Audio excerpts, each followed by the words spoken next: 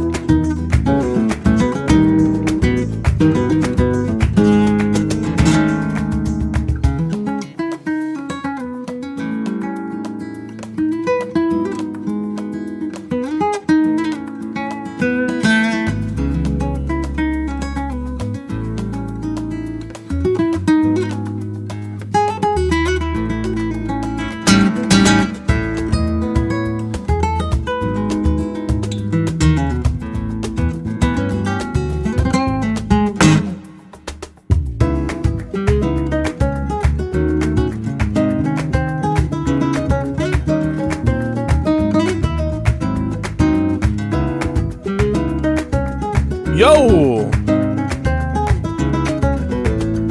Thank you so much. We're gonna go over that maybe today.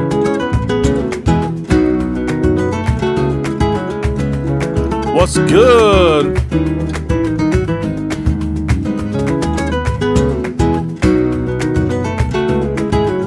There are truth to the rumors.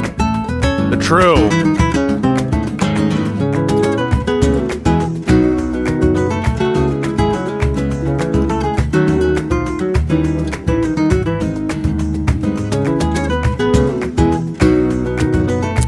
Open up the space. How do I do this?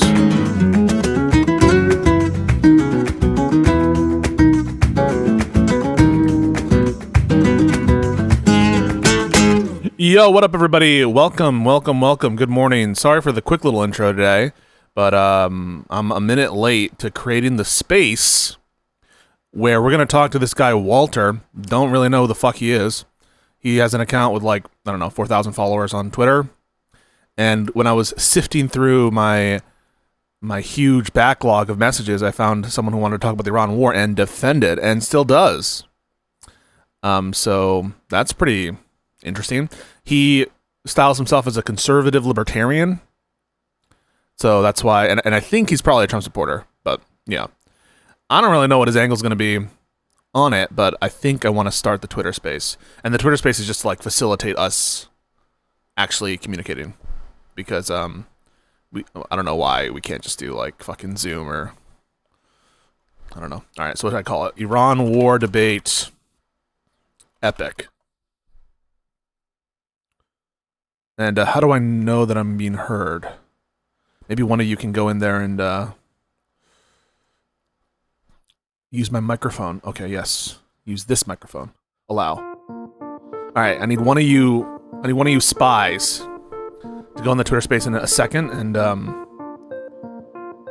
just see if you can hear me. I'm gonna unmute myself on my Twitter space. Twitter space.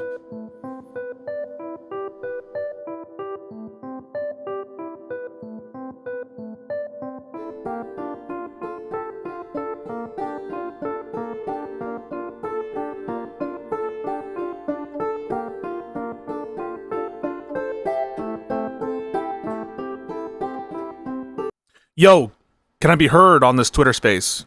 Testing, testing, Twitter space. Am I being heard?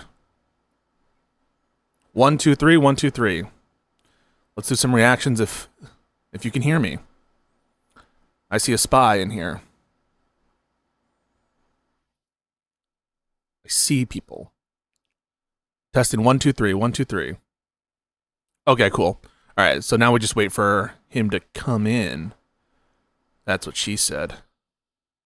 I'm live now. I'm live now. You can join. All right, sick. Amazing. It's happening. We just got to wait for him, and then I have to give him, like, speaker perms, right? Speaker perms. I'm seen and heard. Amazing. Okay, perfect. And we also have him now joining. So I think I have to just... You should request it, Walter. Walter, did I say Warren? I don't know why I said Walter. Requested. Amazing when we have Warren coming in. Okay, folks, this is a debate on the Iran war, and I'm about to approve Warren to come in and argue. Warren, Warren, Warren. As I live in... Oh, wait. It's not working. Now let's try. Warren, Warren, Warren. As I live and breathe. Thank you for having me. So, of course. Wait, can you hear me? Testing 1, 2, 3. yes, I can hear you easily, and your voice is just perfect. It doesn't have any delay or noise. So, Okay, yeah. let me just test to see if people can hear you. So try saying a sentence. Hi, thank you for having me in this space. Perfect. All right, we hear you. How you doing?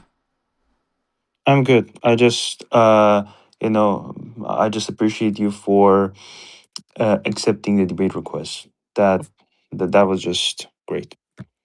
No problem. No So problem we can whatsoever. start and not and I'm sorry for bothering you first of all in that regard. So yeah, so we can just start without wasting any time. I don't know, like it's your show and you decide when we start.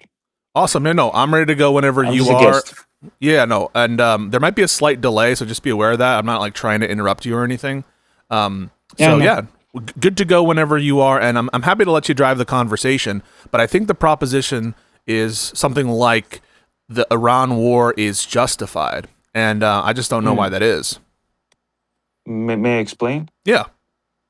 So I just want to ask you a question first. Mm-hmm.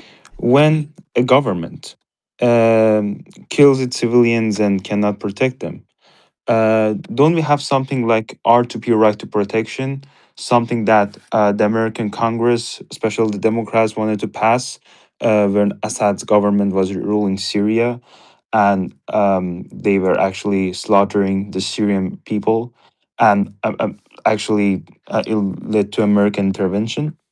So, like, we have something like that in the United Nations, but it didn't get activated for Iran because of its huge influence in the United Nations. So that's the reason that I say that this is a right to protection, and that's not a war. That's um, a liberation process. But because the regime's structure has been very deep, it like the regime doesn't go by overnight. That's just a take. It can be only possible either from an outsider or from someone who doesn't have any clue about how the regime works and how it fractured after the 8-year war between Iran and Iraq. Yeah, so I don't know, I don't really understand. Are you asking me a question? Yes, I'm asking you Okay. a question. I mean, how do you call that unjustified when it's like right to protect, like right to protection, I, when the government cannot protect its civilians and it's slaughtering them? Well, I think you have to make the case that it is justified, but beyond that, I'll answer your question. I take justification to be something like whether or not an action is good, right? And when Yeah. I consider whether an action is good or not, I consider more than just whether there's a case under international law to do the given action. Now, as it happens, I'm not sure that it's legal under international law, but it's certainly not legal under U.S. law for America to be involved in this conflict. And so that, for me, is just a reason right away to reject it. If it's illegal under the U.S. Constitution, under our fundamental law, then I'm not going to countenance Donald Trump violating our Constitution, our laws, our fundamental republic to go do some adventure in the Middle East. And that's just before we even get started on what the ramifications of the conflict are. And so my question for you is, do you care about whether this war complies with U.S. law?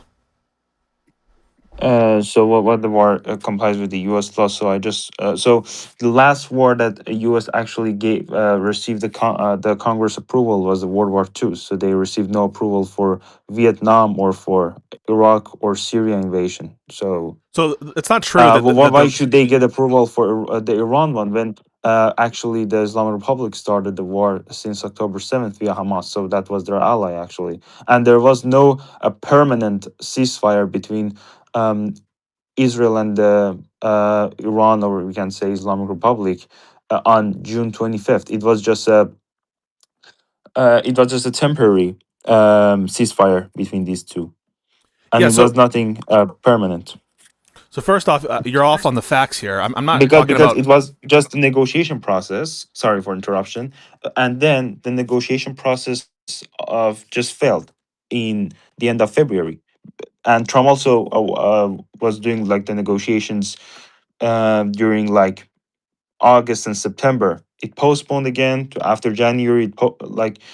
And it ended late February. So it was like, and Trump never said that Israel and the Islam Republic came to a deal which leads to permanent ceasefire. So it was still a very temporary, breakable ceasefire between these two, which was not end of any war Okay, back in June last year. I meant. so the first point is just a correction on facts. And if you can mute yourself while I talk, I think there's maybe an echo, or just wear Yeah, I headphones. mute myself. Yeah, or if you have headphones, that'd be great too. I just don't want the echo. I don't care if you interrupt me, if as long as you just there's no echo. First, to correct on the facts, it's not that I'm comparing it to formal declarations of war. I'm talking about congressional authorizations, and so it's not the case that the only congressional authorizations for war, the latest one is from World War II.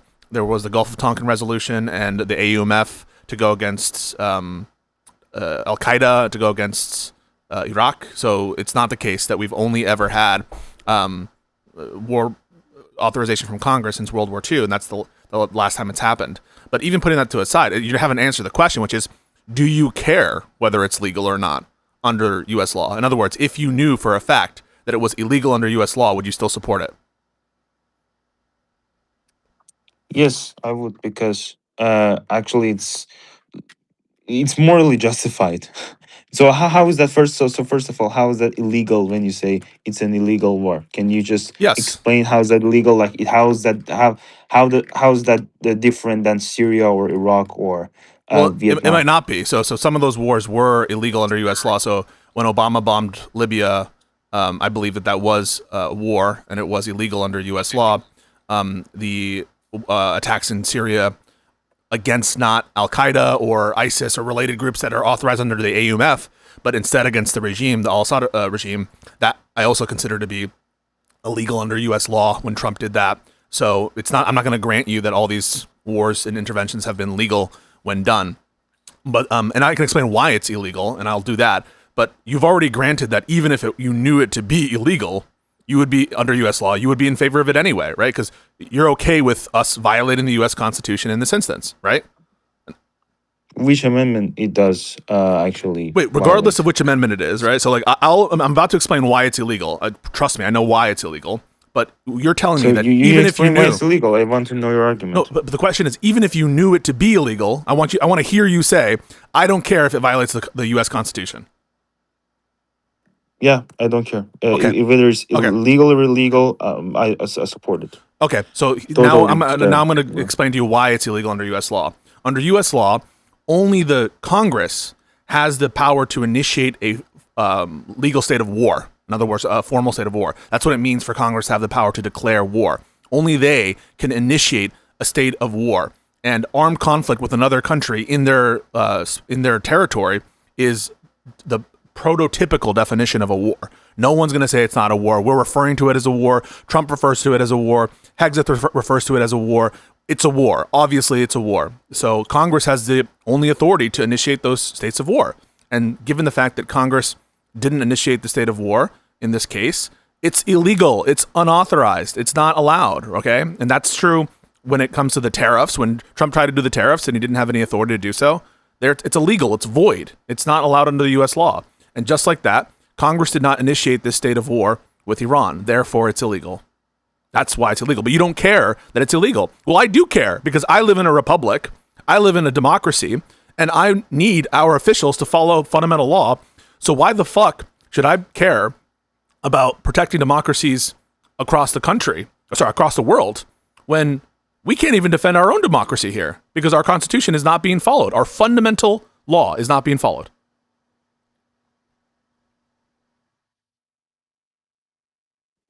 Okay, so there's also another point which under the War Power Act, Trump had to brief Congress, which he did, the Gang of Eight, and stayed in the window of 60 days. So he gave them like 60 days before he actually attacked. Yeah, that's a misreading of what the War Powers Resolution requires. The War Powers Resolution, by its own terms, does not expand or contract the amount of authority that a president has to initiate a state of war, because the president has no power to self-standingly initiate a state of war.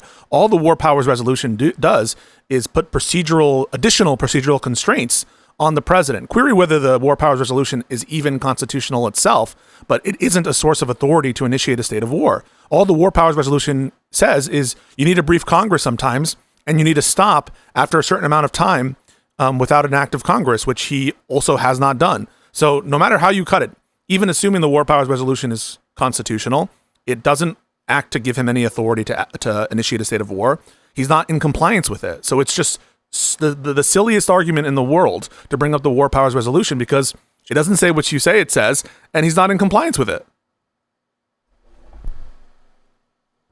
But Congress has also declined and continues to decline the use its legal power to shut the whole thing down. Doesn't matter. The fact that Congress fails to act to stop a constitutional violation doesn't mean there isn't a constitutional violation. Like, Congress can choose not to. Yes, it would be like a police officer watching someone rob a bank and not doing anything about it. Would your conclusion be, oh, he's not robbing the bank? No, he is robbing the bank. But the people who are there to monitor the situation aren't doing anything.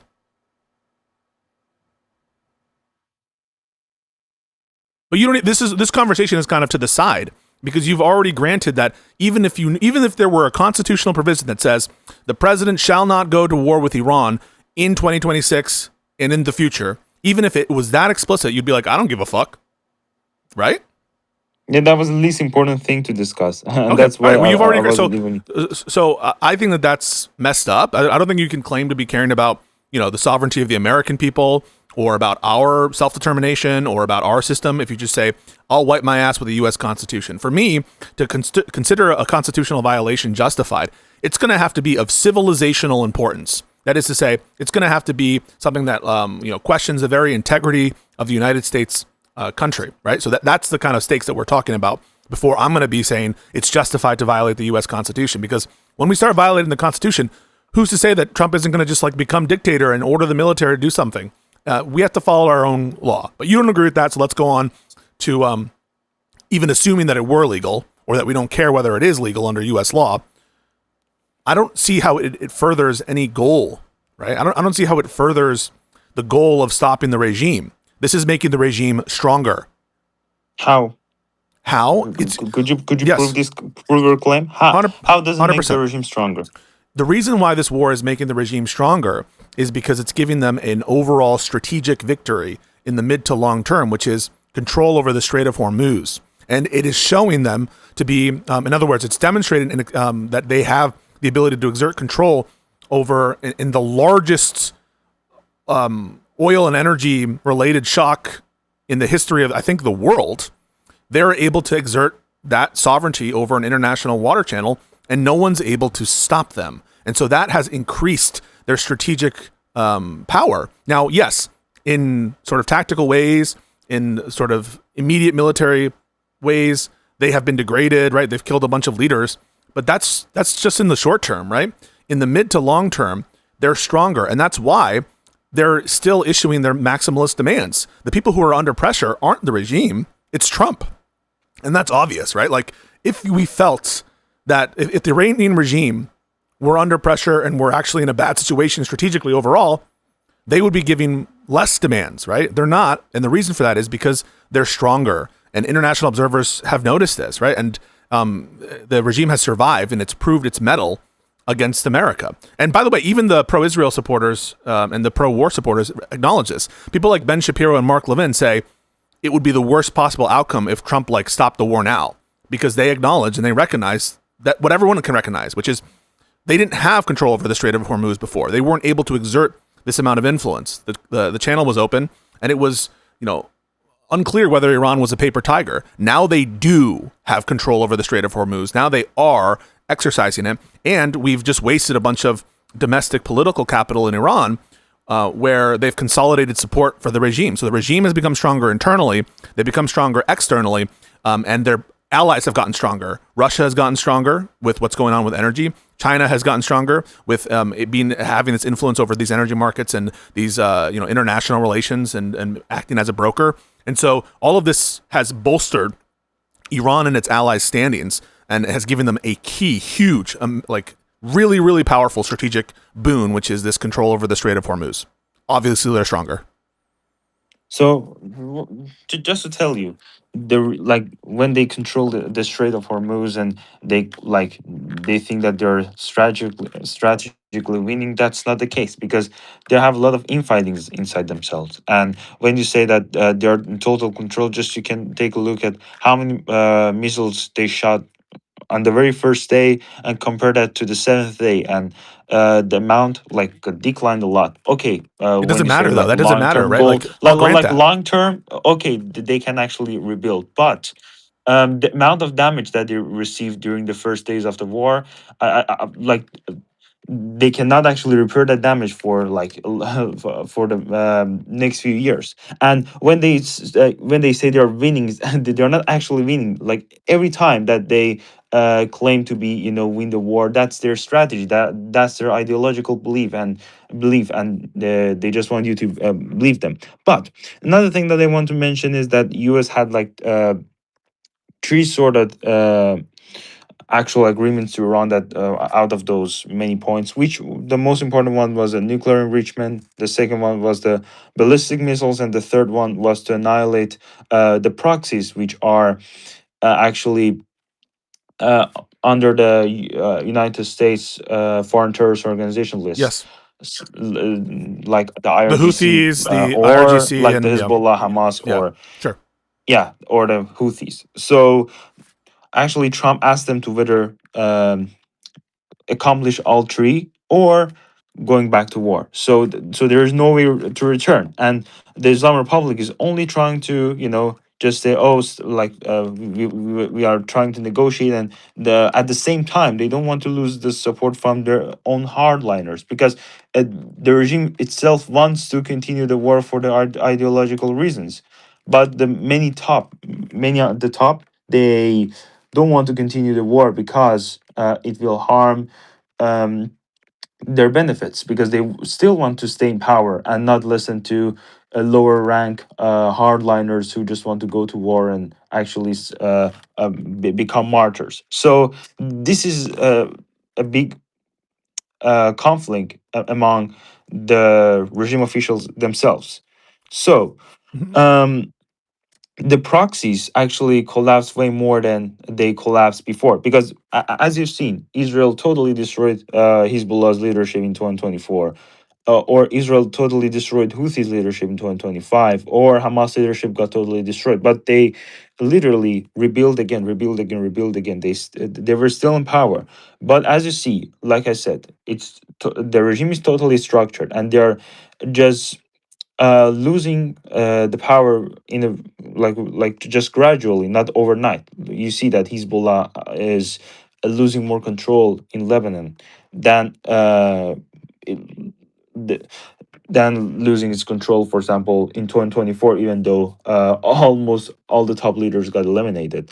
So the original goal was also to remove the Ayatollah and actually negotiate with the new guy because the old leadership wasn't trying to actually negotiate. So they want to just negotiate with the new leadership to actually find a way to make the Islamic Republic surrender to the United States. But as we know, the Shia hardliners will never, like the even hardliners reformists, doesn't matter. They will never negotiate with the United States. So that was actually the plan, and it's not a very long term plan. It's going to be a kind of short term plan, like for the Yeah, it next sounds like a maybe shitty 2 3 plan. If months. And if you're conceding that they'll never negotiate the with plan wasn't Americans. bad because you cannot see the effects actually by your own eyes, but if you go deep into what's going on inside Iran, so you can see that the infighting between the IRGC officials is on a new level, way new level than way higher than after 12-day war. Because I myself tend to read the pro IRGC media outlets and see what they say in their media, also in their personal channels, like personal channels of huge IRGC communities. So I've read them, and they are actually fighting themselves, even like they were fighting themselves back in June, and one side was so pro-war that, oh, we should destroy United States. Another side was saying that we should keep the regime in power, which is the main goal of the entire system since 79. But the reason for Epic Fury wasn't they were just weeks away. It was in fact that they moved to rebuild the credible commitment to rebuild made war inevitable. So Oh, they moved can the we take this one by one? uraniums like way deeper down the ground. So it wasn't actually like the US. It would be harder for the United States to actually strike the ground because they will go more and more to the ground and actually start enriching their uranium again. So the Trump was just going to stop that, and it has been way more successful Let's take this one by one. than So you think. let's first start with the notion related to the let's see, but like the degradation of the military capabilities of Iran. I mean, I can grant you that their ballistic missile capacity has like decreased or something. I can grant you that thousands of people have been killed who are war fighters for Iran. I can grant you that the leadership has been degraded somewhat, but none of that matters to the overall strategic picture because the goal is to displace the regime. And the goal is to, stop its nuclear ambitions. The goal is to, like you mentioned, deal with the proxies or whatever.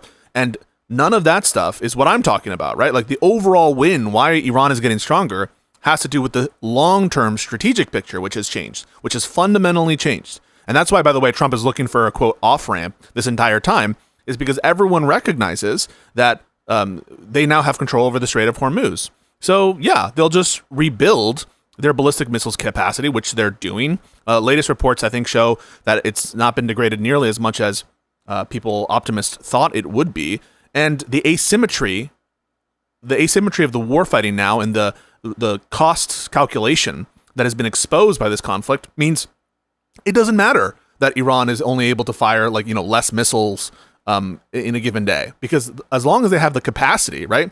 As long as you're not able to fully eliminate the capacity to send a drone into the strait or send a missile into the strait, they are able to exercise effective control over the strait. And so it doesn't, all these like things that you're pointing to, right? It reminds you of the Vietnam War, where we had this like kill count measure, and every day, right, you would have McNamara come in and say, we think we're going to turn the threshold over when we start killing more than they're able to replace.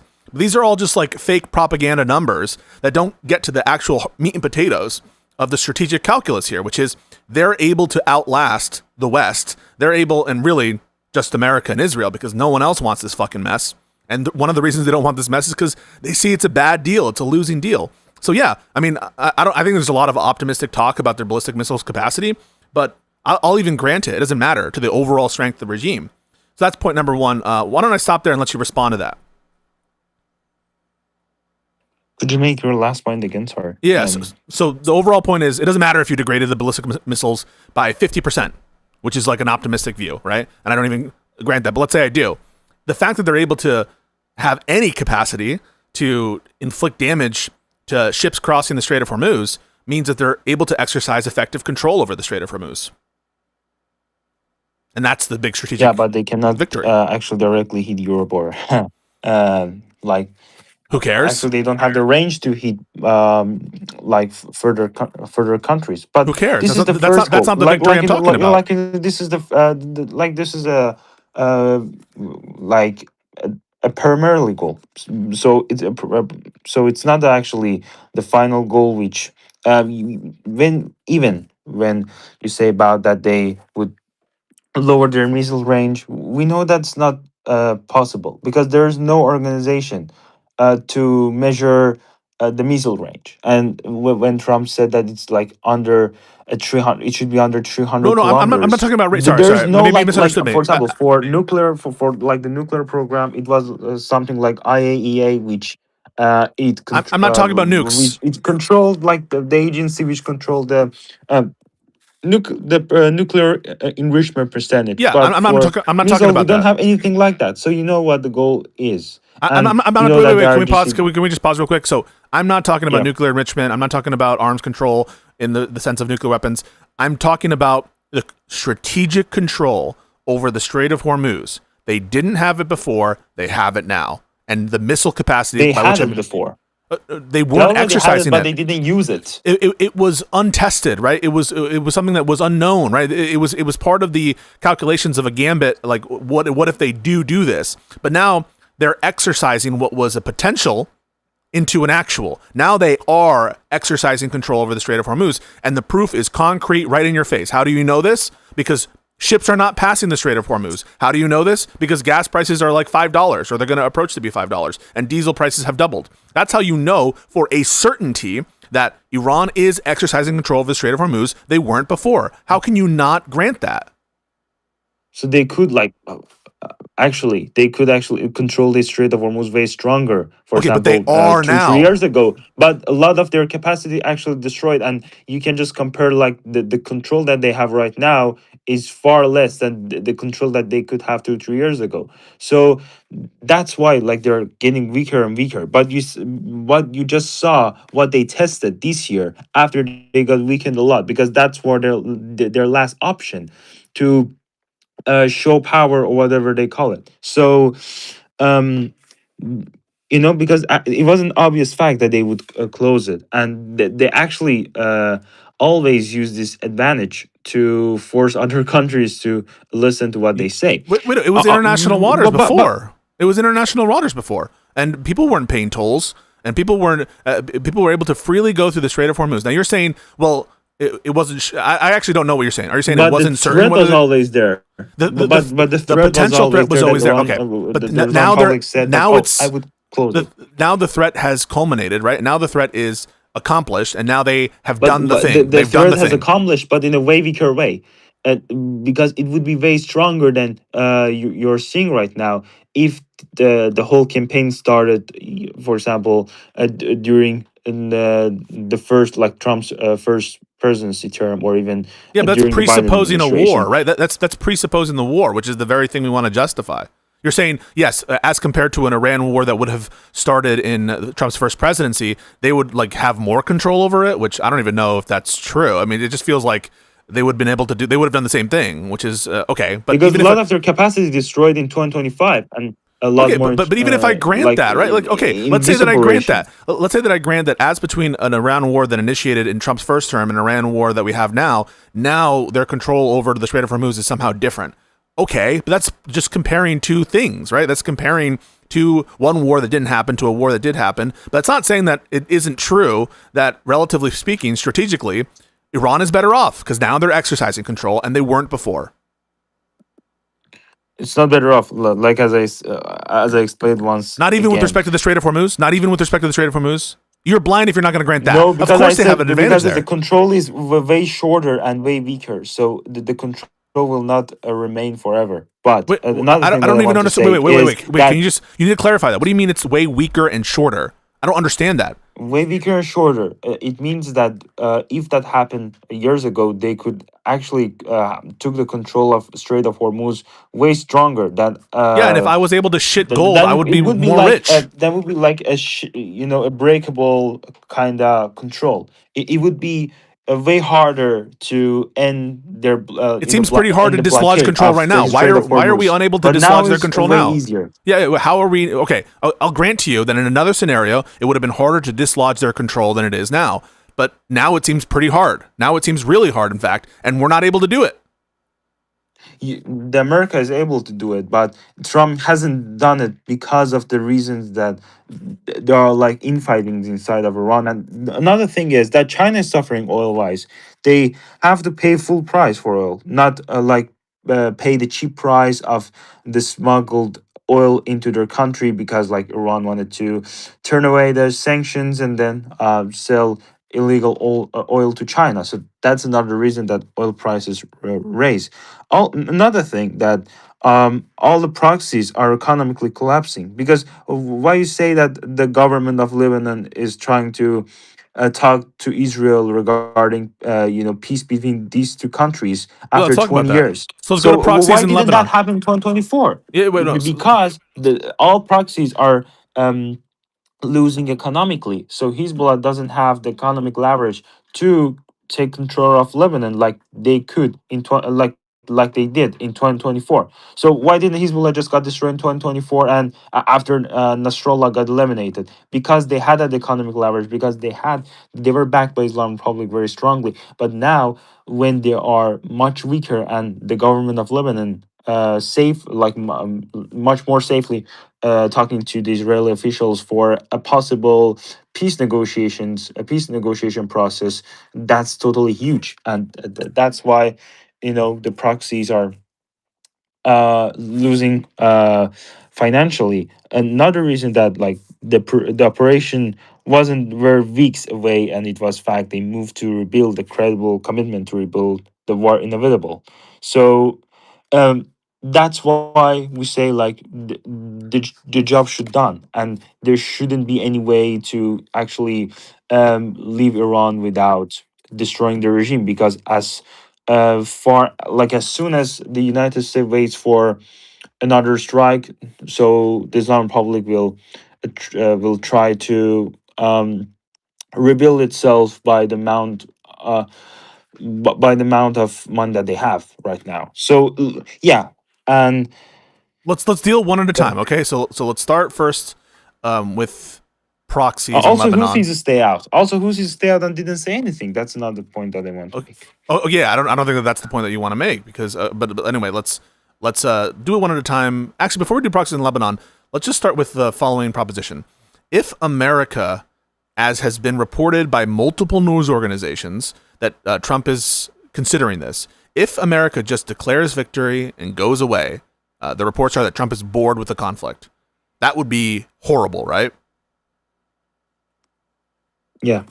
And the reason why it would be horrible, and why people like Ben Shapiro and Mark Levin, they're not crazy when they say this, is because Iran would have proven that it can withstand America and Israel's attack, and they would have won the war. If America just declares victory and leaves without displacing the regime, you would consider that a failure, right? Of course, but Okay, because so the then main why is goal is Trump to. planning to do that? Or why is Trump considering that? Why is Trump looking for an off ramp? And why is Trump looking to negotiate with the regime if that would be a failure? It's just all word games because you don't see that what happened actually. Because when you see that, like I explained during my first argument, that the regime has a lot of infightings, so they cannot offer anyone to negotiate with Trump. So just Trump is Yeah, giving that's them the bad. offer I'll tell you why to, that's bad. to flame the conflict, even to flame the interval conflict even more. So So let's deal with the that's internal the reason, powers. because they This is want to flame the conflict between the no. pro-war Iranians. I mean, pro-war in terms of pro-war regime officials, and then and pro-negotiation regime officials. So they once again not choosing wisely when they want to negotiate or not. And even if they come and negotiate, it will be failed, and the strikes will start again. So it's inevitable, and Trump knows it, and knows how the regime works and how ideological they are, and that's why he uses these word games to just fool the regime. Misdirection and stuff. Yeah, no, It's just part of his I game. understand what So you're saying. You're saying that all of this is misdirection and sleight of hand. I'm not convinced that yeah, it's all just misdirection and sleight misdirection, of hand. like during January and February, because for example, he said that, oh, we want to negotiate with Iran, and we want to do this, we want to do that. Even though he said in January that the help will arrive soon, so many people said, oh, why didn't the help arrive? So many things like that, but it happened in March. Same like in 2025 after the 12-day war ended. Trump was talking a lot about negotiating with the regime, and many people said, oh, why do you want to negotiate with them? And again, all of that things fall apart, and no negotiation deal, like no deal happened, and all of that suddenly I get it. fall apart. Let's deal with but this, but, right? but we know the reason, but some people just want to pretend that Let's deal that with this wasn't the reason claim. that All right. Trump uses that. So first of all, we can all claim that what Trump's doing with negotiation stuff, sending JD Vance to Pakistan and to Islamabad or whatever, and all this shit, all this time spent is all misdirection. It's all sleight of hand. That and even some of the Arab states are in on this sleight of hand, or maybe they're not in on it. So we can make these claims, but you could just as easily make the claim that the sort of accusations that the infight in Iran is what it is, like that's misdirection, that's wargaming from Israel, whatever. In other words, it's easy to make claims, right? The evidence for the claim is not apparent. The evidence that Trump is actually doing this as a misdirection or a sleight of hand, as opposed to being surprised that the Iran regime hasn't collapsed yet, right? That is not apparent based on who is saying what, right? Like, we're getting inside looks at what the decision was, what the expectations were, what the promises were. And so I think there's more evidence for the claim that Trump was genuinely shocked that they didn't have a Maduro style like regime change in Iran, okay? But even putting that aside, right? I'm not so sure that internal divisions in Iran is good for the case for war, because just like you've seen in the Israel-Palestine conflict and in many other conflicts in the Middle East, if you have a party that has a veto on the peace process or on a negotiation process, like the IRGC, for example, if, in other words, the IRGC is able to put a wrench into the cog of the wheels, they can make really, really bad situations and prevent us from having an equitable agreement. This was also shown, by the way, in the conflicts between Japan and like Manchuria back in the 1930s, where you have some like really, really nationalist or really, really fervently ideological members of the military just like doing decisions on their own. It is that means that they're going to be able to have a veto. The most hawkish, right? The most fervent, the most ideological people are going to have a veto in any kind of deal making process. But I think you kind of give the game away when you say no deal is possible. In other words, the internal divisions are making a deal, if they exist, impossible, and that's what you want, right? Like you want this. Any deal would be a failure, right? Yeah, any deal will be a failure, but Okay, the no deal will happen, because you could say that in 2025 in April you say, okay, a deal will happen so with why are we waiting to the Islamic invade? Republic. Why are we The waiting to 12-day war invade? happened, Why but are we again, waiting? you can say, so there are some patterns that we can claim that, oh, that might be true again. So we cannot always say that, okay, uh, the deal will happen because someone said that, but we can go throughout, like Okay, if a just deal's looking like impossible, the why are we previous waiting? pattern which happened in 2025, If and then if a deal is early possible, why are we 2025, late waiting? 2025, and early 2026. What? If a deal is impossible, why are we waiting? Why are we giving them time to regroup themselves, to reconstitute themselves? Why aren't we invading right now? Every moment Because we delay is giving them an advantage, isn't it? no, it's not giving them an advantage. If they were actually trying to regroup, Trump would actually not waiting for like this You think board they're to say, sticking around okay, with we their? want to negotiate. But when, as I said again and again and again, when there is an internal conflict happening within the IRGC itself, so Trump wants to stay out and let them eat each other. So they will be weaker when Trump says, okay, your time is over and strikes again. I think it's Because if optimistic Trump, and delusional. I mean, what makes you think that, right? Like, this is a game of time, and the more time that it's you not a game give, of time. Like, so I actually go and read their, for example, even the IRGC people, they have, they use, like, for example, Telegram channels, and they themselves write there, and even they have conflicts within their groups, okay, because there are like big groups that these IRGC people, the people who represent the IRGC politicians, they have there, and when I take a look at them, I saw that they have a lot of infightings with each other, and that's why they haven't made like a new negotiation team. And Ghalibaf, which is one of the strongest officials within the regime, actually required like required to resign from the parliament as the speaker. So Ghalibaf is one of the most influential IRGC individuals, but he requested to resign from his position. Why?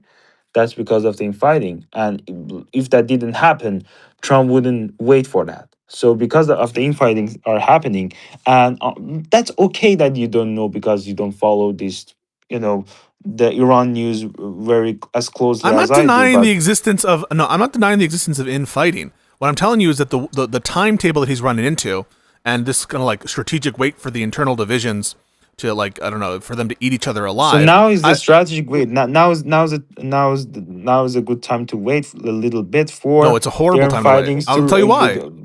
He's running into a wall. Trump is running into a wall, and the wall he's running into is November.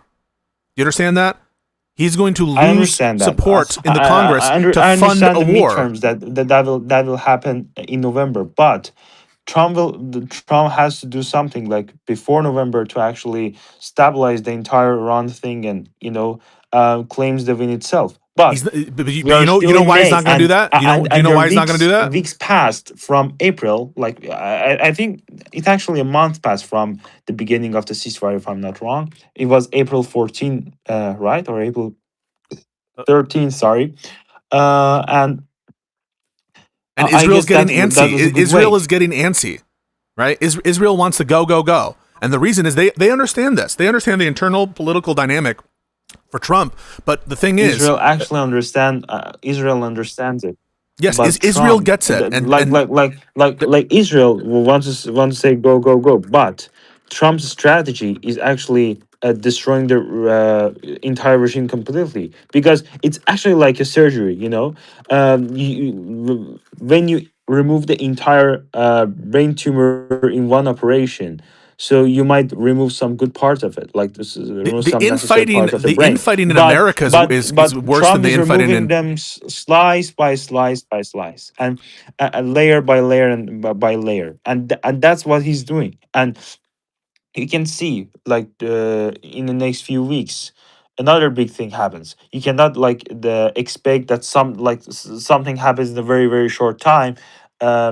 Maybe like a few weeks. It won't last, for example, until September or until the end of summer or something, but it will end sooner, but not that soon that you think, oh, it should, like, Trump should do that today or tomorrow.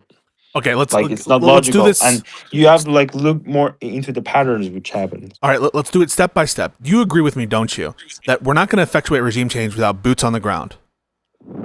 um no, I disagree. Okay. How do you propose to effectuate regime change without boots on the ground? Arming the people. Arming the people of Iran, the Kurds, both? What? Arming the people of Iran, the Iranian people, right? The Persian people or the Kurdish people? Which group among the Iranian population? What do you mean which group? The Iranian population is not divided. The so-called Kurds that Trump said that they got armed, they were from Iraq. And the PAK, Kurdistan Freedom Party, something like that, they were Iraqi affiliated group. And they had the duty to deliver like the weapons and the Starlings to other Iranians. So it's not like actually Kurd, Persian, or like Azeri and something or like Okay, dividing are we Iranians doing by that ethnic right now? groups. Are we sending weapons over to the Iranian people, the undivided Iranian people?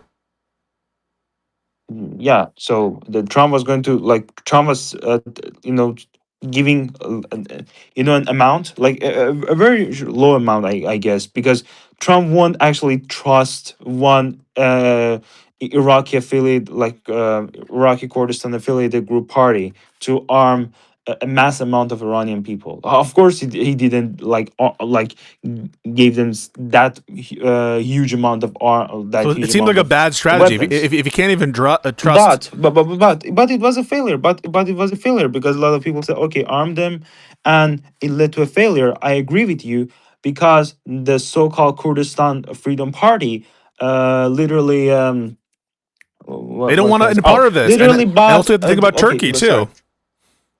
What? I'm trying to tell you that, like, yes, this failed. They don't want a part of it. This They failed. don't. May I say that more Yeah, about it because I actually read sure. more.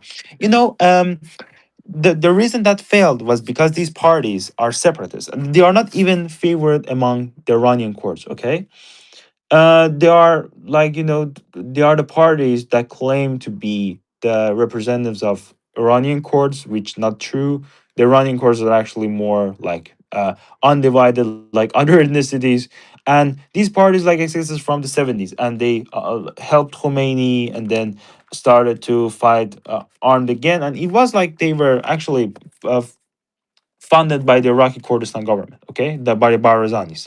So the Barazanis, like for many years have a good relationship with the United States, of course, but that would be a move that Trump would say, okay, I will give them amount of weapons to see are they trustworthy or not.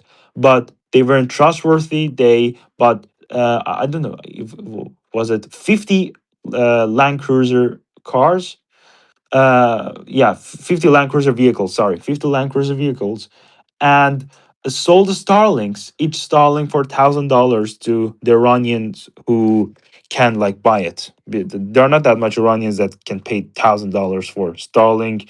They Yeah, but barely Starlink isn't making going to fifty win the dollars per war, month. right? And like the whatever. Like what I said, because there is a good relation with the Barazanis, Trump wanted to actually waste this card because he knew that they will fail him.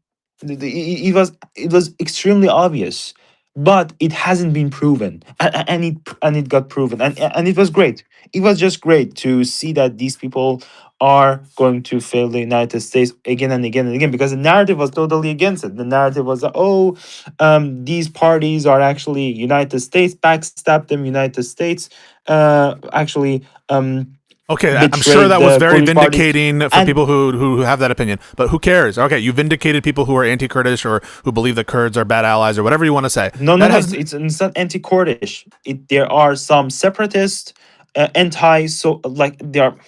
Let me okay. You explain. you The, discredited some the the people. Who gives parties a are fuck? actually You not okay? representing I'll court. grant it. You discredited Okay, people okay. in the eyes of the We public. abandon I'm, this topic and no, move on to the no, next no, one, no, no, if no, you no, want no, no, to. no, no. What I'm granting to you, and I don't even give a fuck, is you've discredited some subgroup of Kurds in the eyes of some population. I don't give a shit. How does that help us evaluate the strategy of arming the Iranian people? Right. The one example we have of arming some group, you concede is a failure. So what are the prospects? What is the chances? What is the likelihood of arming some measure of the Iranian people to effectuate regime change when you have hundreds of thousands of IRGC killers and regular Iranian military members, in addition to police officers, whatever, who are fighting for the regime? What are the prospects? What is the case you can make me that this is likely or something that actually is being proposed? Where are the plans? Right? Are there any plans for Where the this? plan? So let me tell you about this plan because Mossad has a lot of ground forces inside Iran. So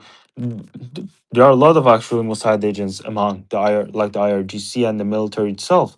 Plus, the people who are going to receive the arm are going to be the like the ordinary people, like the receiving the arm from the deflection forces. So there are a lot of deflection forces, at least 50,000 after the 12-day war. Some estimates like it's close to 100,000, whatever. I don't know the exact 100,000 number of Mossad that. agents in Iran? What?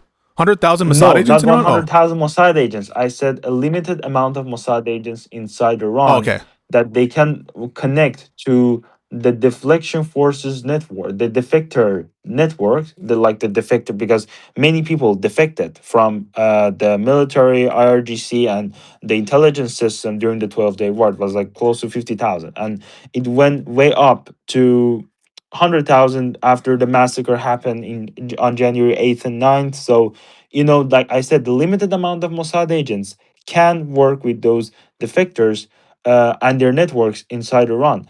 But it's a way harder process, and it takes time, and you can and after because the whole scandal about that actually Marxist party, Kurdistan Freedom Party, whatever it is, which has like very Marxist anti-imperialist beliefs, that when they failed Trump, so the next plan will happen.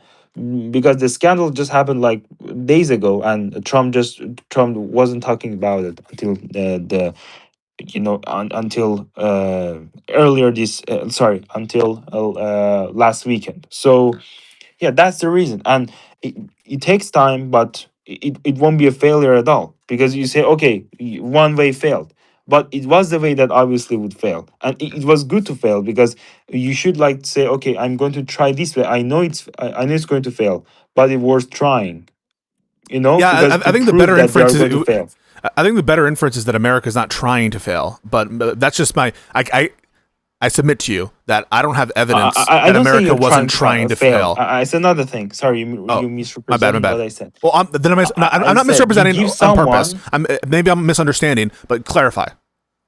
Okay, I said, for example, you're a employer, and you give one of your employees or whatever like a mission, or for example, something that they have to do for you, and they are going to fail, but you're going to trust them that like maybe 1% they're going to success, but you want That's but a even if contradiction. they fail, That's a that won't contradiction. that won't hurt you, That's all. because That's a that won't contradiction. hurt you. Sorry. So I'm just stopping because there's a contradiction. Saying I know they're going to fail and maybe they won't is a contradiction. That means you both Yes. know and don't know whether they're going to fail. That literally can't be true under the rules of logic. Yeah, but mostly that they are going to fail by a Okay. high percent, by a huge percentage. Okay. But they might actually not fail for once. But if they fail, that would be good, because you actually prove others that this type of strategy is a failing strategy, and it's not good to try that again. So Okay. So you're it not was just trying to fail, tests. but failure is another way in which it's not like you can succeed still with failing, and but you can succeed the In most if this you in succeed. this Okay. very specific one, All yes, in right. this All right. very very specific thing that I mentioned. Let's get out of the realm of what happened, what did occur, and let's just say for whatever reason that didn't work, but it's not representative of other strategies that could work. And so I'll grant to you that just because this failed doesn't mean the future is going to fail.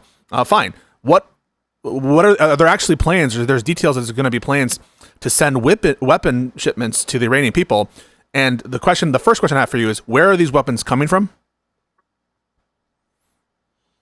So where are these weapons coming from? So they can come from they can get smuggled from multiple places. So the most likelihood might be the Iraqi border, not from the like the north, because the Hashad al-Shabi, like the Iraqi People's Mobilization Yep. Force, got much weaker. Okay, they got much weaker, and they actually have way less control over uh, the major part of Iraq right now, because their budget is highly decreasing, as I said about the proxies before, and Yeah, but where are the weapons coming from? Not necessarily like we can talk about how they're getting in, but who's providing them?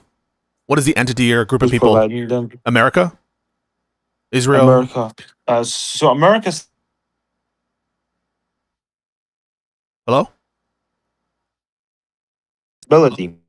Sorry, you cut out there just for a second. So I was asking Sorry, you yeah, who, yeah. what I was the apologize. nation or group of nations that would provide in the arms? I said America. I believe that America would take the responsibility to provide the Iranian people the arms, as Trump said. Yeah, But I cannot 100% say that this time America will be arming the Iranian people again. That might that like this time the strategy might be Israel, because on this very specific thing, you know um I cannot actually predict in a very accurate way, because yeah, the no, but reason is that because it could be different than what America did. Like, for example, America said, okay, I'm going to arm the Iranian people but via Israel. It's totally something that can happen either way, and both ways have like the same result. So who the provider is in a joint war, I don't think that's an important matter. I don't can know. I just say Maybe you have uh, I think it matters other. because the reason why I think it matters is because one, I think this is a highly visible strategy, right? It's unlike these kind of surreptitious drone attacks where do you remember what the Ukrainians did against Russia with those like they embedded a bunch of drones or what they did with the pagers in Lebanon, right, with Hezbollah, the Israelis? Yes. I don't doubt, right, that American and Israelis are very sneaky. They have good ops, they have good intelligence, oftentimes, though not perfect, as we've seen.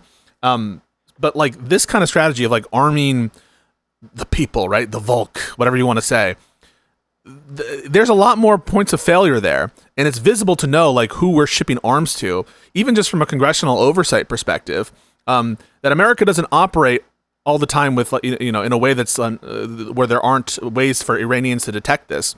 And so all I'm trying to say is this seems like a highly visible strategy. It seems like a high risk strategy, and it doesn't actually seem that Americans or Israelis are planning it, right? Because what is the Israeli effort focused on?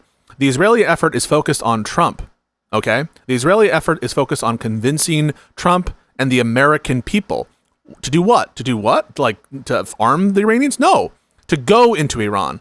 And that to me, and the fact that we're not getting any reports from any insiders about conversations regarding arming the Iranian people, indicates to me that it's not being proposed. It's not being planned. Or if it is, it's not a dominant strategy. So I agree with your first point that it's a totally visible strategy. Okay. But when you say that Israel wants the United States to invade via the boots on the ground, I don't think that's the final strategy, because they might seem that they want to pressure the United States to go full boots on the ground, okay? But that might not be the final strategy, because if you want to arm people successfully, as you said, it shouldn't be a visible solution, because when Trump visibly said that, okay, like, for example, the Kurds can come into, like, the Iraqi Kurd, like whatever, like the Kurdish parties can come to Iran and then fight. So it was like a visible statement. You must know from the very first day of what Trump said it's going to be a failure. Why? Because is a extremely visible statement, and we obviously know that the regime will shut it down immediately. Okay, so when we talk about something like that, what might be visible, and Trump or Israel doesn't talk about it, so it might become more unpredictable for the regime to actually guess what would be their next move. What? Another thing that I Yeah. wanted to Okay. mention, I think I forgot, was that China even today announced they oppose the IRGC blockade, and their oil infrastructure is on the verge of collapse if they don't, provide their oil in the same way that they did before the war. Because Iran, like the Islamic Republic, couldn't sell oil to other countries. Like, yeah, they sold a lot of oil to Europe, like when the Obama deal happened, and a lot of cheap oil that they are selling now to China. But another thing that I can say is that China is actually losing more oil, and they are on the verge of collapse. So You think they China's are on the verge dumping of oil collapse? into the water and burning it. Like, You think China's on the verge of collapse? I'm sure you misspoke. no, no, no. I didn't say China. I said their oil infrastructure Okay. because of the blockade. I didn't say China Okay. itself. Please don't get me wrong. I'm I just didn't want to specifically trying to talk about. okay, I didn't want to misunderstand you. Okay, so he didn't say China, the country. You mean its oil infrastructure, and by that you mean it's going to collapse because what would constitute collapse of China's oil infrastructure? The oil infrastructure because they're not buying their like because they're not buying that huge amount of oil like they did before, like the barrels per day that they bought, and Uh, they want the blockade to go so they can continue purchasing the cheap Iranian oil that they bought for many years. Yeah, but like you're saying they don't want the blockade to continue. I'll grant that Yes, they don't want the blockade to continue.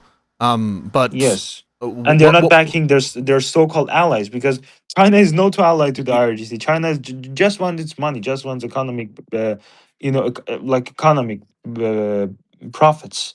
They don't care about like what the Islamic Republic will do in future, and and that's what the Islamic Republic got backstabbed multiple times. But they don't actually care. They just did all of those deals, like the 25-year deal in 2020, yeah, because they but want America to cares achieve whether their short-term goals.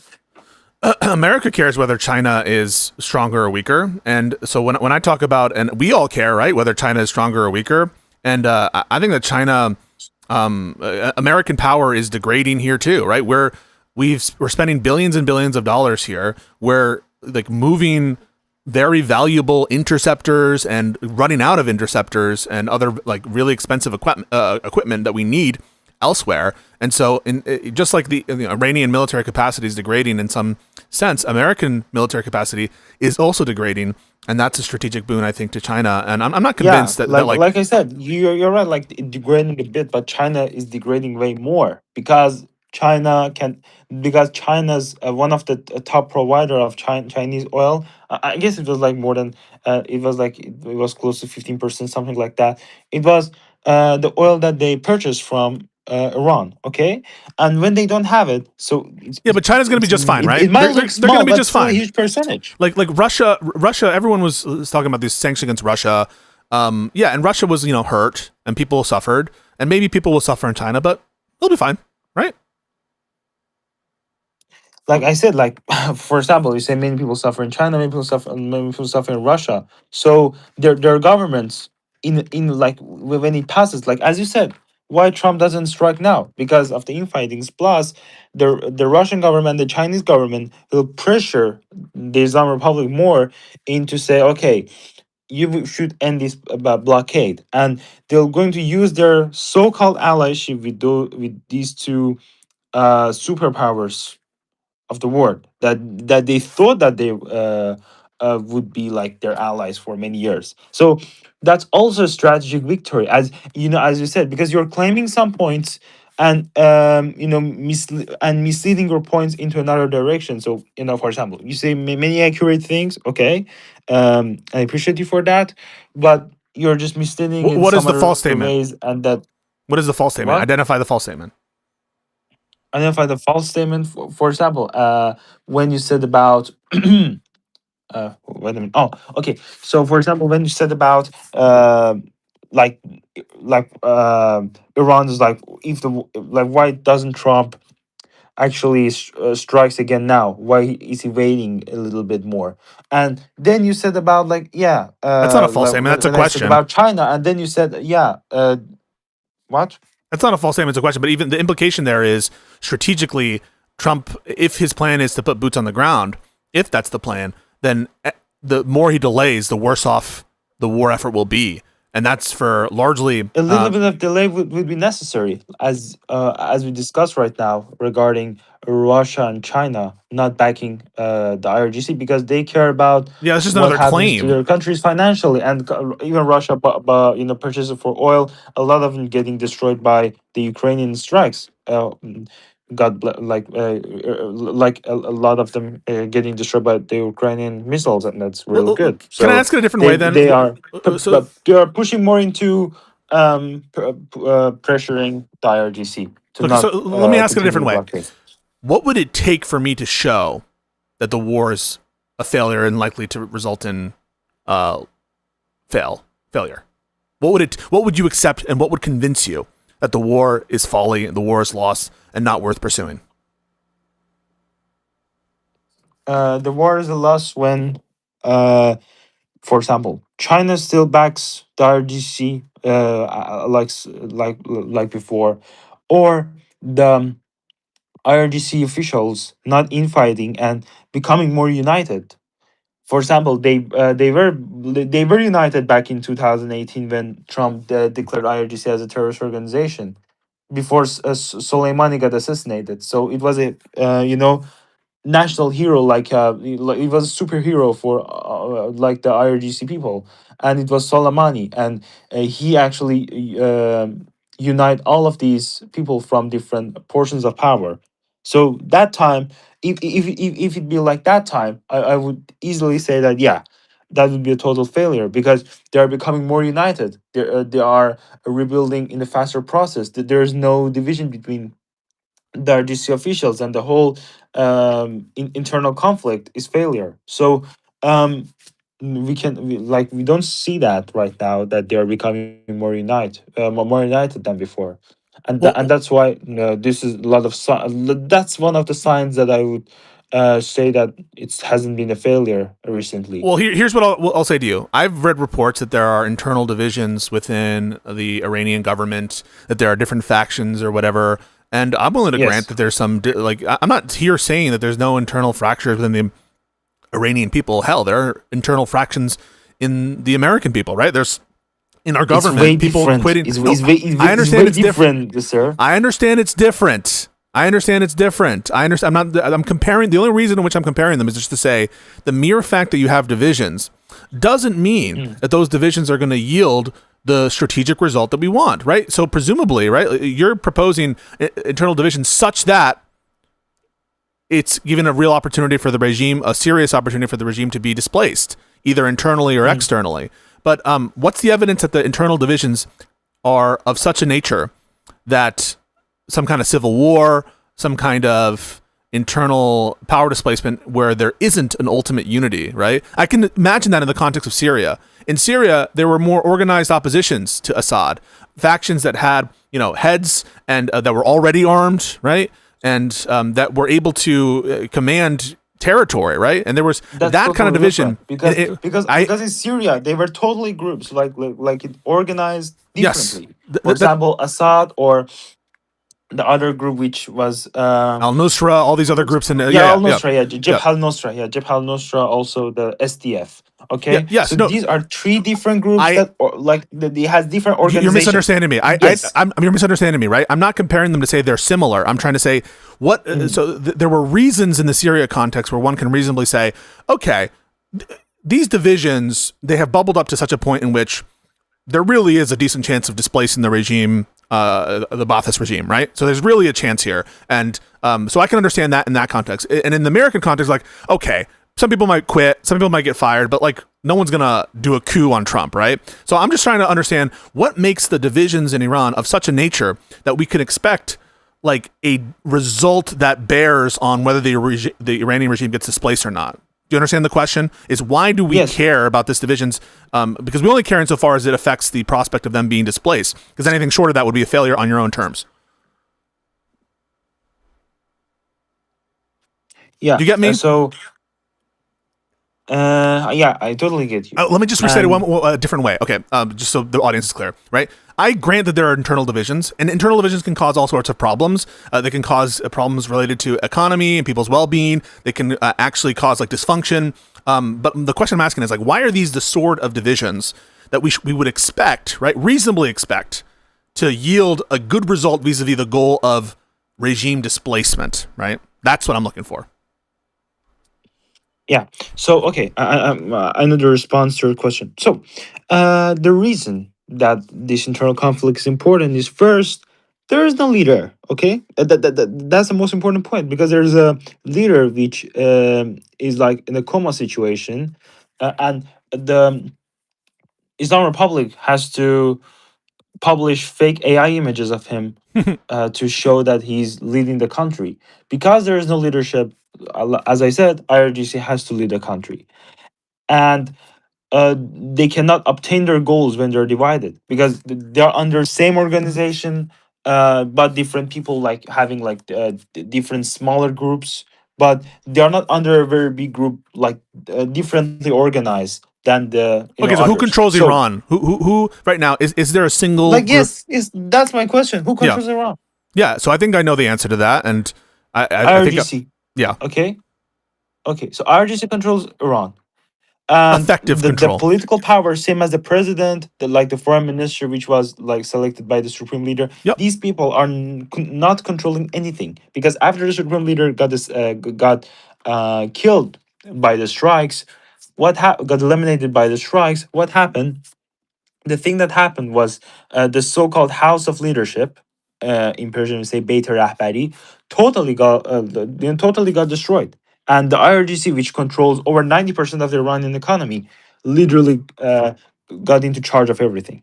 And because inside of the IRGC there are a lot of there are a lot of internal conflicts, and it's very serious, because different people, different portions, and they have actually like they have actually big problems with themselves, and that's why this will lead to a weaker leadership, as there is no unified leader. Thank you for Okay, but proving my point. but no, but they're not going to fight against each other in the sense of like making the IRGC defunct, right? The IRGC, to the extent that it controls Iran and it exerts a veto over political decisions by the formal political leadership here, and here we're talking about both the elected leadership but also the appointed leadership in Iran.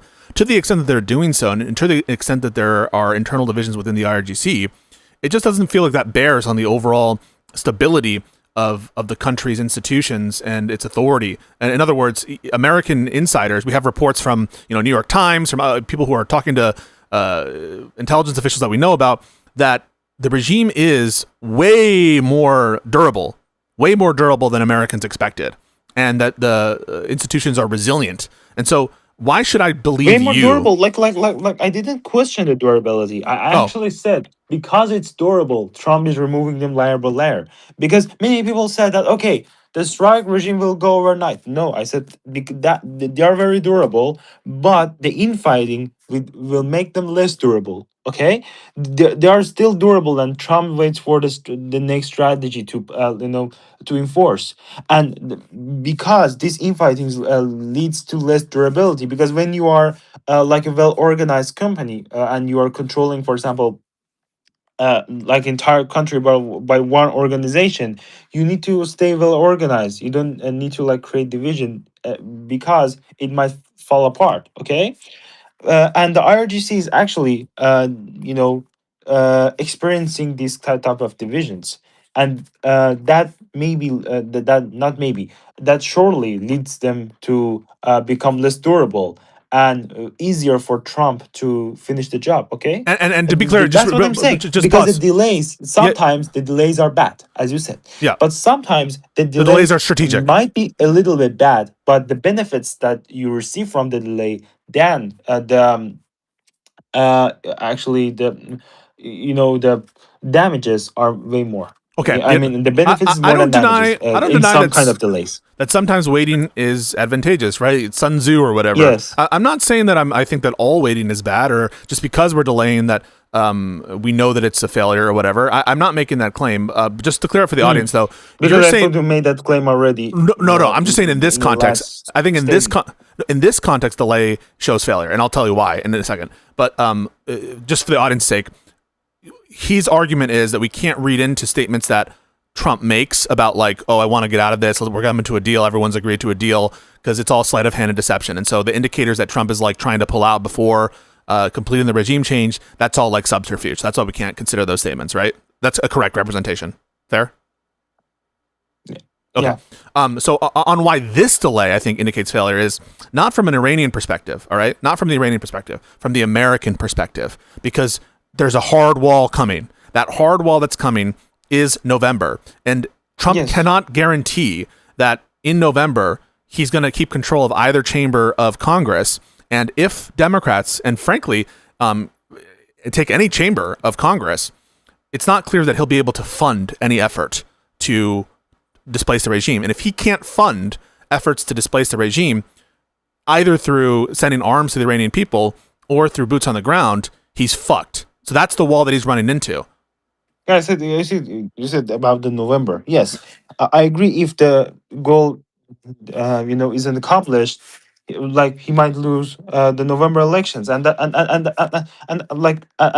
there's no argument over that. What I said is about like the goal for right now, like the short time delay. Like you're saying, for example, you're skipping the entire time from now to November. I say like a short time delay Oh yeah, let me address might be that. good, Can I but address that? if he stops until November, as Yeah. you said, like until September, whatever, until the end of the summer, it would be a bad delay because it will be normalized for the regime. It's not a major.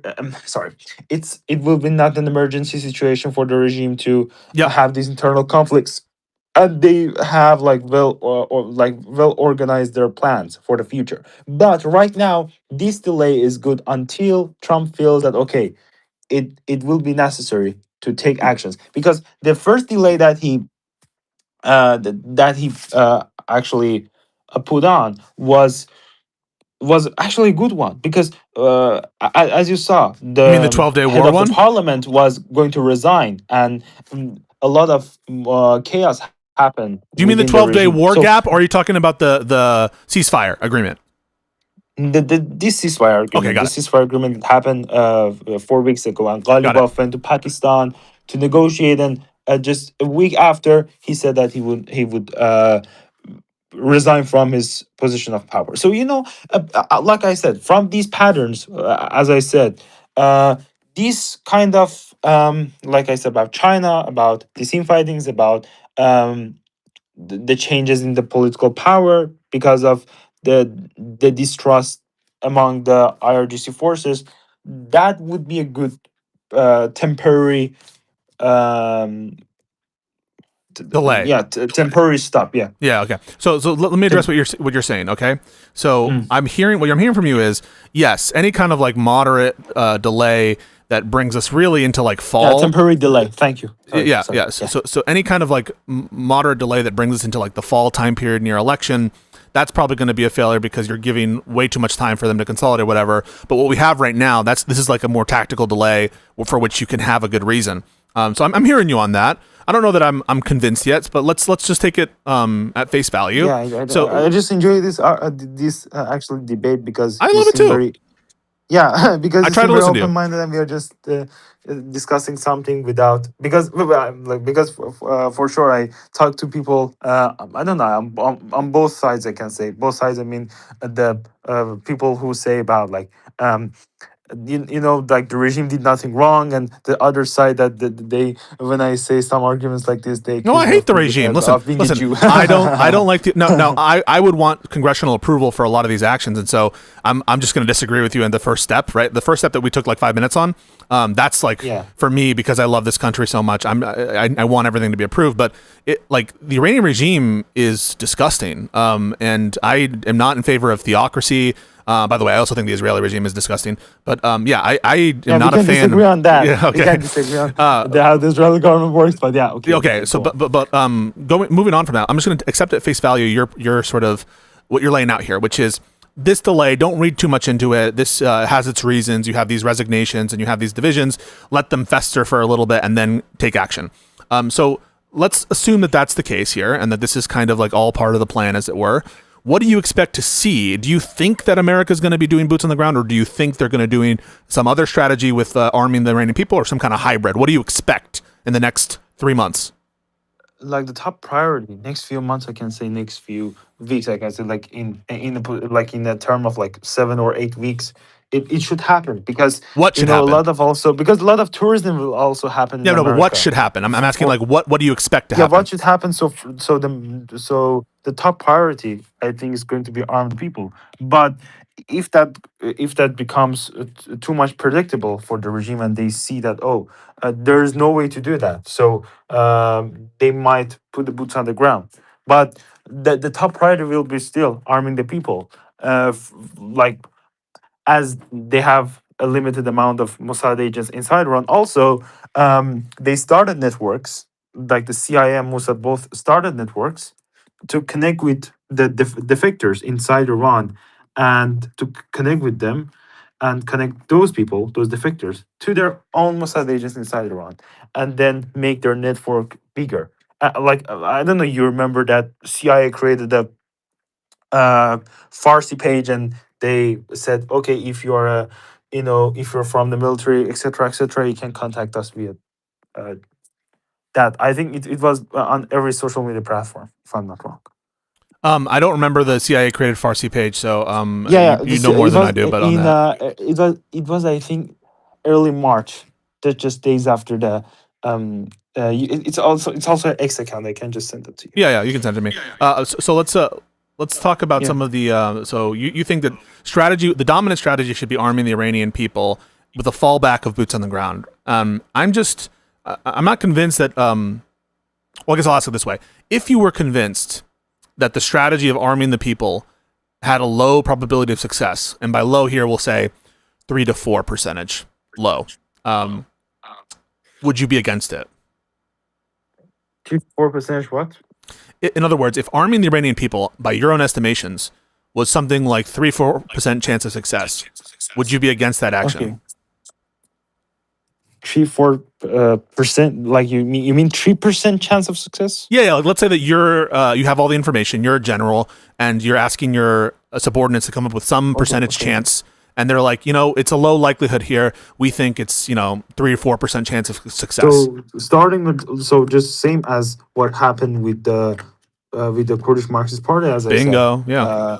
Yeah, because that was a small amount, maybe like 50 Land Cruiser cars might not cost more than like 1 million. I know, like a million is a huge amount of money, but compared to the entire spent money on the war is nothing. No, Okay, I agree with so that. No, so listen, you listen. so, I'm so I not saying would it's. so Wait, it because I would just be want to pause try like because there's a a small misunderstanding, right? amount, and then see how it goes. Yeah, yeah. No, I'm not saying that there's not a like the cost efficiency there And I wouldn't also be. send you the CIA Farsi banner. Okay, I but what if couldn't I just find the grant account everything or you say follow about that, it? but Okay, yeah. I'll grant that they made a page. I don't know what that proves, but we'll let's just take this opportunity to address what you said, right? Like, I'm not contesting whether it's efficient, although I don't know that it would be efficient. But let's just say it's efficient to just try it, right? Because like, what's the harm?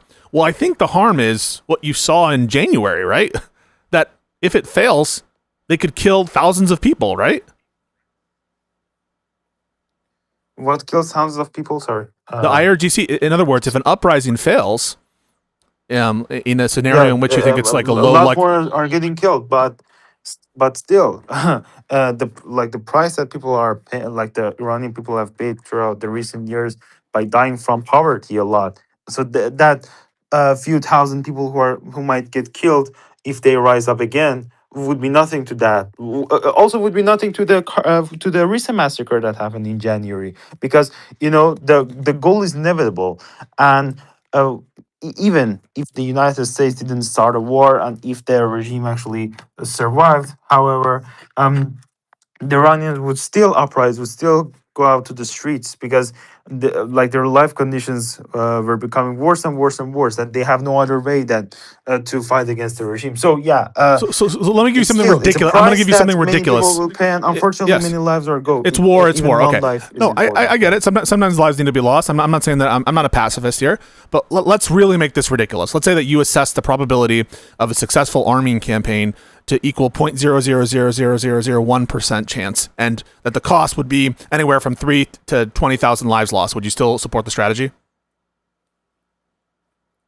To 20,000 life loss. Yeah, So so point zero zero zero so zero zero zero zero 1% chance of success. This is hypothetical. I'm not saying this is real. I'm just trying to get us I to know, I have know, I some know, I common know, I know, ground. I know. I know it's hypothetical, but Yeah. if that, like, if those people received those arms, and they could actually took out a lot of regime people, that would be not a bad strategy, because as far as they get killed. They can also kill a lot of people from the regime that wouldn't be achievable if they didn't have any arms, No, but because my question 40,000 is, people died, okay, only 200 got killed. But if those, for example, as you said, 3,000, we can say, if they kill, for example, 1,000 regime people, that would be a better amount. Like, it's the ratio is 3 to 1, okay? But that ratio was like 1 to 80. So I'm the I'm difference trying to would give be, you something ridiculous, like to test what it would take for you to. even something ridiculous you said, as you You said, would be in favor of ridiculous. it. Um, Even the ratio is becoming like much narrower than it was in January when people Okay, rose up I without any I arms. just want to get to And like, even somehow they could burn few places that the regime forces were hiding and okay, kill 1,200 people of them. my goal right now, I'm telling you my strategy. My strategy is to try to get some understanding of when it would be the case that you would be against this arming plan, right? So under what conditions would you say that's a bad idea? And so what I'm going to give you right now is an insane hypothetical. Let's say that you assessed the chance of displacement of the regime to be 0% chance of success, and the estimated loss of life for the civilians to be at 50,000 dead, and the estimated loss of life for IRGC or regime affiliated soldiers to be only 50 people dead. Would you be in favor of the strategy then? No. Okay, so there is some amount of low chance of success that you're sensitive to, and some amount of lives lost of Iranian civilians that you're sensitive to, correct? Yes. Okay, so what gives you the confidence that a strategy of arming the Iranian people is likely to be successful? Under what conditions the strategy would be No, successful, you why mean? do you? So presumably you think that this is your main strategy, right? This is your lead strategy, is to arm the Iranian people. This is what you want to see: arm the Iranian people. I'm asking Yes. what is giving you the expectation that the strategy is likely to be successful and not to be a complete waste of time, money, and the lives of the Iranian people? So what the strategy? So first of all, it should be safe. Like, it should be delivered, in a safe way to the. I know it's totally unsafe, but if it delivered in a safer way to the people, because I cannot say how it gets delivered to the people. Like I said, I explained about like the networks and No, other no, no. things like I'm that. not. But the entire strategy, that how the I'm not asking you. weapons I are know you're not a transferred general. You're not. from Yes, you borders. don't have access to the data and stuff. I'm not saying for. I'm not asking something ridiculous. I'm just saying in general, what gives you the confidence that such a plan will be successful, regardless of how it's implemented? What is giving you the confidence to say this is a good strategy as opposed to this is not going to work? Because it would damage the regime way more. Because Iranians went out unarmed, and and we know if they would be armed, the story would be entirely different. Because if a bunch of armed people, they go to one, for example, I can say a police checkpoint, okay, um or a police office, or something like that, so they could they could take over one, and more people joining them, they could take over another one. So I know networks they could do that, lead right? by So, defector so forces in different parts of the city, taking one by one, like the police stations, or for example, I can say the other, like the police checkpoints, because there are also checkpoints of the police other than the main stations. So they can take it over one by one, and then what happens is that it will be enormous number of police stations taken over. I know that's And what you'd like to happen, and I'm not even denying that it could happen. By which maybe it's possible that it happens. I'm asking why you think mm, it's likely, or why you think that there's a decent chance of it to happen. Not whether or not it could happen, not what you'd like to see. because Why of you think people it's. tried that way during the protests in January, but they didn't have any guns, because in one place, I think it was north western part of Iran. Few people had guns, okay, and they easily took over four, if I'm not wrong, police stations easily. But a lot of numbers, like a lot of people in big cities, got killed to just take over one Yeah, and police Hamas took station. over military So outposts in even Iran, like in five, Israel, six right? weapons were so effective to just take over one. Okay, I know, but who cares, right? Because like think about in Israel during October 7th, Hamas enters and other groups enter, and they take over like different checkpoints, and they are able to even like occupy certain areas for some amount of time, and it takes a few days actually to clear a bunch of these terrorists out, right? So in that context, right, who cares that they were able to do that, because the Israeli government wasn't unable to reassert dominance once that happened, right? So what does it matter if they temporarily So control some place? controls the place. So it's totally different because Hamas was like ruling Gaza, and Israel was actually has nothing to do with that. For example, they were not being like part of Israel itself by that time. For example, that you say that okay, Israel is controlling the entire Gaza Strip, but the IRGC is controlling Iran, and it can't happen in different cities. So they should, like like from their perspective, they should like still take control of their cities and not fall and not fall and not let the cities fall. Okay, so it's totally different than Israel and the Gaza issue because there's no part that is like separated from the central government. No, They're I'm not just the the different parts that they are falling apart, and the regime has to send more suppression forces to actually suppress them. But another positive thing that happened is a lot of these so-called police stations or checkpoints got hit by the U.S. strikes. Also, many suppression forces, houses that they tortured people and arrested people and brought them and tortured them during like the protest when when it happened. So a lot of those buildings are destroyed as well, and they have less kind of less organized suppression forces. Even though during the 12-day war, a lot of for example, the uh, Khatam al Anbiya military base got destroyed. It is like between Tehran and Karaj, Tehran the capital, and Karaj another densely populated city, which they couldn't they couldn't suppress the people during January protests in an organized way. So they use teenagers, literally teenagers between ages 12 to 16, to actually getting armed and shoot at the people blindly. I mean, like blindly shooting without any professional tactic to actually move the people away from the main stage. my point in bringing up the Israel comparison with Hamas is just to say occupying a place temporarily isn't a virtue in and of itself. It's not an end, right? It's and I'm just saying, like, so okay, they are able to occupy places. Maybe even there's less places because they've been bombed out or they're because of the war. Who cares, right? Like the question is, are they going to No, be no, able it's a to? different thing. I said so. Sorry, I guess I said they were trying to disperse the protesters, like in the recent ones, like in 2022, 2019, Okay, 2018, 2009. So they could easily disperse the protesters, but in this January they couldn't disperse the protesters easily because the reason was that they lost their like the first stage of their organized suppression forces, and a lot more just got destroyed during the Operation Epic Fury. So so it's way harder for them I mean, that's to. that's your intuition, and I think yeah, these protests were some of the biggest, and even they weren't successful, and a lot of people died because Yeah. of what occurred. And so my intuition is having a common enemy unites disparate forces into a coalition, and overall, you're not What going to see common enemy? the common enemy is obvious: America and Israel. The Iranian people, right? To the extent that they were sympathetic to America and Israel, after the bombing of the school and after they Oh, killed the leader. wait. This part is actually not correct because the bombing of school. I actually. Mm, what some people, the people that I talk to myself, and they have families of, they have friends of families of those people of those school that died.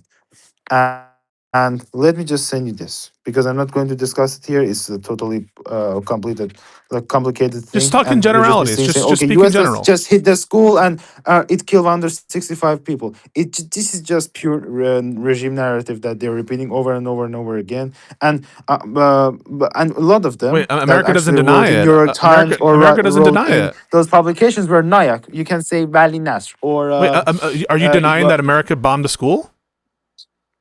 No, like the RGC bombed the school first, but then because of the military base next to school, that the Tomahawk missile that hit the school was the second one.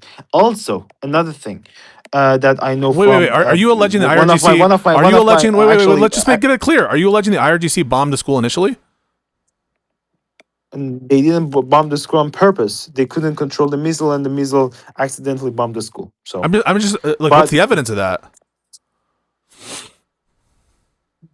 what's the evidence of that? So there was a video that the rocket like wasn't actually going to the direction that it should go, and it went up, and then it actually came down and hit the school. Also, regarding the military base which was next to the school, and they said that like the Okay, who missile, cares? because All right, the school was let's alerted say that let's the say I grant it. missile. Let's say, so I don't grant it. I don't think that that's because there's a video somewhere. I've seen analyses from news organizations that deny it. America doesn't deny that the Which first news organizations by New who? York Times, Which New York, news yeah, organizations by but who? New York Times at a bare minimum, and there was I think Reuters too as well that I watched. Who wrote it? But Valley even Nas? who cares? Because Who Valley cares? Nas actually. Who cares? That's not my point, Why right? do you mean Who cares? Like Right? that, I'll that's grant really it. No, important, listen. sir. I'll grant. No, listen. Sir, this is I'll grant it. important. Like, I'll with grant all it. respect. So I don't want to argue about something that doesn't matter, right? And I'll tell you why it doesn't matter. It doesn't matter for our argument's purposes that I don't believe you. And I don't believe that it was the IRGC. I haven't been convinced of it. Because let's just say that it is true. Let's say that the IRGC did accidentally bomb the school and then the Tomahawk came after from the Americans, as though that makes sense. But let's just say that that is in fact what happened. The Iranian people believe it was the Americans and Israelis. That's my point, regardless of whether it actually was. No, it isn't. Do the Iranian people believe that America bombed the school where the hundreds of children died? They don't believe that America and Israel are to blame for the death of those 165 school children. How do you know that? Because they said like first of all, it was a huge blockade, and the only people that were saying that the Iranians are against are blaming America for these strikes were only the regime reformists who denied the massacre which happened in January. So that's just not a propaganda. And during this internet blockade, the limited amount of people who come to the social media during this time, they didn't actually blame America and Israel. Other than the No, but white how SIM do you know? cards who How are do you know the getting. Iranians in Iran don't believe that America is responsible for the bomb that hit the school? How do you know that? How do you know in what terms you mean? Like from the people, like I talk to them or what? The Because people that I have a lot of we're family hoping. members and none of them actually blame No, no, that. no, no, no. The people that we're hoping. So So, what? the people who are hoping that you're hoping to arm. How do we? And the general people of Iran. How do we know they don't blame America for the bombing that took place that's killing the civilians?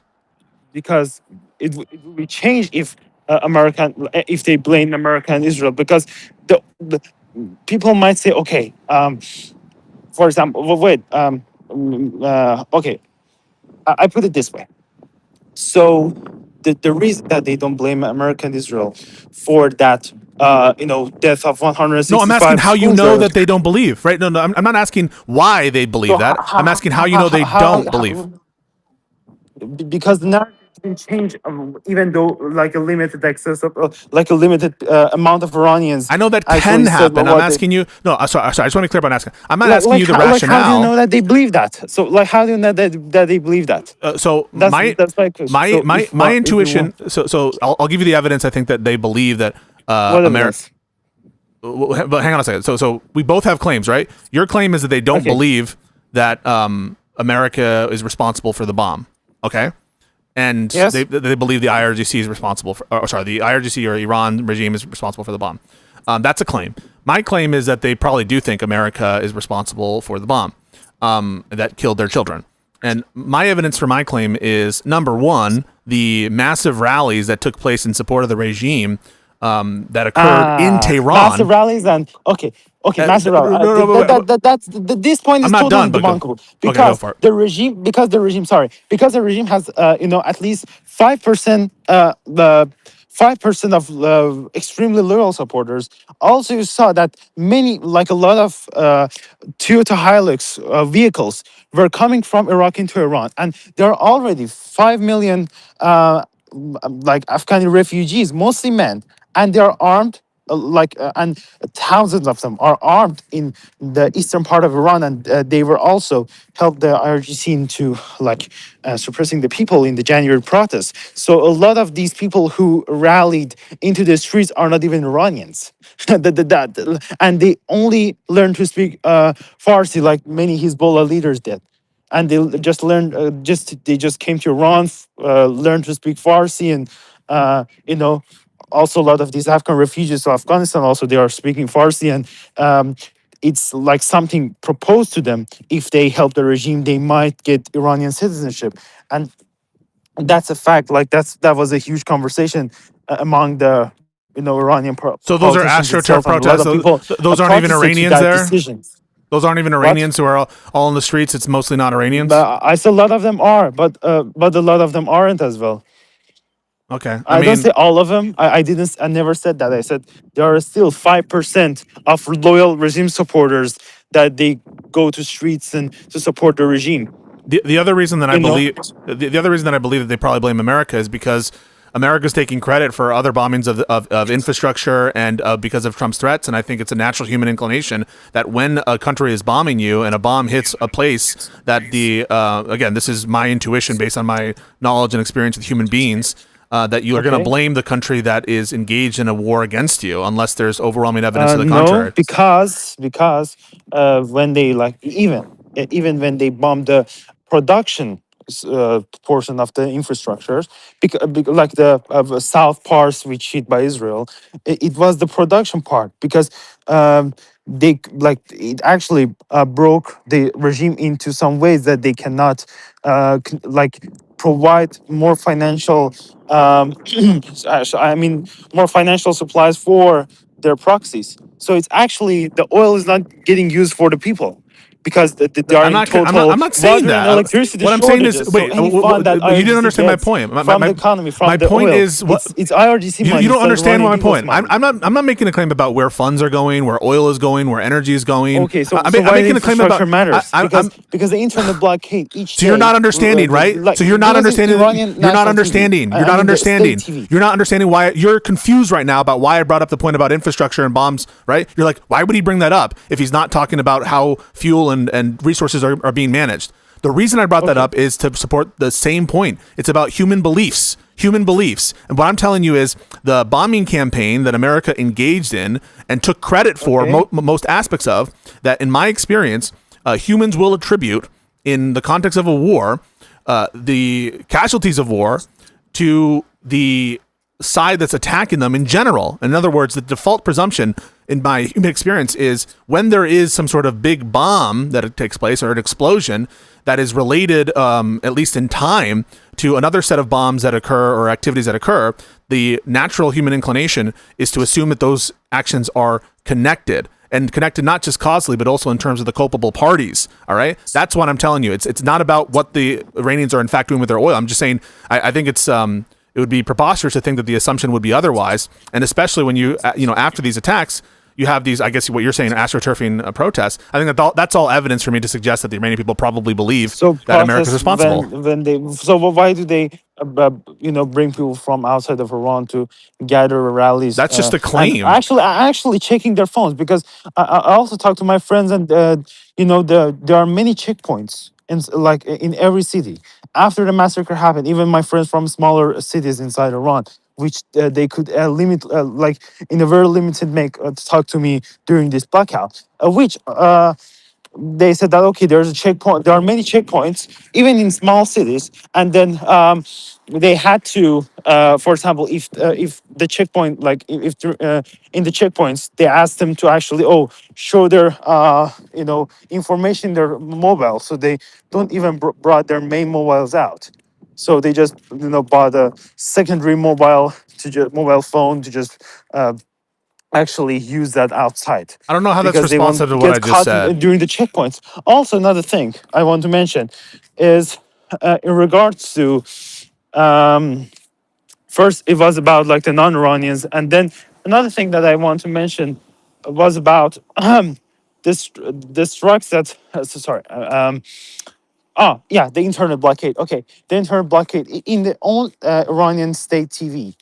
I mean regime state TV. They said which one day of total internet blackout can damage the entire country, like three B1 bridges, which US actually bombed some of these bridges, which got used only by the IRGC or even mostly by the IRGC.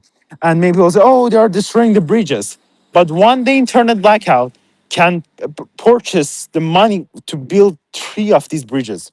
And I don't know what point like you the think you're total attacking internet right now. blackout or the Do you understand internet why blackout, so I'm it's not different. I'm not But crying you about the know, bridges but because but it oh my and god. he said that the minimum amount is $40 million per day that we are spending to I don't know cause what this blackout. you And you can why are you bringing this up? multiple 40 to 77.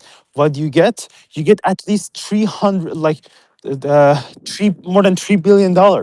You think I'm doing an That's a accounting huge point? number, right? Do you Three think that billion dollars the you regime think wasted itself I'm to just doing a financial block the accounting? internet. Why, if the Iranians are blaming America and Israel, why did the regime spend $3 billion to actually uh, uh, put the country into a total internet blackout and just give their own supporters white SIM cards to just use the internet freely? Why? Isn't it obvious?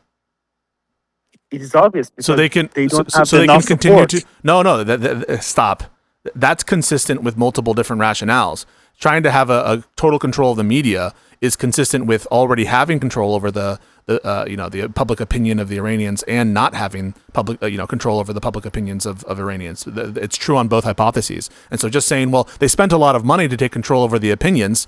That's consistent with them not having control over the opinions and having control over the opinions and wanting to maintain it. In other words, you could just as easily say, well, the fact that they have like a total blackout and that they're controlling the public airways means it's more likely that the Iranian people believe the state media. So it doesn't further advance your point. How it doesn't? Because I just told you it's consistent on both hypotheticals. It's consistent that they're willing to invest in state media, propaganda, etc., and censorship if they don't have control of When opinion, people and if don't they believe do and want to maintain state it. media propaganda, why? Well, like because the public opinion didn't believe in this state media propaganda for a long time, and they don't even listen to that. So why should they block the put the internet into a blackout and say, okay, we cut the internet and we only purchase for the Are state you listening to propaganda me? media, and So then make the people to believe after many years that the internet was open and people literally saw that massacre 2 months ago, and then even the internet got open for a month before the war. I mean, from the late January to late February, the internet was open. So there's other reason than that they put the internet to blackout because their state propaganda doesn't work. yeah, I No, mean, so they're trying to do the propaganda and answer is their propaganda and censorship, their investment in it is because they think it's valuable, and that doesn't say I'm sure that there's ways in which media gets in ways in which the Iranian regime is unpopular. Obviously, I'm not denying that.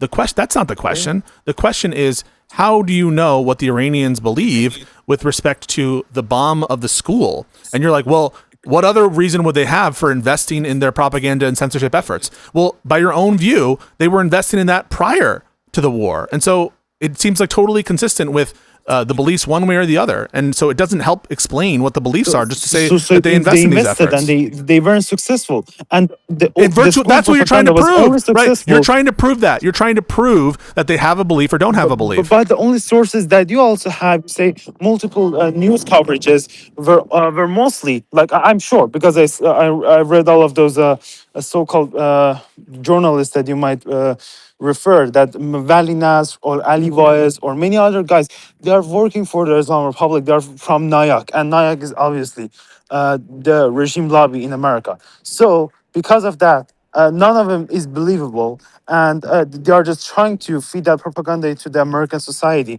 to show these images how America bombed it, and you should blame Trump for that. This is their propaganda. This is the psychological warfare against the outsiders. Because if the Iranians had the internet, they would dominate the entire media, like they did during the January protests, and actually raise their voices about what's happening inside Iran, like 2022, when a lot of people including a lot of famous celebrities, actually spoke out regarding the women life freedom movement and their protests. So So that's why so they so totally when you cut out the internet. so now we're getting into like the actual truth of what occurred, and I don't think that that's like just to be clear, that's not the point I was making. But if you're going to contest it, and when the New York Times reports, quote, that officers at the U.S. Central Command created target coordinates for the strike, that is, the strike on the school building, using outdated data provided by the Defense Intelligence Agency, people briefed on the investigation said, is it your claim that the New York Times is lying about that? Yes. Okay, they're lying Who about. was the writer? So we can actually Yeah, move no, on from that. it was official. They didn't name themselves, but that officials. You're saying that the New York Times doesn't actually have officials who are claiming this. Yes. Okay, and your evidence of that is And what your evidence that they have officials? because New As you York Times. just read me a report and say, okay, that's their evidence. Well, That's so when the you claim something, you have to bring evidence for it. yeah, so the New York Times. And your evidence wasn't actually an evidence that might prove that what you say is 100% accurate. So what would it take to prove in your mind that it was actually the United States that targeted the school? What would convince you that it was the U.S.? Not What on convinced purpose me to kill that was children, but the location. I'm not saying on purpose to kill the children, but I'm saying that that the strikes were from them and it's a result of the mistake.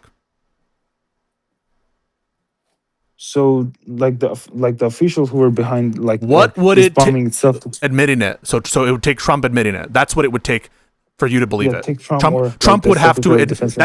that in order for you to believe that America targeted I'm not saying like Trump should admit that, but no, I'm at asking least what it would take for you to more believe it. verifiable, like at least the Secretary of Defense, So it would take the Secretary of Defense admitting it. Secretary of War. Sorry. So it's the Secretary of Defense. It's a Yeah, statutory. no. But I said Okay. it's a war, but it changed. But sorry.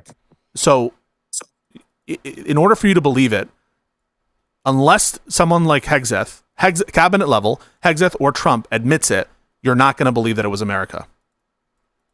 No, because there's a lot of actually this media warfare which they are saying, okay, some officials for example, we have a lot of so-called former CIA agents that they go and work for the Russian state TV, like the guy that also appeared on Fox News like some days ago. So Yeah, and Trump lies too, and you Hegseth have lies these people, too. and these people Trump lies. You know that? He's one of the biggest liars in the history of the universe. Like, every single people lie. No one's perfect. So why would you believe it if Trump and Hegseth said it? Because because that's the last stage of saying something that they did was a mistake. So right, why which they shouldn't almost say it? never admit. If right, they almost. So why would that be your evidence that you would? It's basically saying, right? So so you still have no evidence and just tell me, oh, what does it take for you to believe that is what the US? Okay, But you have the least amount of a claim that someone who like works for the department. So testimony say, okay, testimony is evidence. Agreed. testimony is yeah. Someone saying this happened is evidence, correct? Someone saying this happened, it depends who is that person. Someone who claims to have personal knowledge, that's evidence. They might be lying, but it's evidence. Still not an evidence because they can lie in favor of their own benefits.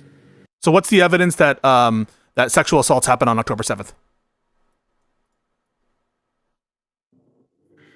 So sexual assaults happened on October 7th. It's totally verified that how like they check the bodies and it's shown that it happened. They could lie about that, right? Those officials could be lying to help their interests.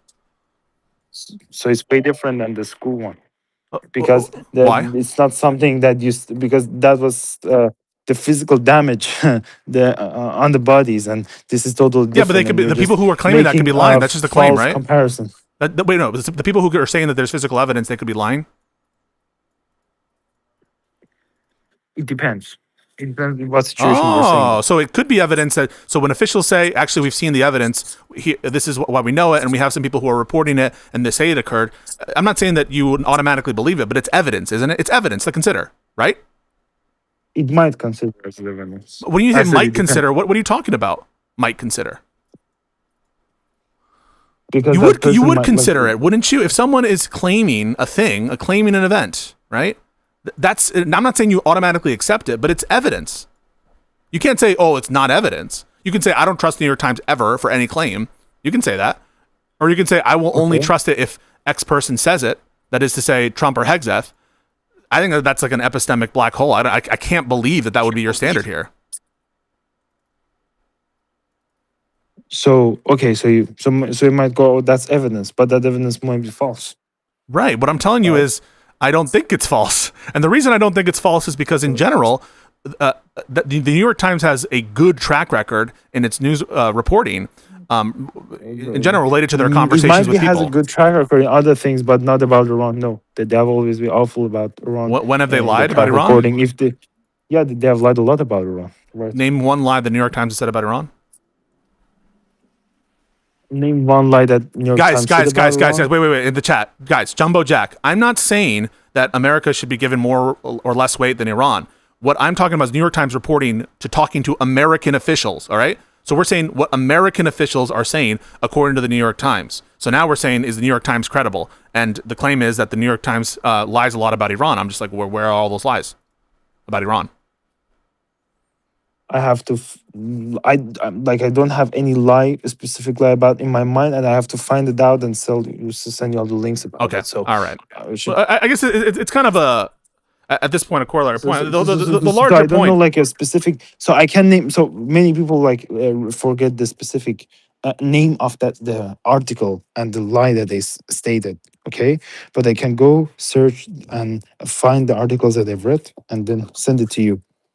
Okay, that's the easiest part because when you see what specific lie they said, I wasn't prepared for that, so I can just. No, it's fine. It's fine. I'm not excruciating. You can say that it can be your impression, and that as you sit here, you don't have anything. That's fine. That's fine. I'm not even saying that that's anything bad necessarily. But I will say this is why I think New York Times is generally credible. Number one, New York Times definitely has access to these officials, right? They regularly talk to these people before, and they break stories all the time that are accurate when talking to Defense Department officials. And so there's a well-known relationship. So they would have access to these officials. Number two, New York Times has editorial standards, which are often, I think, people are up for dispute or whatever, like whether you believe them or not. But in general, when they're pushed on stuff and when it's proven false, they will release corrections and retractions and that kind of stuff. And so I think the New York Times in general has a good track record. That's another reason why I believe them. And New York Times has been on the forefront on Iran issues and related to the internal deliberations of America. Sorry. They're on the forefront in this conflict in breaking stories related to internal deliberations in America about the Iran war. They had a big expose. This is Maggie Haberman, who we know talks to officials, including, by the way, Trump and cabinet level officials. Maggie Haberman and Swan. They released a story about how the Israelis sold the war to Trump. That's just by talking to people like in the know. Now you can question what those officials, whether they have certain incentives, and so you can question whether J.D. Vance was trying to sell a story to Maggie Haberman or whatever. But they have shown and demonstrated they have access to the highest levels of internal deliberations regarding Iran. And so I just don't have a reason to mistrust them. We should move on because this is kind of a side, but the overall point here is I'm not convinced that quote unquote arming the Iranian people is likely to have the effect of displacing the regime. I'm not convinced of that. I guess even to a decent amount. And you might not convince them, but that's okay. That's your point. So I can just send you all the things that I've claimed to you, as I said, but because as I asked even the day before the debate, that what kind of things that you might want like during the debate. So yeah, so I can provide. Yeah, no, I'm not attacking you for the New York Times thing specifically. All right, like sometimes I have impressions and I can't prove them in the moment. I'm not taking you to task on that. Okay, all I'm trying to say is I'm not convinced that there's a decent reason to believe that this kind of strategy is likely to be successful of arming the Iranian people. And if I'm not convinced of that, I don't think that it's wise to have engaged in something. And I don't have any evidence that they're actually planning this, right? If even assuming it were a good strategy, I have no evidence that Trump is planning on it. It seems to be, even if you don't believe like the reports, you all think it's sleight of hand. It does seem that America is spending a lot of effort trying to negotiate. Trump is spending a lot of effort trying to get like different members to get a deal that works. There's, again, reporting not just from the New York Times that he's bored with the conflict, that he wants to end it quickly. These are in his public statements, right? His speech to the American people saying, 2-3 weeks, whatever, constantly trying to say that it's going to be over quickly.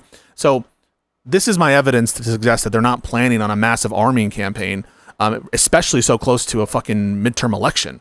I think that there's just not a good base to believe it's actually in the cards. It seems like the strategy that they're trying to do is to run away from the conflict and claim victory, which I think you would say is a failure. Yeah, like I was just listening to your point. Okay. And So that's why we have yeah. like maybe a second part later because it has been 2 hours. And oh yeah, sure. too long for one. Well, I'll give you a final closing statement, and I'll start, and then you can give a final closing statement. No, I don't have any closing statement. Oh, okay. So. All right. Hey. Because something emergency happened, and that's why I said that. Oh shit! I'm so sorry about that, man. Hey, well, I hope you are okay, and let's talk again soon. All right? Because I didn't want to like leave in the middle of the No. We can talk again at a later point. I hope you're all right. All right. Go be safe. Yeah. Thank you. No worries. Have a good one. Have a nice one. You too. All right. Cool. I'm ending the Twitter space, folks. If you're listening there, you can just hop onto the stream if you want to listen more. Okay. So I just want to give people my closing thoughts on like the whole thing. Is obviously I'm against it because it violates the Constitution, right? The American Constitution, that's going to take center stage unless there's some civilizational concern regarding America. Why would we violate our own Constitution on purpose in a major way, right? Like if we care about our country, our democracy, right? If you're America first, for example, or even just America in the top 5 considerations, or like we should want to preserve our own country. So conceding that even if it were illegal, you would be in favor of it. I think that is like an absurdity if you value the Constitution anywhere to what I think would be appropriate, which is at a super, super high level of salience. Then going on, even on its own terms, even on its own policy goals, whether humanitarian or geostrategic, I think it's clearly a failure. It's like obvious that Iranian dominance of the Strait of Hormuz is an additional strength that they haven't had until now. There was always the talk of the potential of them blocking the Strait of Hormuz and exercising control over it as a potential. But now they've done it, and they are doing it, and we can't put the genie back in the bottle. It's just the situation on the ground. And I bet you, if we could ask our officials and Trump himself, if you could go back to February 28th before you took the strikes, would you do so? I think the answer would be yes, they would. Yes, they would. The proof that, or one of the proof, I don't think it's dispositive, but one strong reason to think that the Iranians know they're in a strong position is the nature of their demands, right? They were very amenable to discussions, in my opinion, based on public reporting prior to the strikes. And now they're asking for more stuff, right? They're asking for reparations. They're asking for a recognition of sovereignty over the Strait of Hormuz. And that is just not consistent, I think, with them feeling more pressure. They understand the pressure right now, and everyone does, including international leaders like the Germans, like Europe, know that Trump is under the gun, that Trump is the one feeling the pressure. So I don't understand, even if you're a super Iranian hawk, it's a complete failure. It's a complete failure. On the actual notion of like any kind of strategy culminated in it being successful, I just have no reason to believe that arming the Iranian people, A, is ever going to happen, B, isn't a strategy that would like immediately be clamped down by the regime itself. Like, how are you going to do that in such a way that the Iranian government isn't going to use it to do further reprisals or be aware of it such to significantly deter the odds of it being successful? I don't have any reason to believe that this wouldn't be an obviously imminent strategy and a kind of death wish for the Iranian people, who are just outgunned in terms of the amount of weapons, and presumably would be if we're sending them arms. Even if we're sending them arms, also don't have the same organizational capacity and structure that exists in the IRGC and the Iranian state. So what is the evidence it's going to be a successful strat, given that the only evidence we have of arming a group within Iran is admitted to be a failure and is obviously a failure, but I guess that's like a somewhat success. And boots on the ground, we didn't even really get to that. I'm not even convinced if American government put boots on the ground that we would win. We would win before the political circumstances in this country would be such that like it's untenable to continue the position. This is the most unpopular war in American history, I think, since polling has happened. It's more unpopular than the Iraq War at the height of its unpopularity. Like this is an insanely unpopular conflict. I think it's more unpopular than the Vietnam War at the height of its unpopularity. Where is the evidence that Trump has significant enough political leverage and capital to spend on a failing and unpopular war such that he can wait out longer than the midterms? He doesn't have time. Time isn't on his side. And the more you wait, my intuition is not that waiting is in the interest of America so far as intervention is concerned, but precisely the opposite. Precisely the opposite. And that, by the way, is also one of the arguments from Israelis and others that Trump needs to step it up. The reason they're frustrated is because they can see the writing on the wall. And I think that's true. The statistics regarding like overall depletion of ballistic missile capacity, I think these are just like fake stats that don't matter. When I say fake, I don't mean that they're literally lying about it, though they could be, or just mistaken. And they've had to like change, or at least there've been different reports on the total amount of capacity that's been destroyed. But who cares, right? Who cares? The whole point is that those missiles and drones are able to effectuate at an efficient rate in an asymmetric fashion dominance over the Strait of Hormuz. That's what it shows. And you're able to do that even if your missile capacity is at like what, 20% of what it used to be. So no, I think that it's on its own terms, in its own.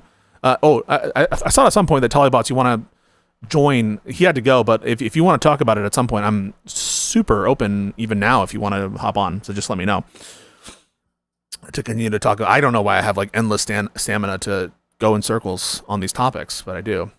But even on its own terms, even if you accept everything about the need to displace the Iranian regime, and it's my wish that the Iranian regime be displaced or displace itself, this is not doing that, right? It's like saying, I want $1 million, and the way I'm going to do that is I'm going to go to the bowling alley, spend $30 to bowl, and that's how I'm going to get $1 million. And you're like, someone asks you, what? How is that connected? And they go, well, if I train tomorrow, maybe I'll find out that I'm the best bowler there is, and maybe then I'll be able to compete in a bowling tournament where the prize is $1 million or something like that. Like, well, what are the odds that when you go to the bowling alley tomorrow, spend your money, that you discover that you're better than the most professional bowlers? Well, it could happen. Yeah, it could happen. But what are the odds that it occurs? Dan, what do you want to talk about? Can you just tell me before?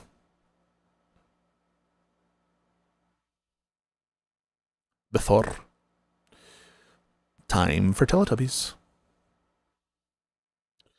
So yeah, I don't know if Talibots is still around. I would prioritize conversations on the topic.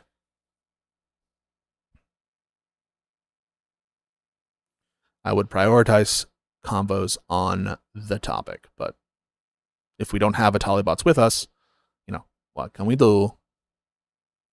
And then also at some point, and maybe we'll have time soon, I want to go over the AJW conversation, because that, I think, is just, it's such an epic, in my opinion, own of the position. I want to walk you guys through it, because everyone should be deploying this argument, in my view, on court expansion.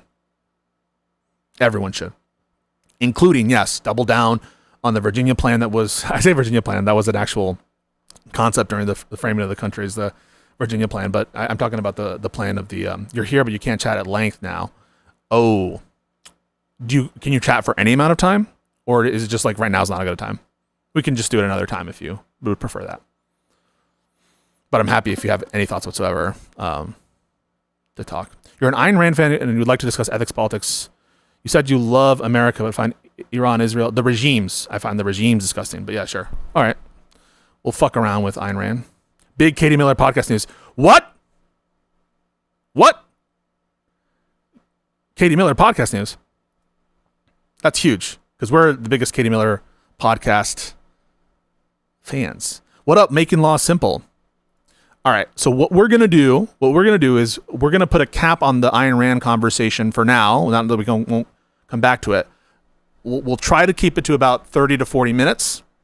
I can't promise that, because I am someone who can get one guide and we can go around in loops, but I'm going to try to keep myself to that. But we can come back to it. Dan. and then I want to review so that you guys have the court packing arguments down. Oh yeah. Just DM me and we can try to schedule a tally. Appreciate ya. No, I don't think Virginia should have ignored its Supreme Court implemented the new map by disobeying an order. I don't agree with that. Yeah.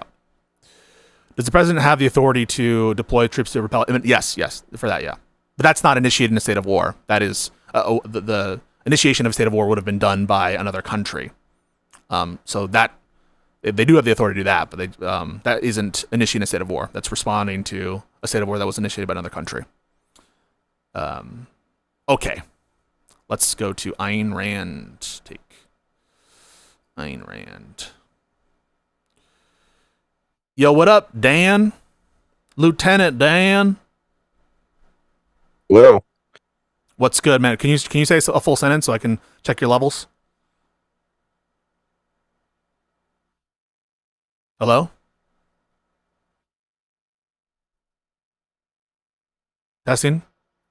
Lieutenant Dan? Oh, wait, he's out of them. My bad.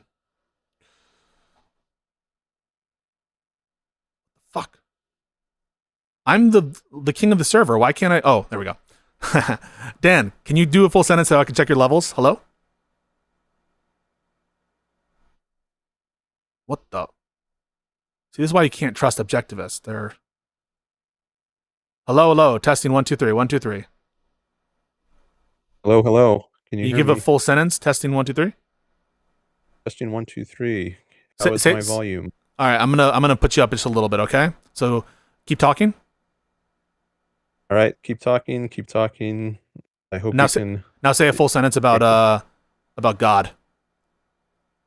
I do not believe in God. I am an All atheist. Right. All right, Mr. Jack. Wait, what's his name? The fucking BioShock villain inspired by Atlas Shrugged. Let me think. What's his name? Jack Ryan? Is that it? Something Ryan. Andrew Ryan? I don't know. Anyway, sorry. Oh, the BioShock character? Yeah, the BioShock. No, don't worry about it. Okay, my friend Dan, what would you like to talk about? A variety of things. Do you want to do video or just audio? I can do video if you're open to that. If you want to do video, yeah, I'm totally open to that.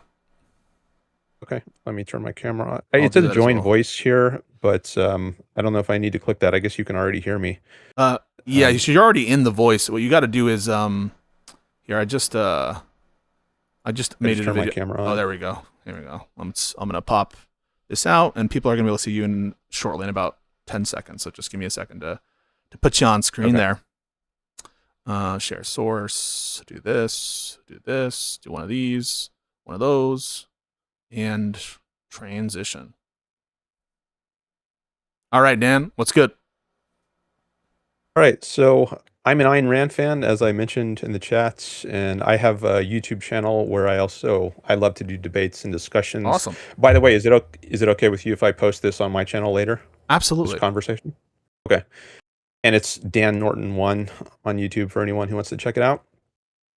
Great. So Thank you so much. I understand you're from the left, so I'm sure we have lots to disagree on. Sure. Have you read Ayn Rand before? I have not read any full work by Ayn Rand. Okay. I'm aware of the existence of Atlas Shrugged, and there's another book that I knew about, but I've never read Ayn Rand fully. I've heard characterizations of her work, and I've read like excerpts, I'm sure, but not full works. Okay. I think she's often smeared and distorted and strawman, so I think it's really important in forming an opinion of her to actually read her own works. So that's fair.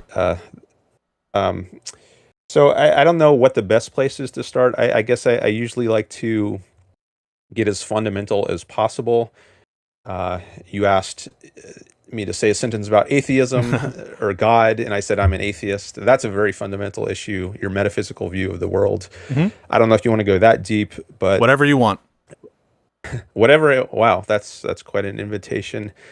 Maybe we could start with egoism. I know you mostly talk about politics, but I think politics is downstream from ethics. Agreed. So depending on your view of what is good and bad in general, you will end up applying that in a certain way once you get to politics. But if we're not on the same page yet about what is good and bad in Sure. general, like if you're an altruist or a utilitarian, whereas I'm an egoist, which I am, then we're going to have very different politics that fall out of that. So I think Agreed. first, maybe it would be good to explore ethics. So I'm an egoist, and I'm curious if you have a view in ethics that you would label Yeah, yourself with. I think in meta ethics, these are like questions about what it is, what good is, and then we go to normative ethics, I guess. But I take the view essentially that what is good is what ought be, and what ought be it like relates to stances. In other words, it's a stance dependent notion of what ought occur, and that is grounded in preferences. And I don't have an understanding of what good is other than with respect to a stance. In other words, I don't really think that it's coherent to think of stance independent, I don't know, objective truths or whatever. That's kind of meta ethically. I'm a subjectivist, I guess I would describe myself there. In terms of normative ethics, I don't know what the best way to describe it is. Some form of rule utilitarian or some kind of like threshold deontologist, I think would be best describing my normative ethical stance. But I don't know that I'm the best at describing that, and I certainly don't have like a philosophy background. But yeah, I think that's enough words for you to chew on. Okay. So you talked about normative ethics as well as meta ethics. I guess there might be some overlap on the meta ethics points with my view, uh, in that I do think good and bad is relative to an agent, and in that way, it might not be stance independent as it's sometimes put. I don't Yep. usually think in those terms, but like if I say a banana is good, it's not just good, period. It's good for me Yeah. or Yeah. for some other Yes. And I don't understand what it some means to other. say for something is just good. Like good to me. So sometimes people will ask me like, in the context of a conversation recently, someone was like, don't you think a conversation would have gone better if you did this? And I'm like, well, in what sense do you mean better? Like better according to my own view about what makes a conversation good? Then no. If better in terms of what you think, in terms of understanding each other, I think that's like less clear. So yeah, no, I totally agree that I don't really understand these like just good independent of anything else. I think the good is almost like a relational term. Okay. Where there might be some disagreement, however, is I wouldn't call myself a subjectivist, use that term. And that term, I think itself, it has multiple meanings. There's a metaphysical sense of subjective, there's an epistemological sense of subjective.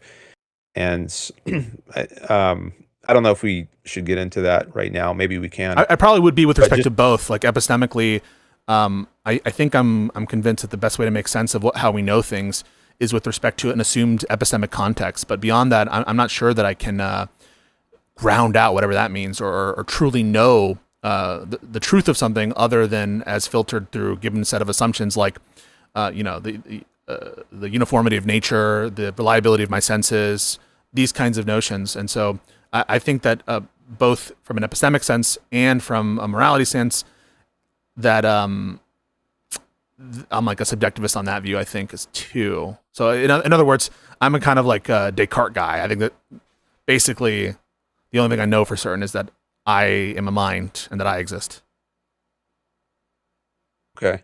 Well, that gets in some really deep territory, and I'm actually tempted to explore that Sure. somewhat. Uh, so, if I guess if you're an epistemic subjectivist, then what immediately came into my mind, well, I don't know if that's the right term. is I just kind want of to be clear. I just want to be careful because like maybe that's the right term, and maybe we I think understand each other when we use that term.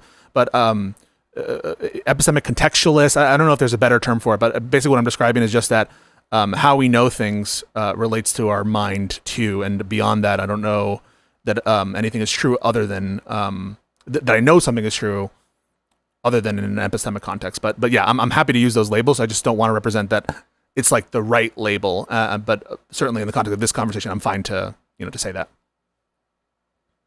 okay.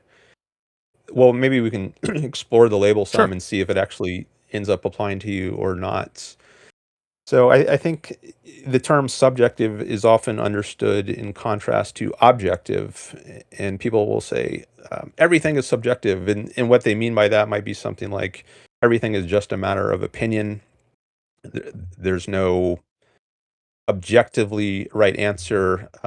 It's all an issue of perspective, and I think this traces. I mean, it goes back further than Kant's, but I think it, Kant's made a he put subjectivism on steroids in a way. Like there have been ancient skeptics going back to the ancient world in Greece who thought we couldn't have any knowledge for certain. Mhm. And I think part of their arguments for that view would be like sensory illusions, like you put a Yep. pencil in a water and it appears bent.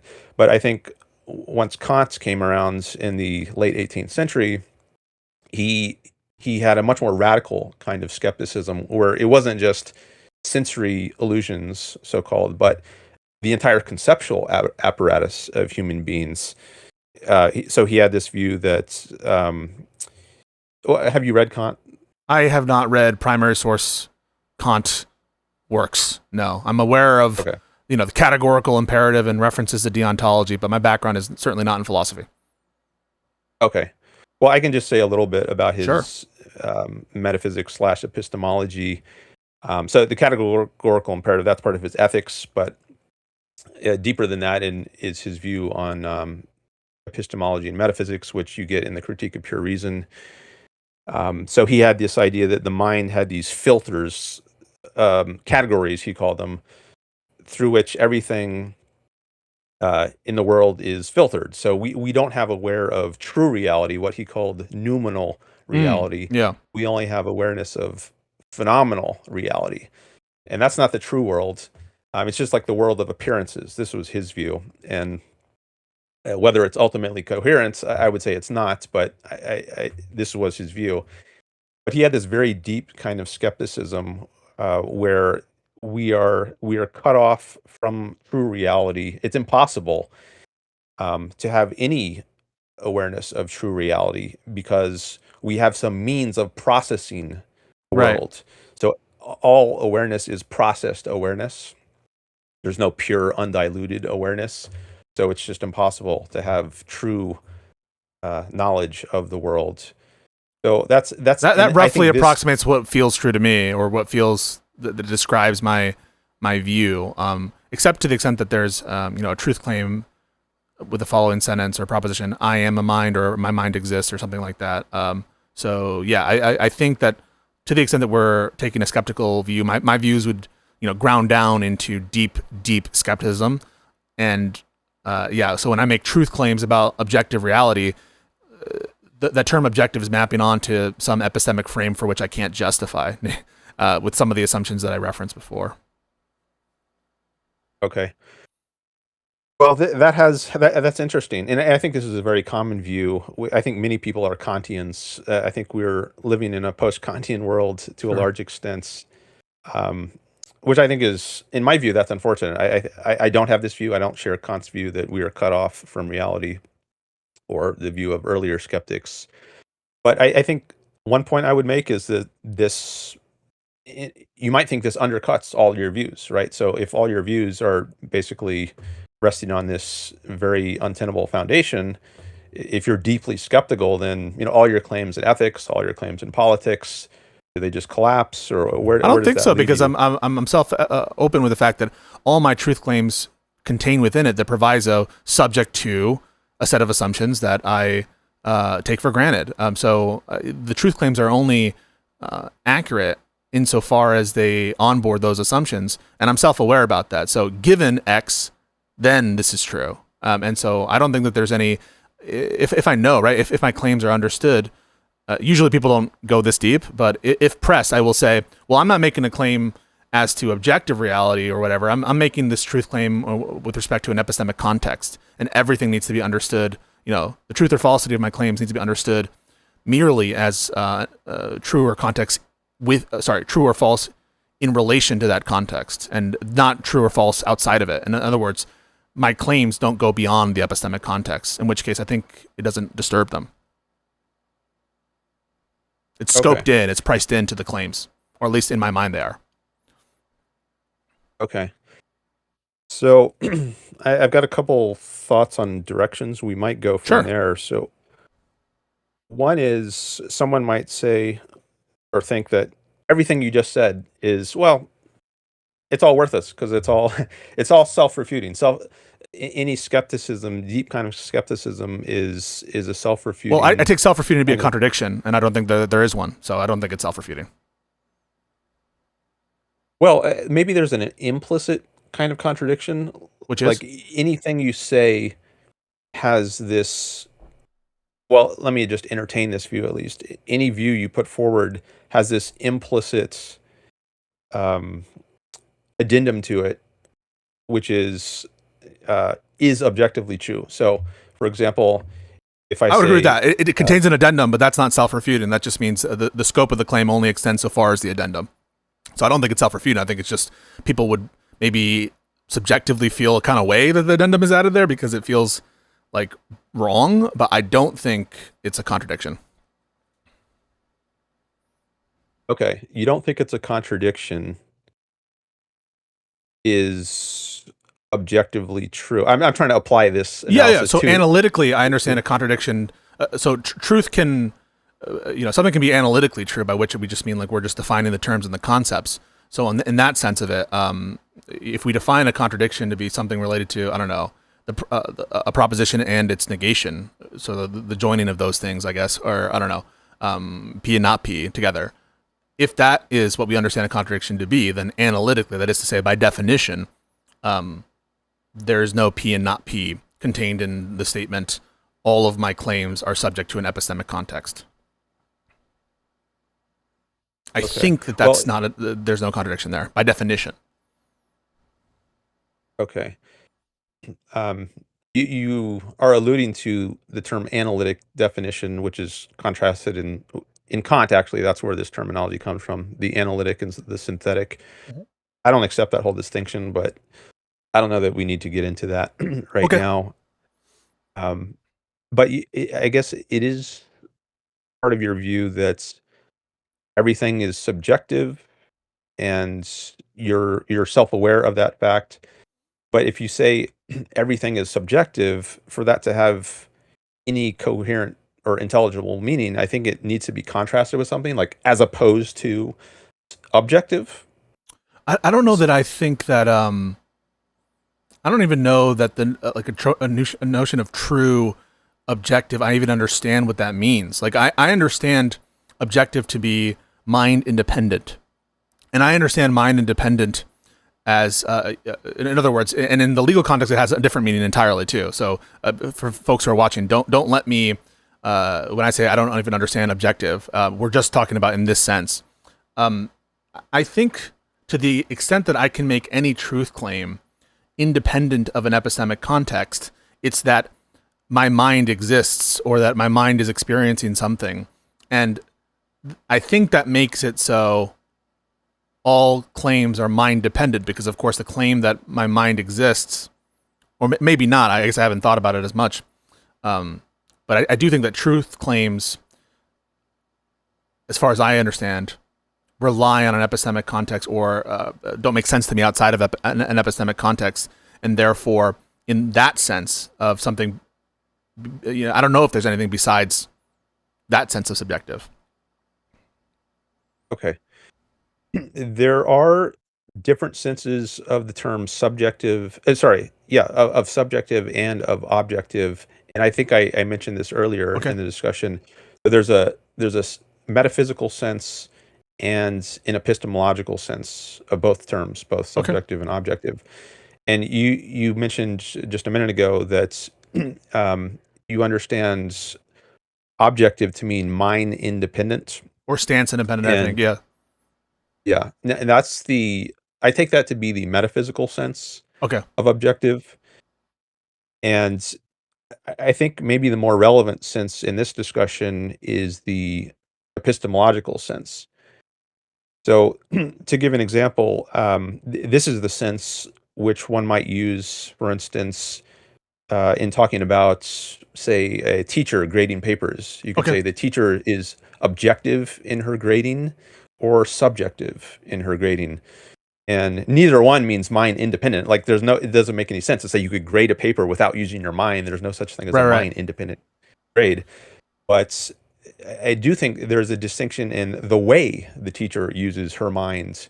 She could use her mind in an objective way, where say By which we mean? she's um, if she's grading papers, like is the student's paper logical? Is it coherent? Is it based Right, on some fact? standard, right? In accord with some standard, right? And that I think is like the definition of normative, right? So in other words, I think like if you're grading objectively, yeah, we're using that to mean as a shorthand to mean like free from bias or according to some consistent framework.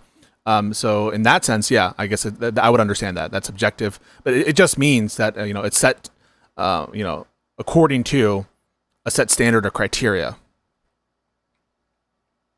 That might be at least part of it. I might want to add in more elements, but just to contrast that with the subjective method of grading, I think that would be, for instance, just going by her feelings, like, oh, this student kind of looks like they know what they're talking about, but I'm not going to read it too closely. I'm just going to go by a feeling, or if she's grading a math problem set, oh, he's using a bunch of fancy symbols, but I'm not going to bother to analyze. So I think this is really interesting.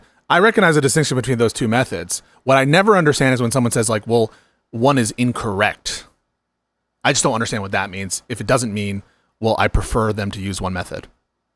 What does it mean to say like it's correct or it's better or the right way to do it or the natural way to do it is to do the one method versus the other method? I understand the distinction, coherently between those two methods, but I just don't know in what sense one is objective and subjective, except to just distinguish how people use those terms to describe the methods. Okay.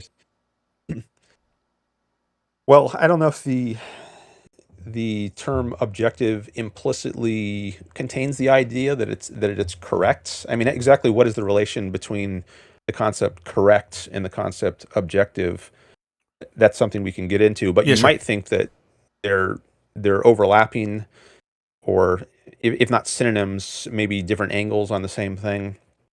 But yeah, but like what makes I guess, the rubric objective and the feelings, the language thing subjective? That's what I don't understand. Other than the fact that I will recognize that we use those terms. That you're being totally subjective and unfair and arbitrary, right? We use the term subjective to be references to those concepts, but in a true sense, or in a sense that means something other than just labeling, right? Because I don't think that what you're saying here is just a labeling thing. What makes the method of grading by which we're going off of flowery language versus not flowery language versus like some like coherence or evidence-based set of grading, what makes one objective and the other not objective? okay, well, maybe I think one is tied to reality, or the other is not. Well, hang on. Maybe If you're grading something based on flowery language, just assume the teacher's like actually identifying the flowery language, actually seeing the biases that she agrees with, actually being like arbitrary and is self-aware about that. How is that not mapping onto reality in a way that the one that focuses on coherence, on rationality, on evidence, that is mapping onto reality? I think that implies some sort of norm that we ought cohere to reality. We ought be normative. We ought be evidence-based. In other words, that's what I'm getting at is like, I'm not sure what makes one more tied to reality, one method versus the other.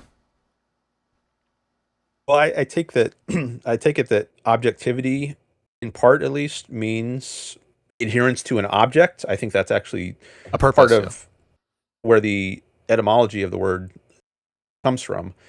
So I think there's a tie between the epistemological and metaphysical aspects. Yeah, but the bias grader has a objectivity. purpose too. Their purpose is to be biased and to be partial and to be arbitrary, let's say. Okay, but then one could raise a question. Is that a reality based mode of operation, or is that somehow being That's run what I by don't your? understand. What makes something a reality-based operation versus not? Okay. Well, maybe we need to go into what is reality if we're going to answer this question, and Maybe. that's yeah. Let's try to go there. I guess let's get as deep as possible. So, what is reality? I think reality I could is. give an answer to that, or if Yeah, if sure. you, I can if you want try, to- but Okay. it's the words are about to fail because I think we're going to get into like some sort of primitive of some kind, which is I just think I take reality to be what is, and I don't know that I can describe it any more than that. I just take what is to be like almost a semantic primitive. Okay. Well, I would also agree that reality is what is. There are other terms that could be used, like synonyms, like existence. Yeah. So, what is that? Is it what we're aware of through our senses? That's one I question.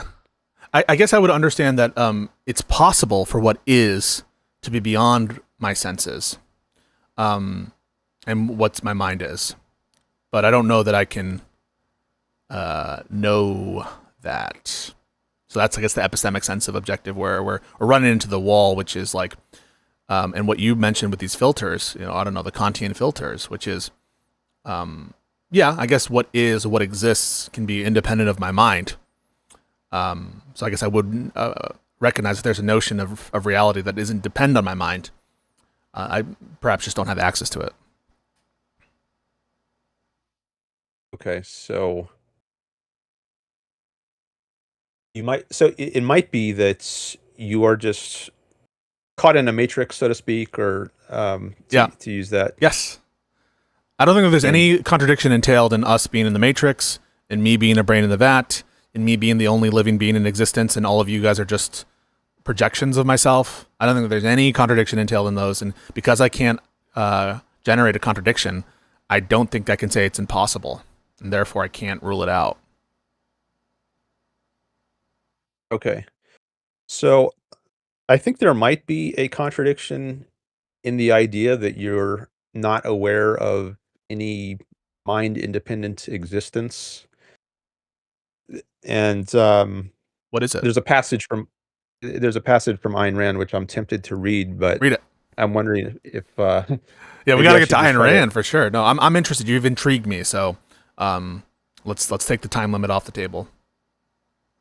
Okay. Oh, are you interested in that passage? Well, I'm interested in wherever you want to go because I'm interested in the conversation. Okay. All right. Well, I got the passage pulled up, but maybe before I read it, I Sure. should just try to put this in my own words. Uh, so, to have the idea of if we're all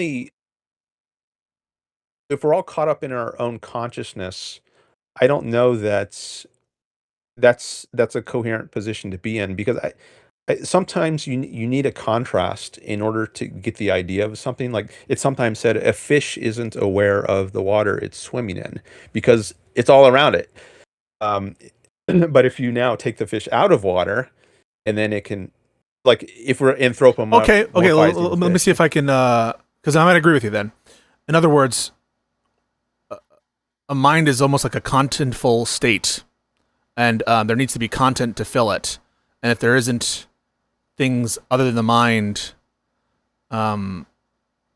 itself, like, in other words, how can we even say that there is such a thing as a mind if there isn't like content independent of it? I don't know. Maybe I'd map onto that to say that there are some mind independent truths, perhaps.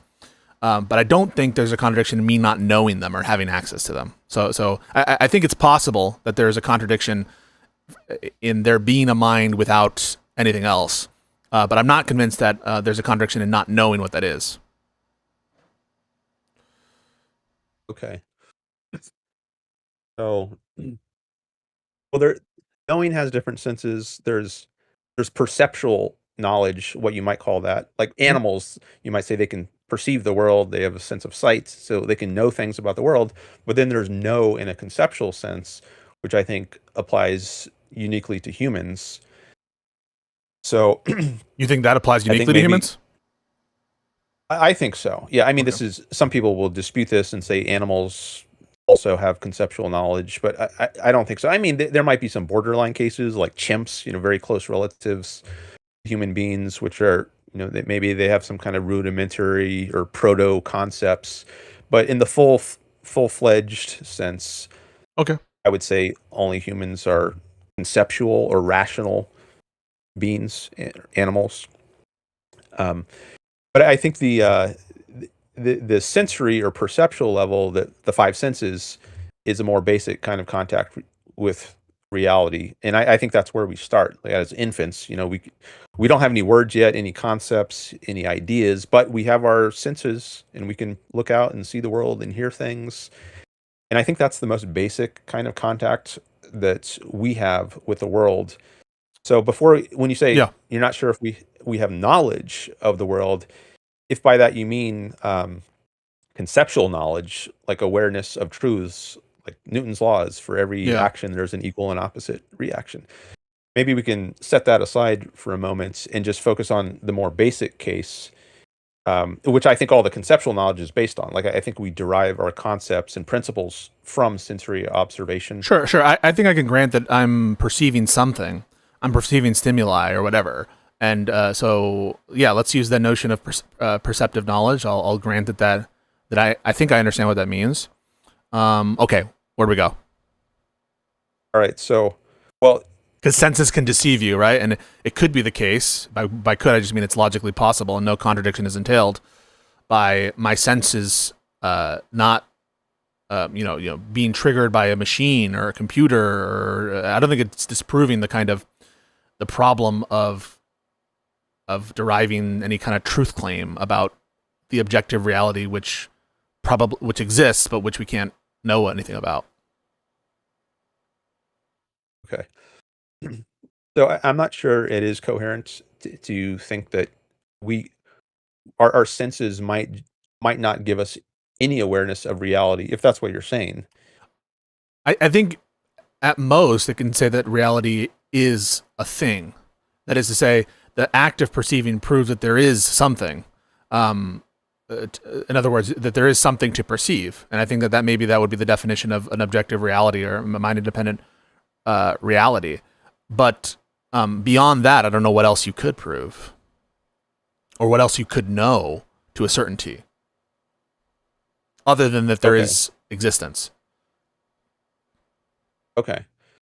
So, I think there are many things we can know, in some sense of know, by looking at, other than that something exists. In the perceptual sense. Right. What can you know in the perceptual sense other than than proving the basic truth of existence? Well, I can observe many attributes. Like, if I look out at the world, right now I can see a table in front of me. It has a certain shape, and I see a bottle of water somewhere else that has a different kind of shape. So I can. I guess there's a truth in that you're perceiving it, but there's a sense of truth with respect to the reality there, that when people use the term, I think they're getting some additional concept, which, like, the table's really there. Like, there actually is a thing in the table, or that is the table, and the perception isn't just some stimuli in someone's head. And I don't think that the fact that you perceive a table means that it isn't just some image created in your head by a god, if it exists, by a computer, if it's real, by some kind of alien creature. Like, how do we, I'll accept that perception proves itself or something. The fact that you're perceiving it, it means you're perceiving it. And it is true. And in other words, I'll say it's objectively true that, or it is the case that you are perceiving it. I don't know if that's an objective truth, but I just don't understand how that maps onto this notion of objective reality, which would demonstrate that this table is true in some sense other than the fact that you subjectively are perceiving it. Okay. Well, the claim would be that the table exists, not that it's true. Because to be true or false, it has to be a proposition. Sure. I'm not saying that the word itself is a proposition, but like, the table exists. When you say that word, do you mean I'm perceiving the table? If I just say the table exists, I'm not.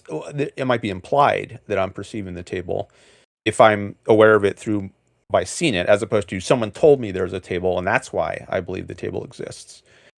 And so I think there's different ways you can come to know things. There's testimony on reliable sources, and there's also direct perception. So if I see something by direct perception and say, does that prove that the table exists?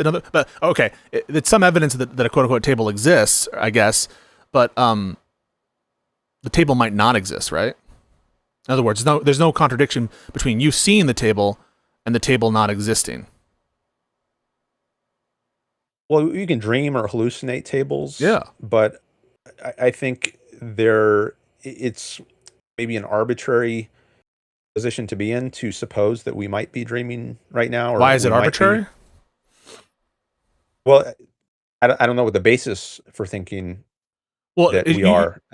I'm not sure. I'm not proposing that there is a good reason to believe that that seeing a table, after seeing it, to conclude that it doesn't exist. I'm just saying you can't count it out that it doesn't. You can't. In other words, you can't be certain that the table does exist just by seeing it and touching it and feeling it and having it. Okay. Well, I don't know that you. That's what I mean. You can't be certain of anything other than your mind existing. Well, Yeah, that's my position. Okay. Well, yeah, there's the self-refuting point there that I'm concerned about. You can't be certain of anything. Are you certain of that? Yeah, good point. I guess I remember there was a response to that, but like, I guess just what I mean is, with respect to truth claims other than that your mind exists and that you're perceiving stuff, I'm not sure that you can say that the table exists independent of your perception of it. Well, there might be a contradiction if you don't suppose that. So if you suppose that the table is just part of your mind, then I'm concerned that you run into the fish and water problem again. Like if it turns out that everything is just part of your mind, there is no independent world of your mind. Then where did you get I'm not proposing that. No, so there would be a world, let's say, that that exists independent of your mind, but what you're perceiving isn't that world, because that is just a projection from an alien or from the brain in the vat, from the Matrix. In other words, yes, I'm not denying that there's an objective reality, but what you perceive isn't it. Okay. Let's say, and you can't rule that out, I don't think. Well, for one thing, I wouldn't call it, when you say what you perceive isn't it, I wouldn't call it a perception then. I would call it a hallucination or a dream. But I think those are different actions of the mind than perception. Perception I take to be, then how do you know these are perceptions? In other words, if you're defining perception in such a way as hallucinations are not perceptions, and they're not like stimuli, pursuant to a hallucination, isn't a perception, then how do you know you're perceiving?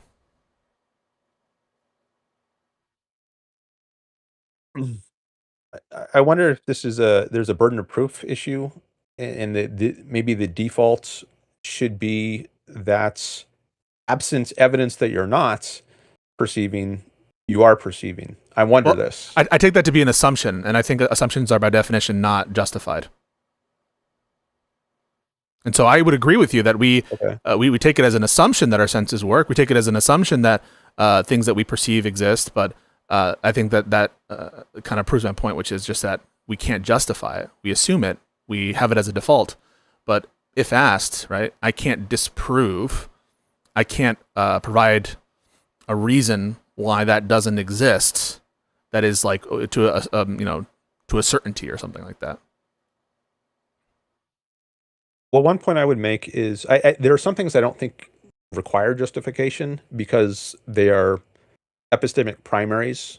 I don't think there can be an infinite chain of justification. You have to start somewhere. Yeah. And what would it look like to justify something as basic as I'm perceiving the world? I take justification to be tracing things back to what you can directly perceive. Like, for instance, if I want to prove that Jones was the murderer, then I have to gather evidence. Like, there's some DNA of Jones at the scene of the crime, and I see this evidence in my microscope or with my eyes. So I gather all this sensory evidence to build up to this conclusion that Jones is or is not the murderer. But if someone walked up to you and said basic level, you were suffering from a mental hallucination, and in fact it wasn't the case that you saw all that stuff, and those things don't exist, and the reason they don't exist is because you're a brain in a vat. Like, I don't think that there's a way in which you can prove that's not the case. I think that you just assume it isn't. And I take like justification maybe to be like a good reason to believe something. And again, even that I think is sort of presupposing normative, normative acceptance or conventions about what it, virtues epistemically or ways in which to use logic that are conventions. So all I'm trying to say is like, I don't think that mere perception proves the existence of a thing unless you're defining perception in such a way as perception definitionally means the existence of a thing. And if you're defining perception in such a way, I think there's a circularity problem. I could be wrong about that though. Okay. So maybe this is where we go into epistemology and Sure. what it takes to And eventually justify Ayn Rand. The people are waiting for it. They're waiting for Ayn Rand. Well, this is all. Yeah, it's all bringing leading in up. Ayn It's Rand. building. Yeah, it's building up. Yeah. I mean, I'm giving voice to Ayn Rand's ideas without mentioning her explicitly. name, She yeah. has a book called Introduction to Objectivist Epistemology, but maybe more relevant on what we're talking about right now is there's a passage in Atlas Shrugged, her most famous novel, where she addresses this, which I could read. Yeah, Maybe go I for it should if you read want just to. one paragraph. Yeah. All right. So this is from one of the. I won't say who it is. I don't want to give plot spoilers, but I'll just read the words. This is what one character says. Quote, "Existence exists, and the act of grasping that statement implies two corollary axioms: that something exists which one perceives, and that one exists possessing consciousness, consciousness being the faculty of perceiving that which exists. If nothing exists, there can be no consciousness. A consciousness with nothing to be conscious of is a contradiction in terms. A consciousness conscious of nothing but itself," this might be the kind of matrix idea. "A consciousness conscious of nothing but itself is a contradiction in terms. Before it could identify itself as consciousness, it had to be conscious of something. If that which you claim to perceive does not exist, what you possess is not consciousness." Yeah, I think I grant that at a base level, for consciousness to exist, I think I would grant that there needs to be something besides it for which to perceive. I think that's fine. Yeah, no, but the reality, like what our everyday reality that we experience, that we refer to as reality, what I propose is that's just not that, right? There is something, right, that exists outside of the mind for sure, but it's the stuff outside the vat, and the stuff in the vat is just the mind. And so, and I don't think that entails a contradiction. And if there is a contradiction, what is it? Because I don't think it's that a mind exists without existence or something other than the mind. I think that in the example I'm giving, there's the vat, there's a brain in the vat, right? There's the brain, the vat, and then the world outside the vat. And what we're experiencing just isn't the thing that exists beyond the brain. And so I think that I've resolved the problem with a mind existing without reality at all. And I'm just saying that the stuff that we're all in the matrix of, that isn't the outside experience. Okay. In the proposed alternative, where I'm not saying that that's what I don't have a basis to believe that's true, but I just don't think it entails a contradiction. Okay. Well, I wonder if there's at least one other claim of what actually exists mind independently. Then there's so you're not just saying I'm aware of the stuff in my mind. You also are committed to saying there's a vat, if we're going to use the brain in the vat model, or there's a machine that I'm hooked up to, like in the Matrix. So I know objectively those things exist. Well, I'm just saying, they might if that exist. were the case, right? Like, I don't think so. Assuming that were the case, that world doesn't contain a contradiction. But that would mean that the table you're perceiving isn't part of that which exists independent of the mind. Okay. I wonder if there's like if you're saying everything could be just part of my mind. No, I'm not saying And everything. not- I'm saying the stuff you perceive is all part of your mind. There is a world in which I don't think I can say that everything is in your mind. I'm just saying what we take to be everything in the conventional sense, which is everything that you experience, that could all be in your mind. Okay. Every human you've ever met, everything you've ever seen, every music that you've ever heard. And I don't know that we can generate a contradiction for that view. Okay. If everything is you perceive as part of your minds, Mhm. so you're not denying there is something mind independent. I You're saying think I have to be committed to something other than a mind existing. So, because I don't think that there's a good response to the notion that like that consciousness is incoherent without something, some referent point. So I think you've convinced me, and I think this might have been a prior belief of mine, as I'm coming back to this conversation, that something independent of a mind must exist. So I think I would grant that. I don't think that I'm committed to the view, or that anyone is committed to the view that the things we perceive are part of that independent reality. That's what I think I'm stuck on. And I want to be convinced. I want to be convinced that the things that I perceive are part of that independent reality. I just don't know that I can prove it. okay. All right. 2 points. I don't know. I don't want to lose one if I go to one first. Sure. If everything, so I guess if you're not sure whether what we perceive exists independent of you, if you have, it seems like maybe you're of the view, like Kant would say, we're only aware of so-called phenomenal reality, but not noumenal reality, because everything gets filtered through our Yeah. categories. So later German philosophers said, well, let's just get rid of noumenal reality. I think Hegel might have gone that route.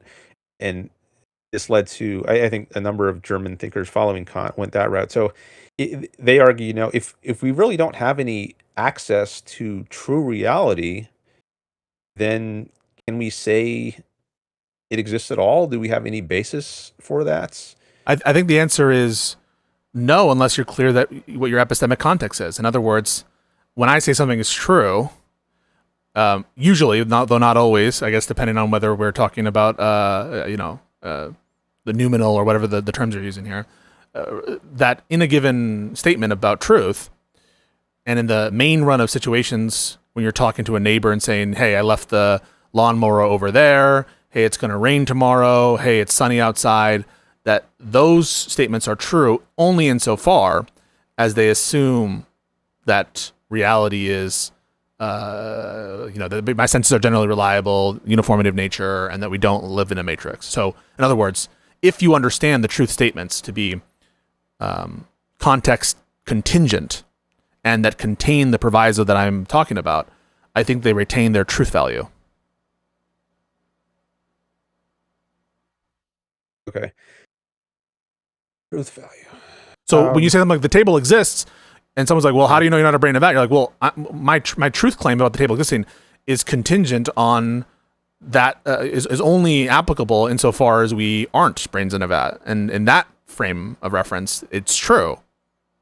It is the fact that you're perceiving it, and assuming the reliability of your senses and the uniformity of nature, and all that shit, and that like reality doesn't just, that you haven't been implanted with false memories up to the point of the present, like that all follows, and I think the truth value is preserved.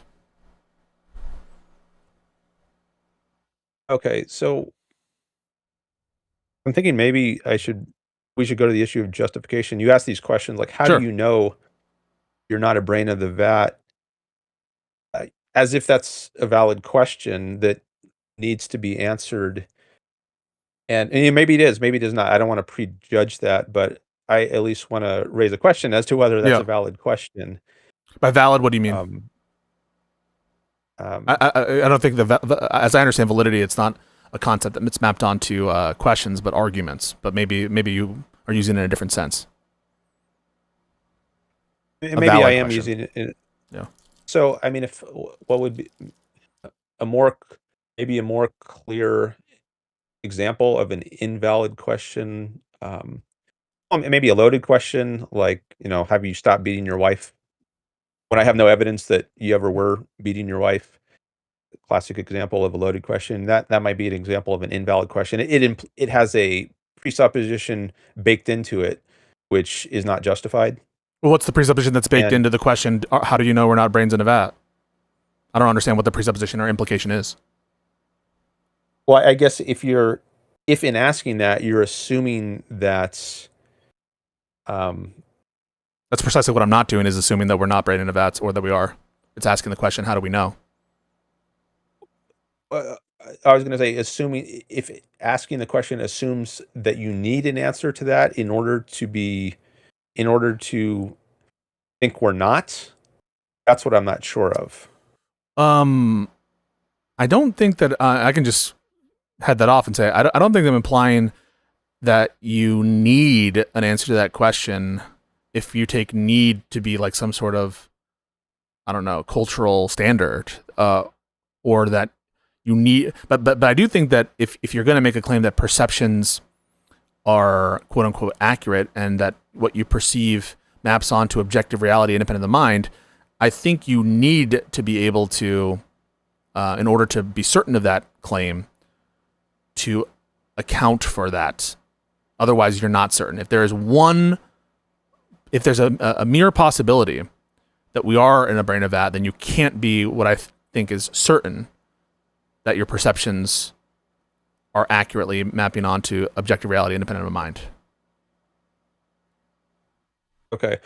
Well, possibility. You say if there's a mere possibility we could be, then we brains in a vat, then we can't be certain there's an objective reality. I think that's right. Or at least that we are aware of an objective reality independent of our minds.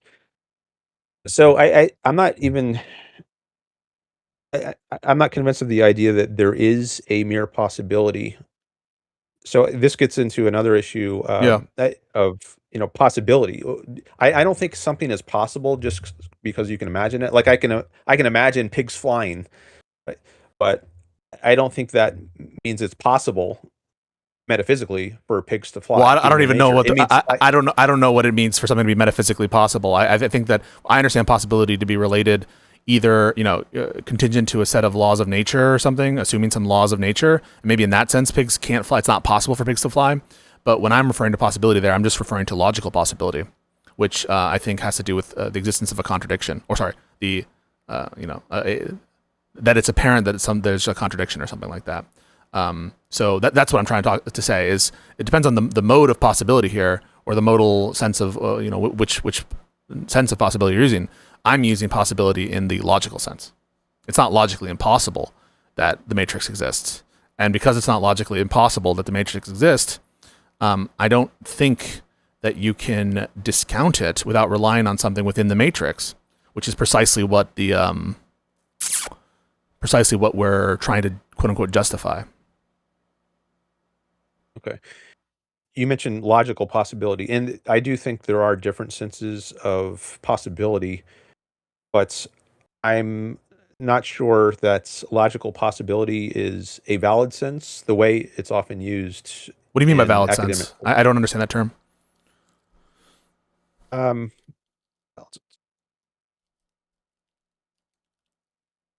I could say something like it can't be derived from reality, but to justify that would take some work, and maybe we can do some of that work. I don't even know what it means to say logical possibility can't be derived from reality. I think it's like a concept. Whether something is logically possible is like some sort of concept, and I think that you can say that like unicorn as a concept, it can be conceived of. In that sense, like the concept isn't incoherent, and surely you understand what is meant by logical possibility. Does one exist? Does two exist? Does three exist? So can a unicorn exist? Can pigs fly? I mean, are these things logically possible? I think many people who use this term would say yes. Yeah. They would say yes, they are logically possible. But I think that assumes a view of logic, which I think might be incorrect. So there's a What do you mean by classical view of incorrect there? logic. Like not mapping onto reality, I think is what you mean by incoherent. Does not cohering with reality. Yeah. But I don't know what it means for logical rules or for a view on logic to not cohere with reality. That is opaque to me. What is meant by like the rules of logic not being followed in some stance independent way, or for some sort of convention of logic or some mode of possibility not cohering with reality. I just don't understand that. Well, maybe we should go to the fundamental law of logic, the law of identity, Sure. which was implicit in Aristotle, at least. He identified the law of non-contradiction, but I think that's actually a corollary of the law of identity. A is A, things are what they are. So I take that, and I think Ayn Rand took that to be a metaphysical law, which also has epistemic implications. So things are what they are. Like a leaf is a leaf, and it cannot have contradictory attributes. Like it can't be all red and all green at the same time and in the same respect. That would be a kind of contradiction. So A is A, or the law of identity, that's true of reality, on my view. And it also has implications for our thinking about reality. So if someone tells me, hey, yesterday I saw this leaf and it was both red and green. And I say, what? It was red on the top and green on the bottom? No, it was red on the top and the bottom. It was It was red, also green. green on the top Yeah. and on the bottom. And I say, what? You mean part of the top was red and part of it was green? No, the whole thing was red and the whole thing on the bottom was green. And I say, wait, no, that just can't be right. You're trying to pull my leg, or something's gone wrong here. You made a mistake in your thinking. You can't believe this, because reality doesn't have any contradictions. Things are what they are. A is A. So But logic, there's a kind of I'm not tie sure that between I'm logic. convinced that maybe there's a proof that shows that A equals A or something. But I feel like there's no proof. That's what I mean. It's just like an it's not assumption, an assumption right? either. Why is it it's not? not assumption either. It's self-evidence. Well, what does self-evident mean other than an assumption? I feel like a self-evident truth is an unjustified truth that we just accept. So maybe here's an example. So if I say I have 6 brothers, now to your minds, that's not self-evident. Like maybe I'm trustworthy, and maybe you have good reason to believe I have 6 brothers. But now contrast that with, right now I see some whitish backgrounds behind Dan. That's not something. You're not assuming there's a whitish background behind Dan. You directly perceive that. I feel like that's begging the question, right? Like there's an assumption baked into the perception well, unless you're saying like I am perceiving white behind Dan, then I would agree that's not like a self-evident truth or something. I'm saying it is self-evident. What, it is self-evident? At least that you perceive whiteness, or that there appears to be whiteness. That's directly given to you. You didn't assume. It was just, I guess, the stimulus hit your eyes. Let me think about it for a second. Does my sensory data is that assumed? I guess it's not assumed. I guess what I look at, I'm not like, it's not a truth proposition. An assumption, a self-evident truth relates to something that is like truth apt, I guess. And just experiencing something isn't like a proposition of truth, I guess. Okay. So, I grant it that your perception of the color as white isn't, I don't have a good reason to believe that that's an assumption. Granted. So how does that, in terms of the law of identity, how do you get there? Okay. Well, the law of identity is just the idea that things have a nature. They are what they are. So this background has such a nature that it appears white. Okay, no. But when you go beyond the sensory data and you make the following claim, the statement, it is white behind Dan, I think you are going to have an assumption behind that statement, because you're assuming unless the statement is relative to an epistemic context, I think you're assuming that perception maps onto reality, unless you're making it clear that that your statement is only relevant, relative to that epistemic frame.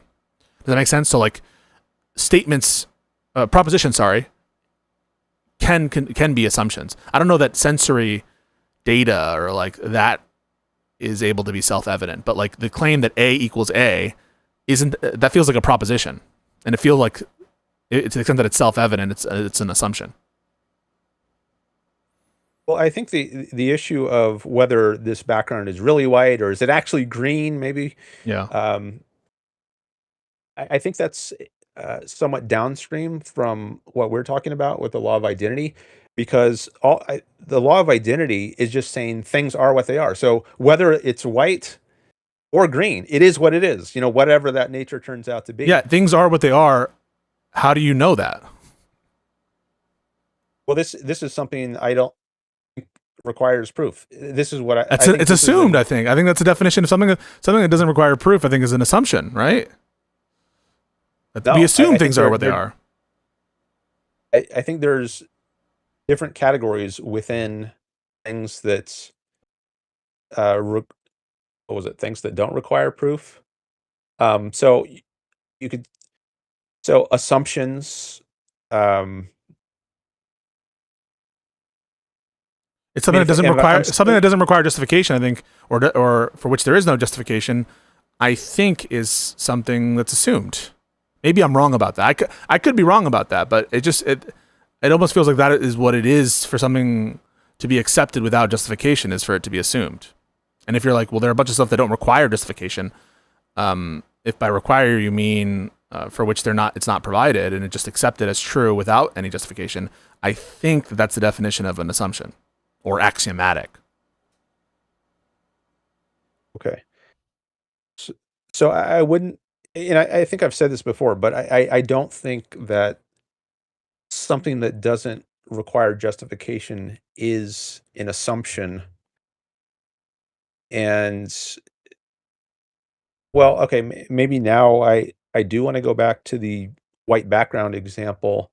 I think I can clear that up real quick, because I don't think that the qualia or whatever of perceiving is a truth claim. So I think only truth claims can have the saying something that's self-evident or justification is only a coherent concept with respect to truth claims. Okay, if you mean like with propositions. Yeah. So like the experience of perceiving the whiteness is not a truth claim, and therefore it's incoherent to think of justification in that context, unless you were to make a truth claim or a proposition which is for which justification even maps on. I think it's a category error to say, maybe I'm using that term incorrectly, an experience requires justification. Propositions require justification. Unless, I would say, they're axioms. Which is another way of saying they're assumed. The category of axioms. Yeah, so I don't think axioms are assumed. I just don't understand what you mean by axiom. Oh yeah, sorry, go ahead. A self-evident primary, maybe that's one way. I don't know what self-evidence means besides assumption. I don't know what assumption means beyond axiom, and I don't know what the other term is that you use there with respect to those things. So primary. Self-evident. Yeah. Yeah, I don't know what primary means in that context. And when you say self-evident truth or something, I'm going to take that to be axiom or assumption. And so unless there's some notion of self-evidence or axiom that you can explain to me that isn't an assumption, by which I mean a truth claim for which there is no justification but is accepted as true anyway, I don't know that I know what you're talking about. Yeah. Well, I tried to give the example before of A is A as being a claim that doesn't require justification, but is just self-evidently true. And by that, I take that to be an assumption. I mean, or an axiom, and which is to say, a claim that is accepted as true without justification. So I guess maybe I don't know if this is a fruitful direction to go, but Sure. on your view, it could be that A is not A. No, Maybe. because I take a. I think that's analytically untrue because I take what it means for something to be like for something to could be exist is to not entail a contradiction, and I think that we define a contradiction as a proposition and its negation, and so by definition, it can't be. By can't, we just mean logically impossible. By logically impossible, we just mean contains a contradiction, and a contradiction, I guess, is defined as A not A or P not P. So I don't think that it could, because all we mean by could it doesn't contain a contradiction, and all we mean by could not is does contain a contradiction. So I think that definitionally it couldn't. Okay, so A has to be A.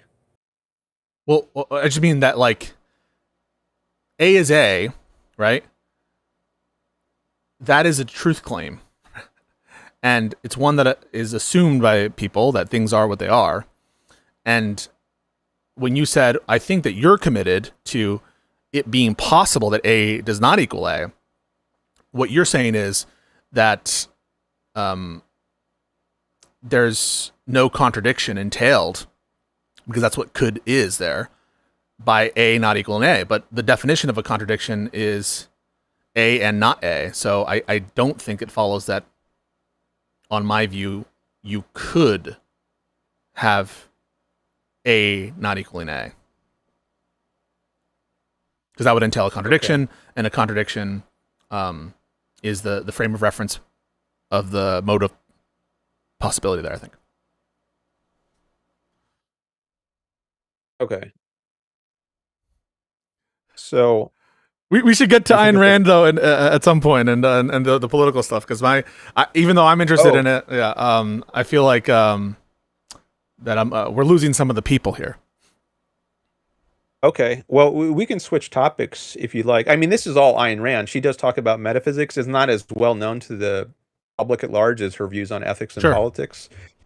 But if you want to switch over to politics, why don't we put a pin in it and we can come back to it, and let's say what are the implications that follow for me. Let's assume that that it's like, well, I don't really know about this whole thing related to epistemics and reality and whatever, and let's see what is entailed by your view and whether we think it makes sense. Okay. Well, maybe one way to kind of bridge over to the politics from the metaphysics, there's actually a passage in her work where she says, A is A and man is man. And her view on the nature of rights, political rights, is they're not gifts of governments, nor do they come from God. Like the founding fathers, they said, we're endowed by our creator with inalienable rights to life, liberty, and the pursuit of happiness. But she rejected that. And I mean, she revered the founding fathers, but she didn't think they had a fully secular case for individual rights because, and you can see this reflected in the language of the Declaration of Independence. They thought there was a theological basis for rights, but she was an atheist and she tried to develop a secular foundation. So she didn't think that rights came from God nor from government. So it's not like we're granted rights by the government. Rather, we have rights by our nature as human beings, given the nature of the. I don't know what that means. Given our nature. So this is where we're gonna get stuck because I'm gonna say, what do you mean by right? And my understanding of a right is something that is stance dependent too. That or it's related to those things, right? Like if we define right as what the government promises not to do to you, if we define right as what ought not occur, I can understand that. If we define right as consistent with God's nature, there are concepts of rights that I can understand, but this notion of like natural rights, I think we need to just be clear what we mean by rights. Yeah, that's I agree.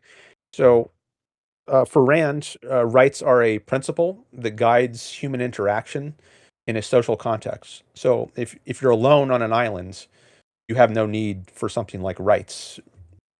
But, and by need, what do we mean there? Okay.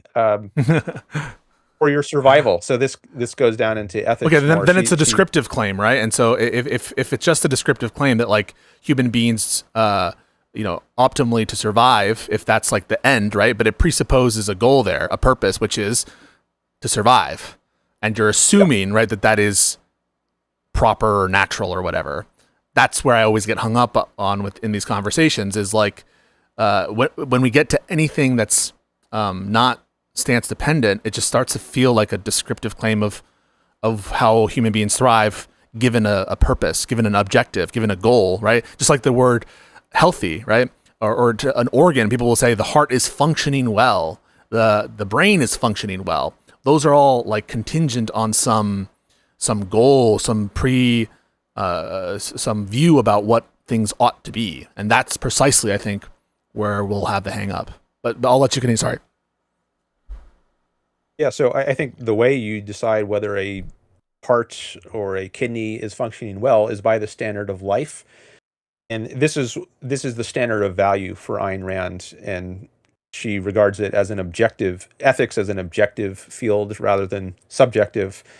And she uses life as the standard. And I think she gets this from her analysis or reduction of the concept value. And this is her work, The Objectivist Ethics. It's free online. Anyone interested in this topic, you can just Google that and read what she has to say about this. So she thinks values are based on the phenomenon of life. Like a rock doesn't have any values. It doesn't pursue anything. There's nothing. It doesn't make sense to say something is good or bad for a rock. Now, if you're the owner of the rock, like if you have a pet rock, maybe it's good for you. Yeah, relative to that person. But that's just what I mean. Like, let's say that you had a goal not to live and survive and thrive, but what you wanted was to die and everyone around you to die and for humanity to end. If that were your goal, in what sense, in other words, what is someone with those goals? What makes that not objective, but someone with a goal for human society to flourish and continue, that is objective? As between those two different worldviews, in what sense is one objective and the other not objective? The people who want the instant death for all of humanity and those who want humanity to flourish in the sense that Ayn Rand means. What is the quality of objectiveness and that objectiveness that distinguishes those two?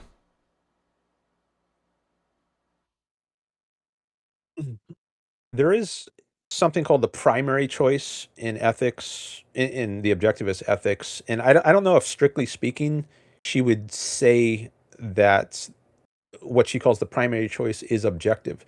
So it is true that we need to do certain things in order to live, like we have to eat food and maybe build a shelter. But the person who wants to destroy the human race will grant that. He'll say, yeah, if you want to survive, that's what you need to do. But I don't want to survive. I want humanity to end. Yeah, so this is where I'm not sure. Like, if you choose, so it's a hypothetical imperative. It's not a categorical imperative that you need to do such and such. Like, if I say you need to eat food, well, there's an implicit if you want to live, if you want to, grow muscle, if you want, yes, and that's precisely what I think is subjective and stance dependent. When it's assumed, right? Like, we take it as an assumption that most humans want those ends. But that's precisely what objectivism is trying to, or as I understand, like people who believe in objective morality try to get us out of, is to think that any amount of subjective, intersubjective agreement makes something true, right? There's some notion that like it just is true that it's right to do X, Y, or Z. And I think that if what you're saying, if all what we say is that by objectively true, we just mean it maps onto the intersubjective beliefs of 99.9% of humanity, then I think we're still stuck with stance-dependent truths, right? It's just mapping on to what the preferences are of most people. Or it's a descriptive claim, which even like evil people on your view would grant. Like, evil people will grant that if you want to grow nice and tall, you need to eat. They just don't want you to eat because they don't have that preference. They don't have that goal. Yeah, so one point, I got a couple I want to, one point is I don't take objective to mean intersubjective. I think that's a view that goes back to Kant's, and I think it's true. Even if you're alone on a desert island, you need to eat. You need to eat. Wait, in what sense do you need to eat? If your goal is this, but if your goal is not that, then you don't need to eat. Yeah. Yeah, right. So Right. So that's I just the want to say goal whether itself is stance dependent still. whether everyone in the world agrees on this or not, it remains a fact Yeah. that if you want to live, Descriptively, if you yeah, want that, you need to eat. Everyone will grant yeah, that though, from any okay. morality system. Well, there might be some skeptics. Okay, but okay, we sure. can still- But most, I think that even people who viciously disagree with your view will grant that if you want to eat, if you want to grow and be healthy, you need to eat. They will grant that, and so it's not something that distinguishes the view from like a reason guiding perspective or an action oriented perspective. Okay. So Ayn Rand doesn't say as a dogma, thou shalt live. She's only making, as I understand her, she's only making this hypothetical claim. Well, she is saying more than that, but she does acknowledge that there is a choice at the basis of ethics. So if you want to live and be happy, she thinks happiness is the moral purpose of life. If you want those things, there's a whole slew of things you need to do, like be independent, honest, productive, etc. And we don't have to get into that because Yeah, that's it just sounds like normative a ethics. descriptive claim. It sounds descriptive. Yeah. Okay. That if you have this But goal in mind, then that's how you accomplish it. Okay. So I don't think she would say that you have some duty to live, but I think she would say that it's incoherent to think there could be any other source of or any other standard of value. Like if you do That's just have a any claim, values right? at all, That's just a claim that so incoherent, by which you mean it's not understandable, or that it contains a contradiction, or like surely it's understandable. It's coherent to suppose, for example, I don't know if you ever play D&D or if you ever play one of these, or watch any of these fantasy movies, or if there is a race of orcs that want to, they just want to create misery and destroy things. That's understandable, right? It's understandable. It's coherent to have a set of agents who have an evil outlook.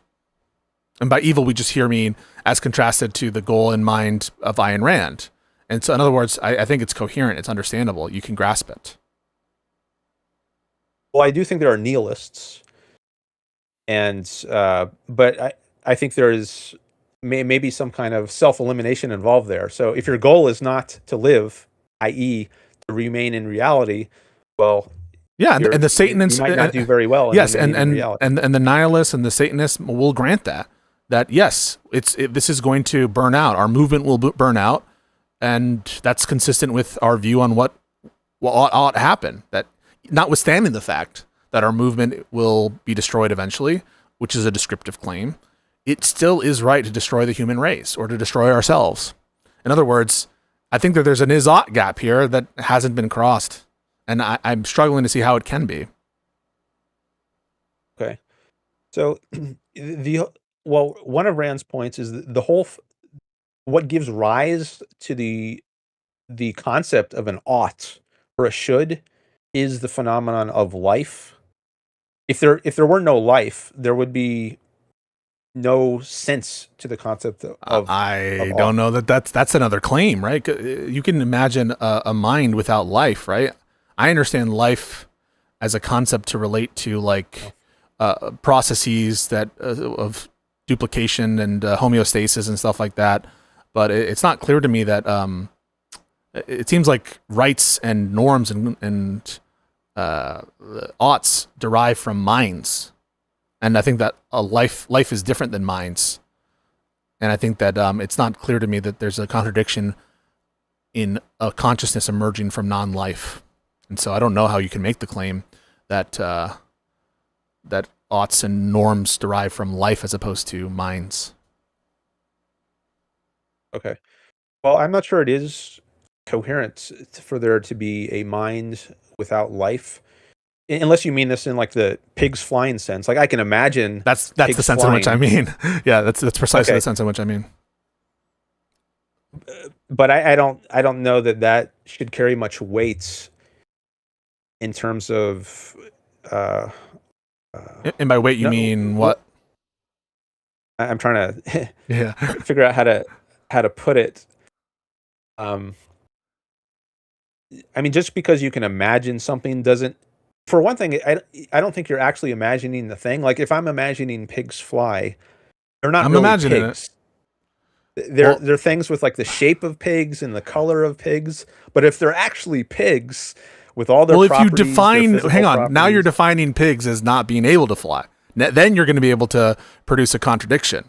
But do you think that pigs, as an essential trait to what makes a pig, is such that they can't fly?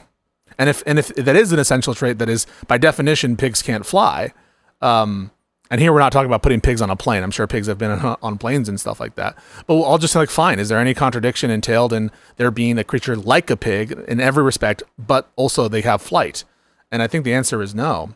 So I don't think you can get out of it by just saying, well, by definition, I'm going to just define pig in such a way that it doesn't include flying. Well, okay, then I'll just like grant a similar creature. Okay.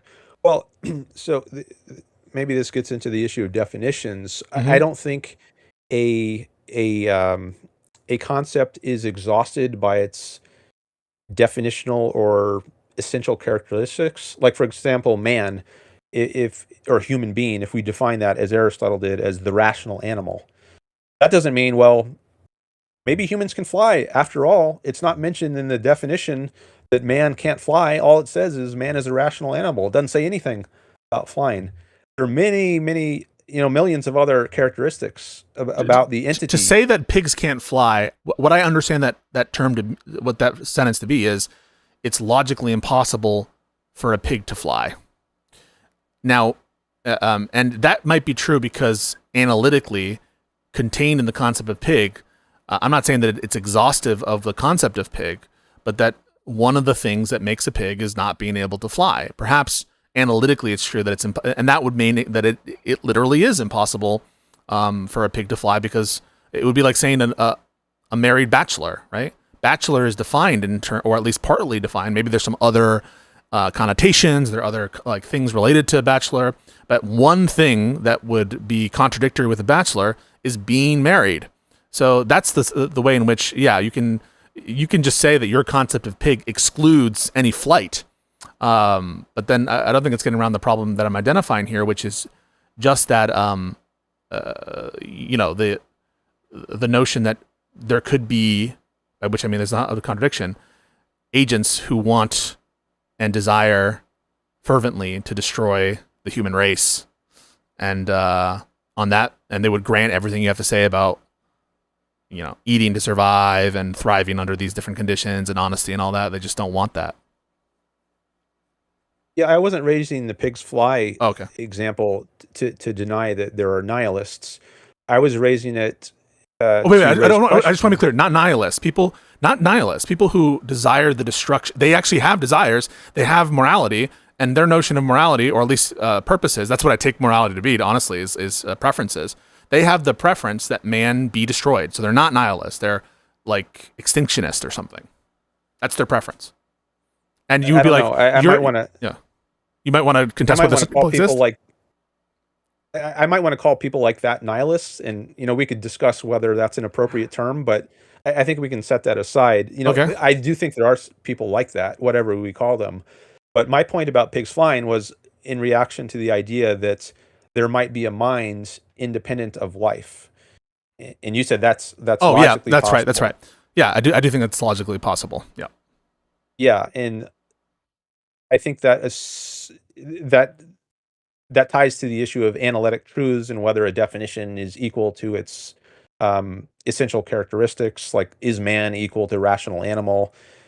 And so I don't think a concept is equal to its essential characteristics. I think it's equal to the entirety of the being, not just the one or two, the genus and differentia, which yeah. But I'm not claiming that any concept is tied to just its the strict boundaries of its necessary or sufficient conditions or anything like that.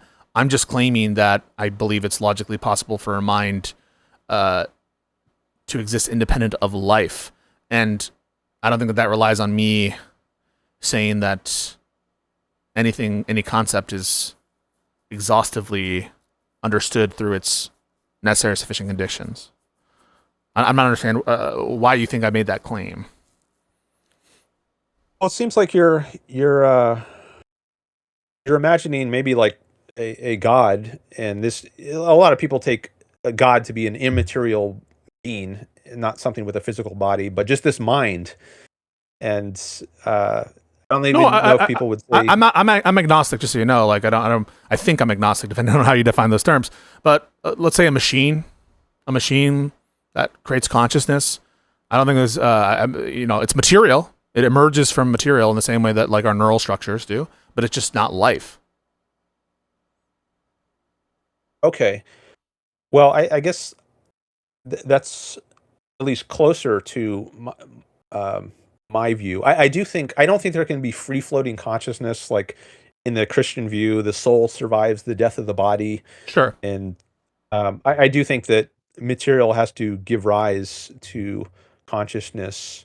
I'm not a materialist, but Sure, I but do think there has to let me be. just say that I grant that yeah, okay, mind Okay. emerges from material. Yeah, I think that but also, given the nature of things, I don't think it can just emerge from anything. So I can imagine, just like I can imagine pigs flying, I can that's what imagine okay, but let's hunk grant of that metal. let's grant that minds only emerge from life. Okay, I'll grant it for the sake of the real world. Minds only emerge from life.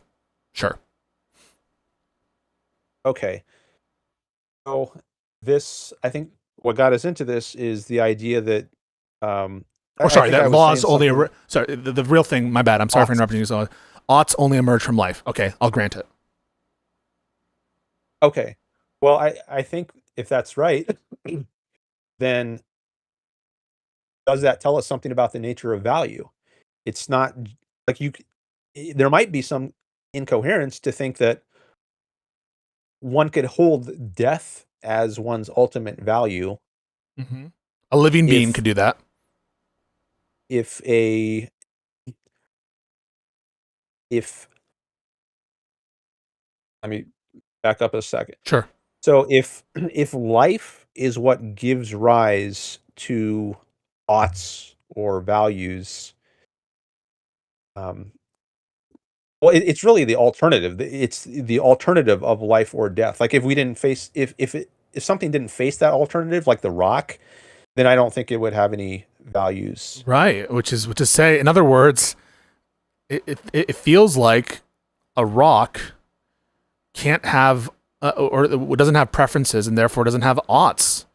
What gives oughts, I think, I do think it emerges from minds, but given that I've granted in this context for the sake of argument that oughts emerge from life, it just feels like that's a descriptive claim. Well, Or definitional, like what it is to have a preference, or what it is to have morals is, contained in that is a implicit assumption that it comes from life or something, but it doesn't tell us the content of what is moral. It just tells us that where it comes from.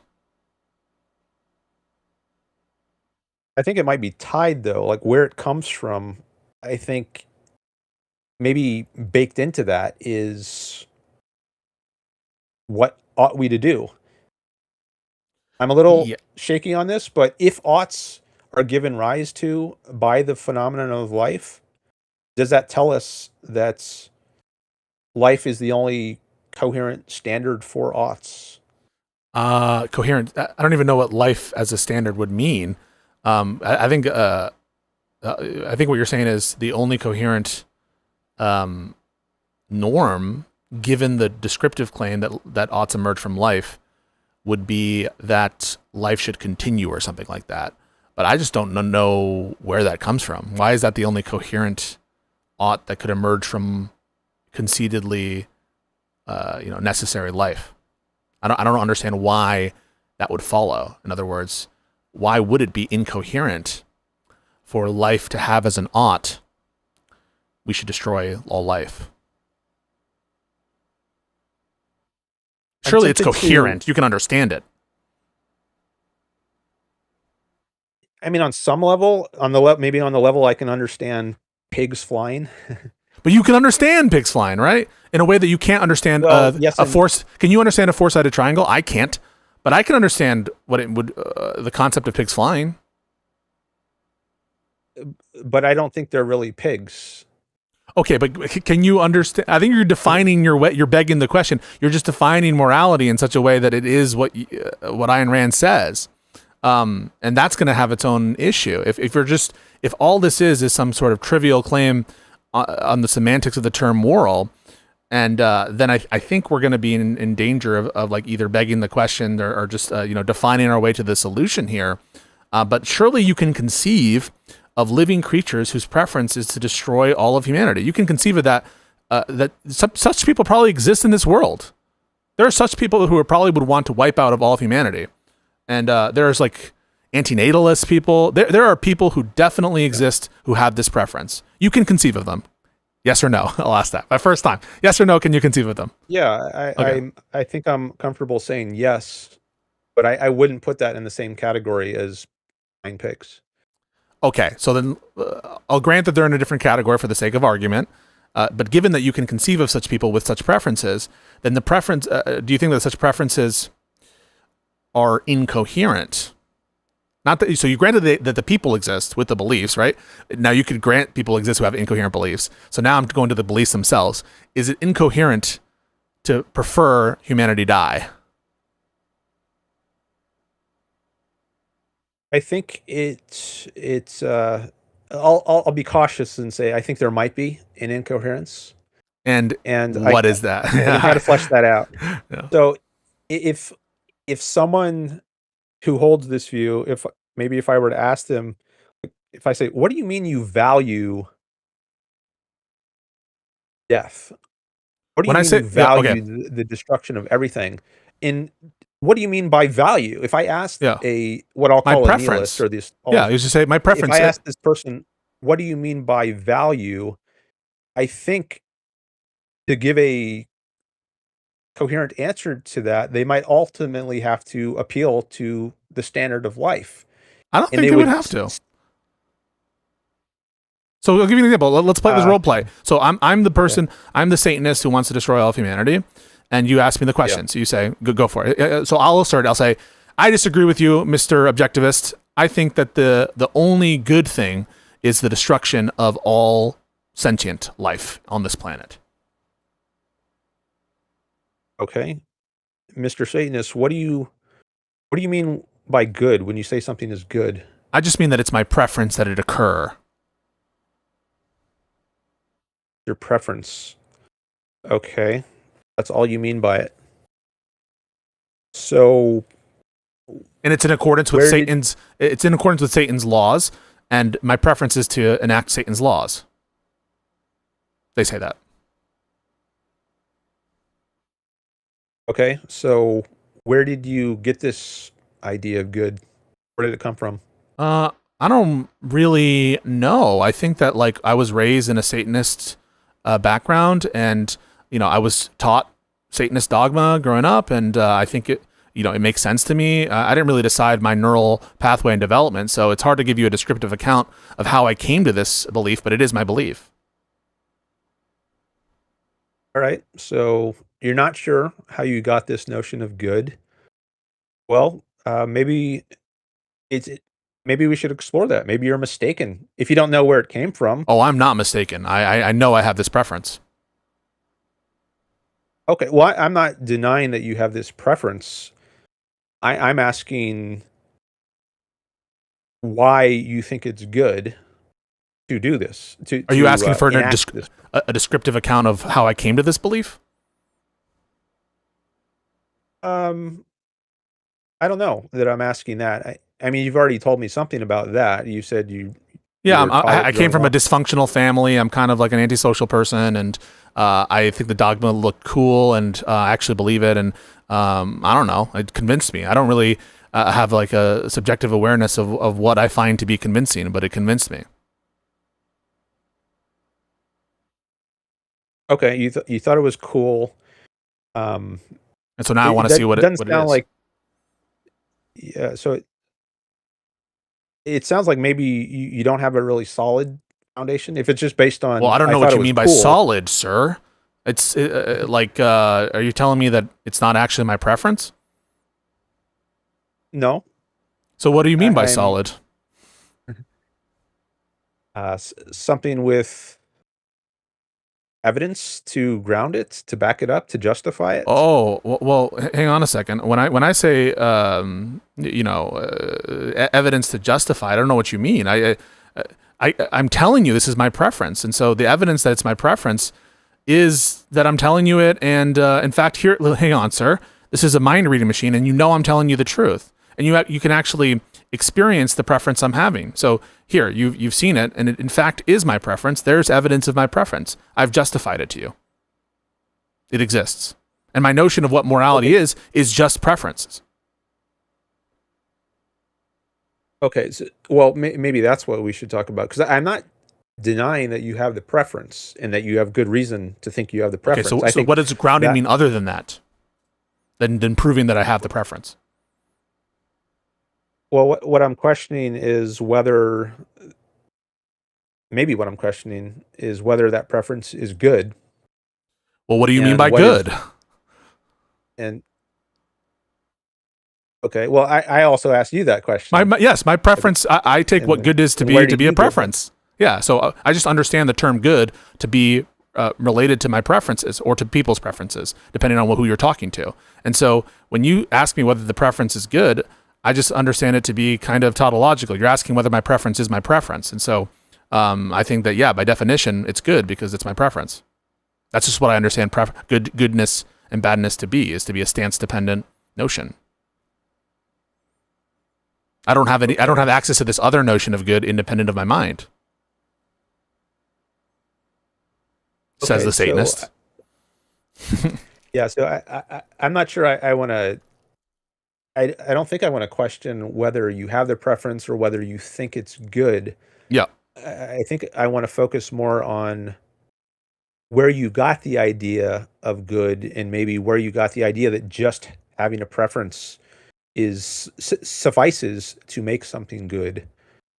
Well, I just went to philosophy school, and I learned about these different concepts of good, and I didn't really understand a concept of good other than a preference. And so, given that I didn't understand other usages of the term that were stance independent, I couldn't come to the decision or belief that there's some other notion of good. And so, given that fact, that's where I come to the definition of good, is because I don't understand some other notion of good that isn't relational to preferences.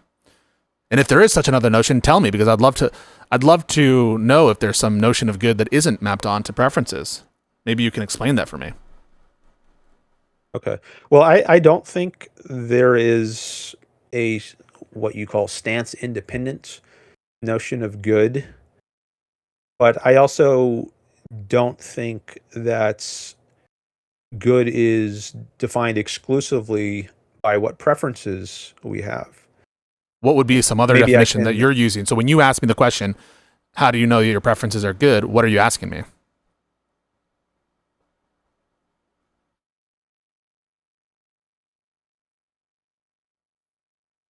I want to know what gave rise to your notion of good. And you said philosophy class. Yeah, I'll give you some descriptive account of going to class and stuff, and that's what gave rise to it from a descriptive sense. Okay.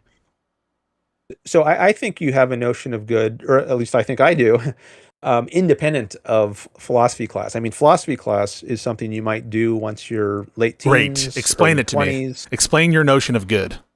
That I can assess my preferences, relative to this notion of good that you're going to provide for me that isn't what I learned in school. Yeah. So I think you and I and everyone has a notion of good long before school. Like when we're children, it's not, children have preferences. They think all kinds of things are good or bad for them. You just mean natural tendencies, that we have natural tendencies to do something, that we have dispositions towards certain ends? Well, that might be part of it, but let me just give some examples. Sure. A child might say, this ice cream cone, that's great. I love this. This is good for me. And when they trip and fall and they scrape their knee, they feel pain and they say, this is bad for me. This hurts. I don't like this. And they try to avoid that. Now, this is long before any philosophy class they enter. So yeah, so I think when they say that, they just are saying they don't like it, or that they would prefer not to have fallen, or they prefer to eat the ice cream cone. Maybe they mean something else, but if they do mean something else, I don't know what they're saying. That's just how I understand the term good and bad, is according to some stance. Okay. Well, I did want to at least make the point that I think your notion of good preceded what you learned in your philosophy class, and maybe it ultimately can be cashed out in terms of Sure. what you learned in philosophy of class. Okay. But So it is my I wanna go notion back. now, and I don't understand your question independent of that notion. Now that I'm a learned Satanist, I don't really understand a notion other than preference-based morality. Maybe you do have access to some other notion, but I just don't know what you mean when you ask the question. It's like asking me, how do you know that your preferences are like that? That's what it sounds like when you say that to me, because I don't understand it other than the way I described to you. Okay.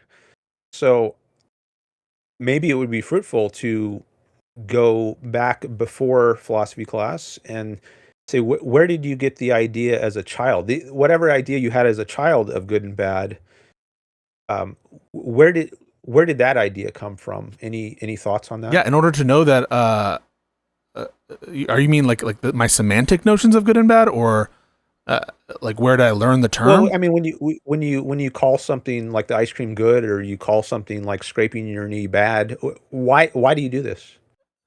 I was taught the term by my parents. It sounds like you're asking for a semantic accounting for when I learned the concept mapped onto the word good or bad.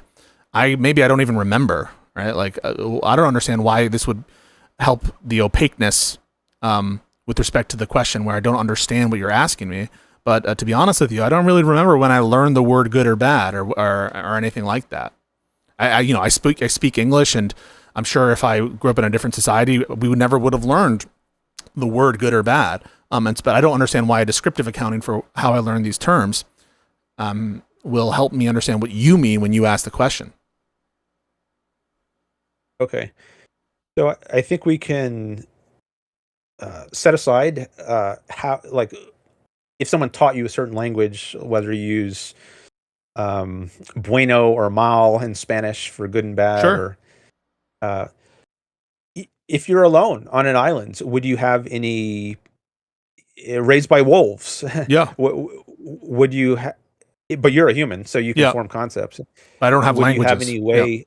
Would you have any idea, or even if you didn't use the words good and bad, would you have any kind of idea in your mind of good and bad, even if you're alone on an island? It depends on Birth. what you mean by the idea of good or bad. What do you mean by good or bad? I might have a concept of good or bad, but that turns on what you mean when you ask the question, would you have a concept of good or bad? I need to know what you mean. Maybe I could cash it out as things you ought or ought not to do. By which we mean preferences? Well, maybe we can get there, but I don't think that there. So, first, yeah. do you think if you are raised alone on an island, that you would have in your mind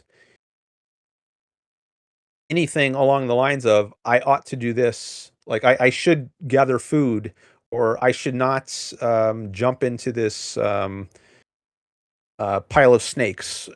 Would you have anything like that in your mind? I understand your question in two ways. Either asking whether I would have the preference to do the kinds of things you're talking about, or whether you're asking whether I would have the natural tendency to do those kinds of things. And the answer to both would be yes, but I don't think that's getting us to what you mean by the question good or bad, because I think that those concepts are, either relate to probabilities or tendencies and or preferences. Okay, do you think it's, well, first of all, let me just ask, what preferences do you think you would have? Do you think you would prefer to eat food and not jump into a pit of snakes? Yeah, I believe I would have that preference. Okay. And do you think that preference, would you describe that as an arbitrary, baseless preference? And you might as just well prefer to jump into the pit of snakes and not eat food. Well, my notion of arbitrary and baseless is indexed to some kind of standard. And so I guess I need to know what I'm meant to compare the action too, and in accordance with what standard would it be arbitrary? I don't know that preferences, to the extent that they're explained by causal factors, I guess it's not arbitrary in that sense. Like, I'm sure that there's evolutionary reasons why I would have one preference versus the other, just like someone probably has the preference to reproduce or to have sex or to eat things. A lot of that is related to evolutionary biology, I'm sure. So there's explanations for those things. But I don't know what you mean by arbitrary, other than related to causal factors. In which case, I would say, yeah, they're related to causal factors. If you mean something else, like not in accordance with a standard, I need to know what that standard is. Okay. Well, maybe we should get into arbitrary. What does it mean to say something is arbitrary? And I guess you put forward not in accordance with some standard was your Yeah. It's like um, not having an explanation for something, right? It's something without explanation. Now, and in different contexts, it can mean different things. An arbitrary rule of law imposed. There's not a consistent rule, and so therefore, it's not a standard is not being followed. It usually presupposes some like set of good reasons, but arbitrary at its most, basic. Maybe it means without explanation causally, and so you can ask me what I mean by arbitrary. There's multiple different notions I could try to like fill in for you, but I need to know what you mean when you ask the question. Surely you mean something. well, I do have some ideas. So on arbitrary, so one way I think of it at least is not based on reality. So I don't So know on if we that, want to use that. yeah, on that notion, I would say my preferences are not arbitrary because they are based in reality, and that I have them, and that there are reasons why I have them. It is true that I Okay, have so them, and there's true that there are reasons why I have them. okay, so it's not arbitrary that you prefer eating food and prefer not jumping in a pit of snakes. On that view of arbitrary, which just means coheres with reality, it's if my preference were to jump in the stakes, that would in fact not be arbitrary. And if my preference is to eat ice cream, that would not be arbitrary either, because in the situations in which I have those preferences, it coheres with the reality that I have those preferences, and there's some causal explanation, presumably, for why I have those preferences. Okay, coheres with reality. It just sounds like when you mean arbitrary, you mean like true. Well, that would be Or non-arbitrary, sorry, my bad. not non-arbitrary. Yeah. Yeah. I haven't thought of that, like whether that is what I mean.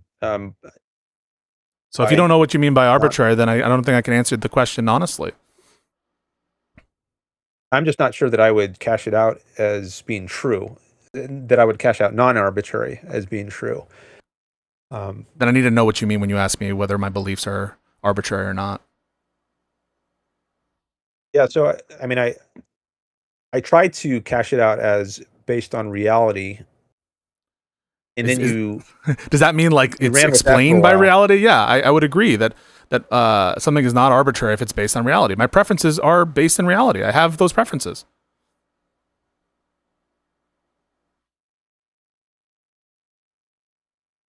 Would you say if someone has the preference to not eat the food and to jump in the pit of snakes, would you say that person's preferences are not based on reality in a way that yours are?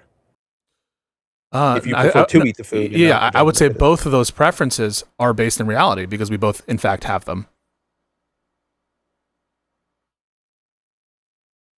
Okay.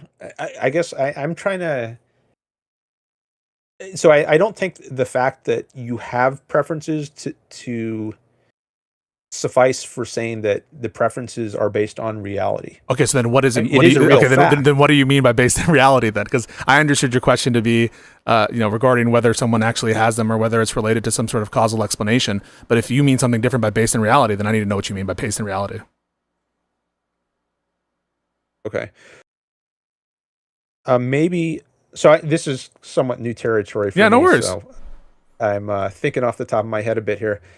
Um, so maybe this is relevant. Who will last longer in reality if you have the preferences The of ice cream guy, of jumping in the course. Yes. I will last not very long at okay all because I'm a Satanist who wants to destroy myself and everyone around me. So I'm not long for this world. okay so I wonder if that thoughts can somehow justify the idea that one person's preferences are based in reality and the others aren't. If One all you leads you mean to by stay in based the in realm of reality, yeah. reality. If all you mean by based in reality is a set of beliefs which, if held, will cause the belief holder to maximize their time on Earth, if that's what you mean by based in reality, then my beliefs aren't based in reality, but I would just accept that that's true. Yeah. But I just think that's trivial. That's just defining, some fundamental aspect of my beliefs as not based in reality. So I don't think it's saying much at all, other than to say that my beliefs coincide with, an early demise, which I grant. Okay. So I guess I don't know. I'm thinking going back to the idea of value and where it comes from. If I don't want to just go in a circle, I'm worried that We are. The reason is I think there's an Izot gap here, and what I will often hear a lot of the people who promote Ayn Rand say, and I'm not saying this is representative of you. I'm not saying that it's representative of her view. This is just what I tend to hear is like trying multiple ways to like bootstrap or to get that like flourishing is inherently good or something like that, or that multiplication and like being surviving is good. And I just think that the problem is just conceptual, that there's some notion of good that's being referenced or referred to that like doesn't map onto preferences, and that's just going to need an explanation. And I never know what people are talking about when they're talking about some notion of good other than, stance dependent. I guess I don't know what people are talking about if they speak of a notion of good that isn't tied to something like life or happiness, especially You happiness, don't understand which I that? take. You understand it, right? Like you would understand someone who says, I love suffering. You would understand it. You just wouldn't share the Uh, preference. I don't know that I would. I was trying to get to I never ended up using the term pleasure, but I was trying to go in that direction. I Oh, think sure. we we're born with a pleasure pain mechanism, and we have no choice about what causes us, at least as infants. Now maybe later we can Yeah. And as a kind of Satanist, my preference is to torture, murder, and just pillage. That's my preference. I didn't choose it. Oh, sorry. That's where I get my pleasure from. The synapses in my brain are such that, and I'm not like most other people, but that doesn't matter because we're not talking about intersubjective stuff. So just because other people think differently doesn't mean that I don't actually have these pleasure centers, and my pleasure centers are activated whenever I kill other human beings and do horrible things to them. It makes me happy. okay. Uh, well, you might be a psychopath. That's one point. I If you I have these grant kinds of that I am desires. a psychopath, and if by psychopath you mean abnormal to the normal human disposition, I would grant that. By the way, guys, this is all like a pretend dialogue, so I'm not. Pisco doesn't actually believe this stuff, but this is we're testing the limits here. Okay, yeah. So that person says, if by psychopath you mean my disposition is such that it doesn't conform with a general tendency of human social behavior, then I would grant it. Yes, psychopaths often come up in my discussions of ethics. They often go in that direction. And I say, but I'm not concerned with psychopaths. I'm concerned with normal human beings. For normal human beings, are Right, there just because certain something is things that normal are doesn't mean humans have a lot of normal dispositions and tendencies to do horrible things. That's one of the reasons why, and by horrible here, I just mean against my preferences. That's one of the reasons why I want to wipe them out, says the Satanist. okay? So one point I'll make is I think there are different levels of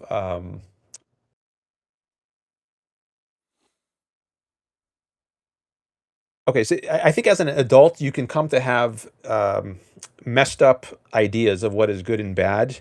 Like you can, maybe this is an example. Maybe someone can turn into a psychopath, but as infants, um, Yeah. I The think babies know everything. we We should be run by well, they babies, don't know honestly. they I'm don't know joking. I'm joking. everything. All right. They're As babies, they're yes. not omniscient. As babies, they have it. They don't even they're not aware of something like sadomasochism or something. I think you can develop that kind of psychology as an adult as you get older, but they as infants, you just have these very basic pleasure pain. Like you taste the milk or the ice cream, and Yeah, I that's was a good. very weird baby, and I enjoyed it when like my mom suffered or something, and yeah, I don't know. I actually don't remember when I was a baby. Let's say the Satanist for whatever reason doesn't have access to those memories, or even if the Satanist grants it. Yeah, I had different preferences. I had different beliefs when I was a baby, but my beliefs when I'm an adult trump my beliefs as a baby. In that I don't have my baby held beliefs now. I have my adult held beliefs. Okay.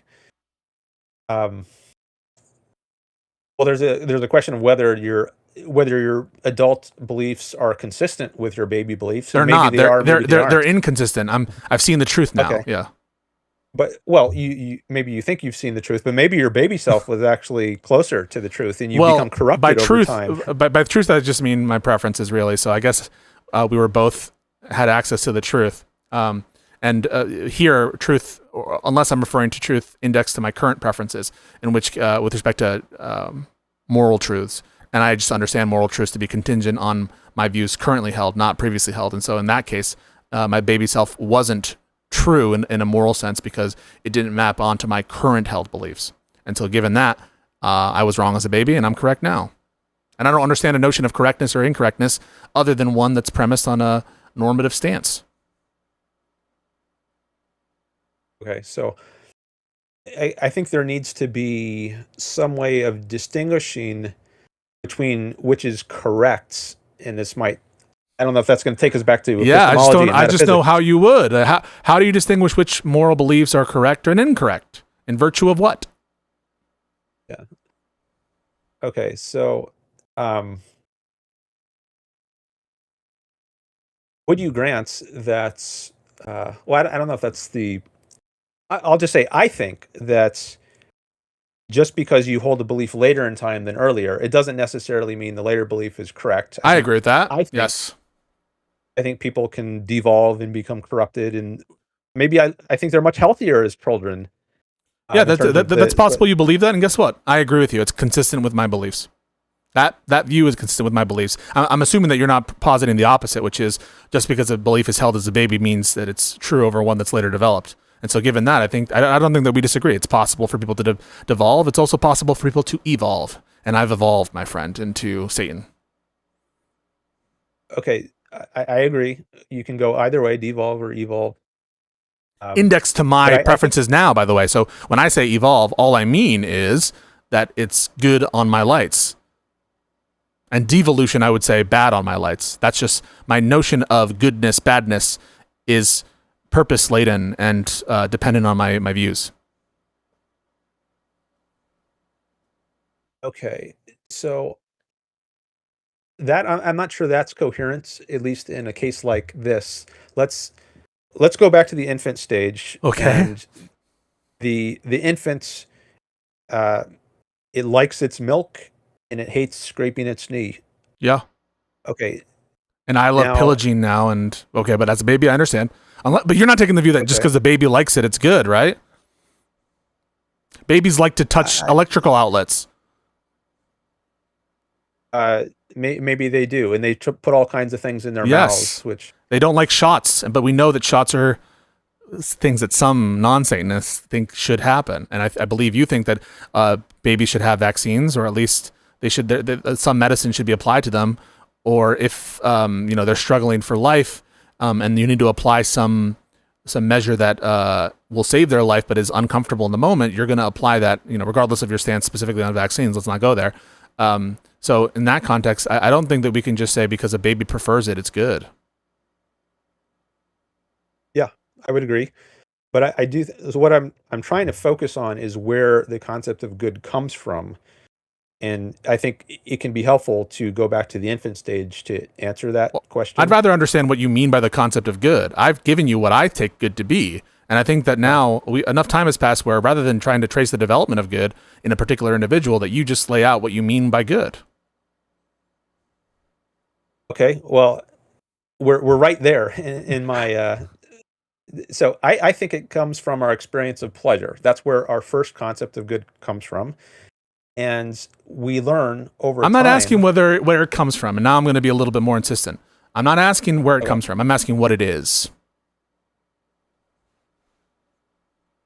Well, I'm not sure that can be cleanly pulled out of the question of where it comes from. I think it might be intimately related. Like if I don't know if what would be another like if I say I got the you say what is a horse? Yeah. And I think, well, I learned it by looking at this Yeah, I sort can of know what a horse thing is and without this knowing sort where of it comes thing. from. Right. So, for example, the first Americans who saw the horses that they didn't even know existed, they got a concept of a horse.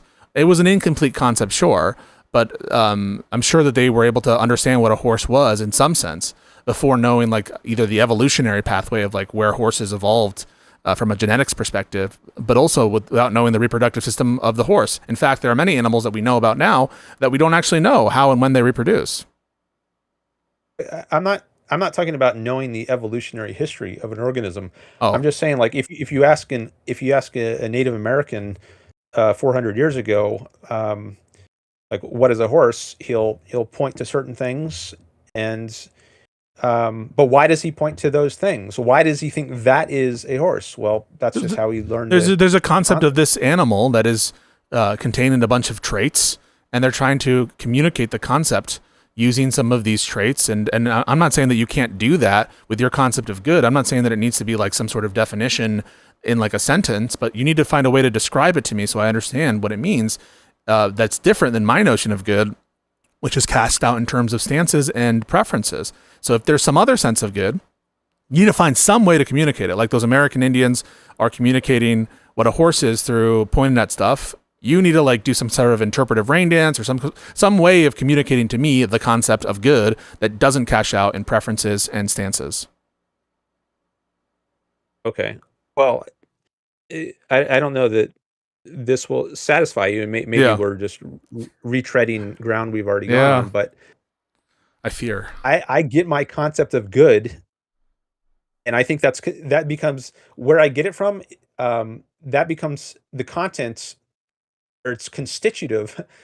Like the question of what something is and where I got it from, I think are more related in my mind than they are in yours. So I don't know that I can pull Well, those maybe you apart. can. What? I'm not saying that it's impossible that you could describe the concept by talking about its origin. I'm just saying it's not been successful so far for me to understand the concept. We've tried to chart the origin of where good comes from in a particular individual, and I'm not getting it from you describing like where people start to. It sounds like you're just describing how people get their preferences, or just stating that people do in fact have certain preferences. But I'm not getting the concept of good through these kinds of. Maybe you can try again, but I just don't think it's effectively communicating what you mean by the term good. Okay. I mean, I think the term good basically means pleasure. If we have to give you, um, it seems like putting it that way Great. might be Then we're agreed because my pleasure is to do all the things I talked about, and so we might have different concepts of good, but in terms of how it's applied, you agree that pleasure is good, and so this gives me pleasure. This what I do gives me pleasure, and ending society that will give me a deep sense of pleasure. okay. Well, I think well, a couple points. One is I think you might your pleasure actually might be intermixed with a lot of pain if you do live this sort of life. Um, but I guess even if we stipulate that it doesn't, this actually gives you, the most robust, pure kind of pleasure, then I would just say you're a psychopath, and I granted that already. I don't have an objection to you acting in your psychopathic way. Oh, But awesome! me So as a as a non-psychopath, I think I wouldn't feel pleasure acting in those I kind of way totally you agree. act. You have a different set of pleasure than I do, and you wouldn't like it that I did this, and I grant that. I think we're aligned. I think that it would be bad for you for me to do this, but it would be good for me to do it. And index to my views, what I'm doing is good. Index to your views, what I'm doing is bad. And I think that that's in agreement and consistent with subjective morality.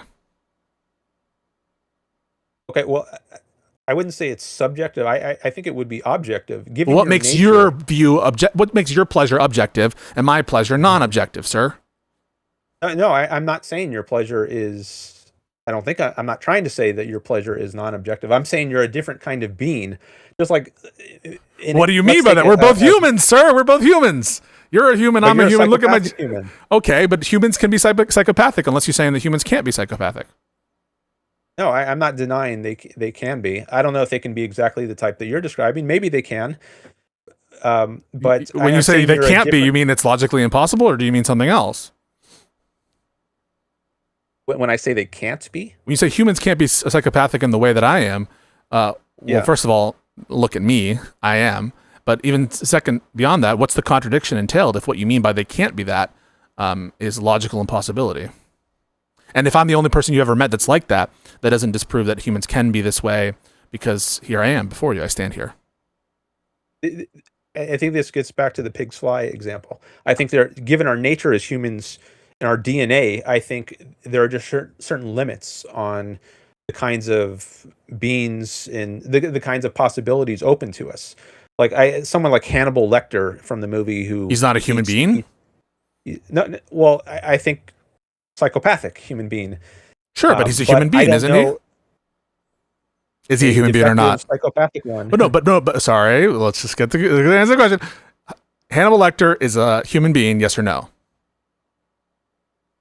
I think, well, yes. Okay. At least in a sense, yes. Well, in the sense that when we talk about human beings, I'm referring to some sort of like approximation of the type of species and creature with a certain amount of chromosomes and a certain sort of genetic composition and some sort of genetic proximity to that archetype. That's what I mean by human being.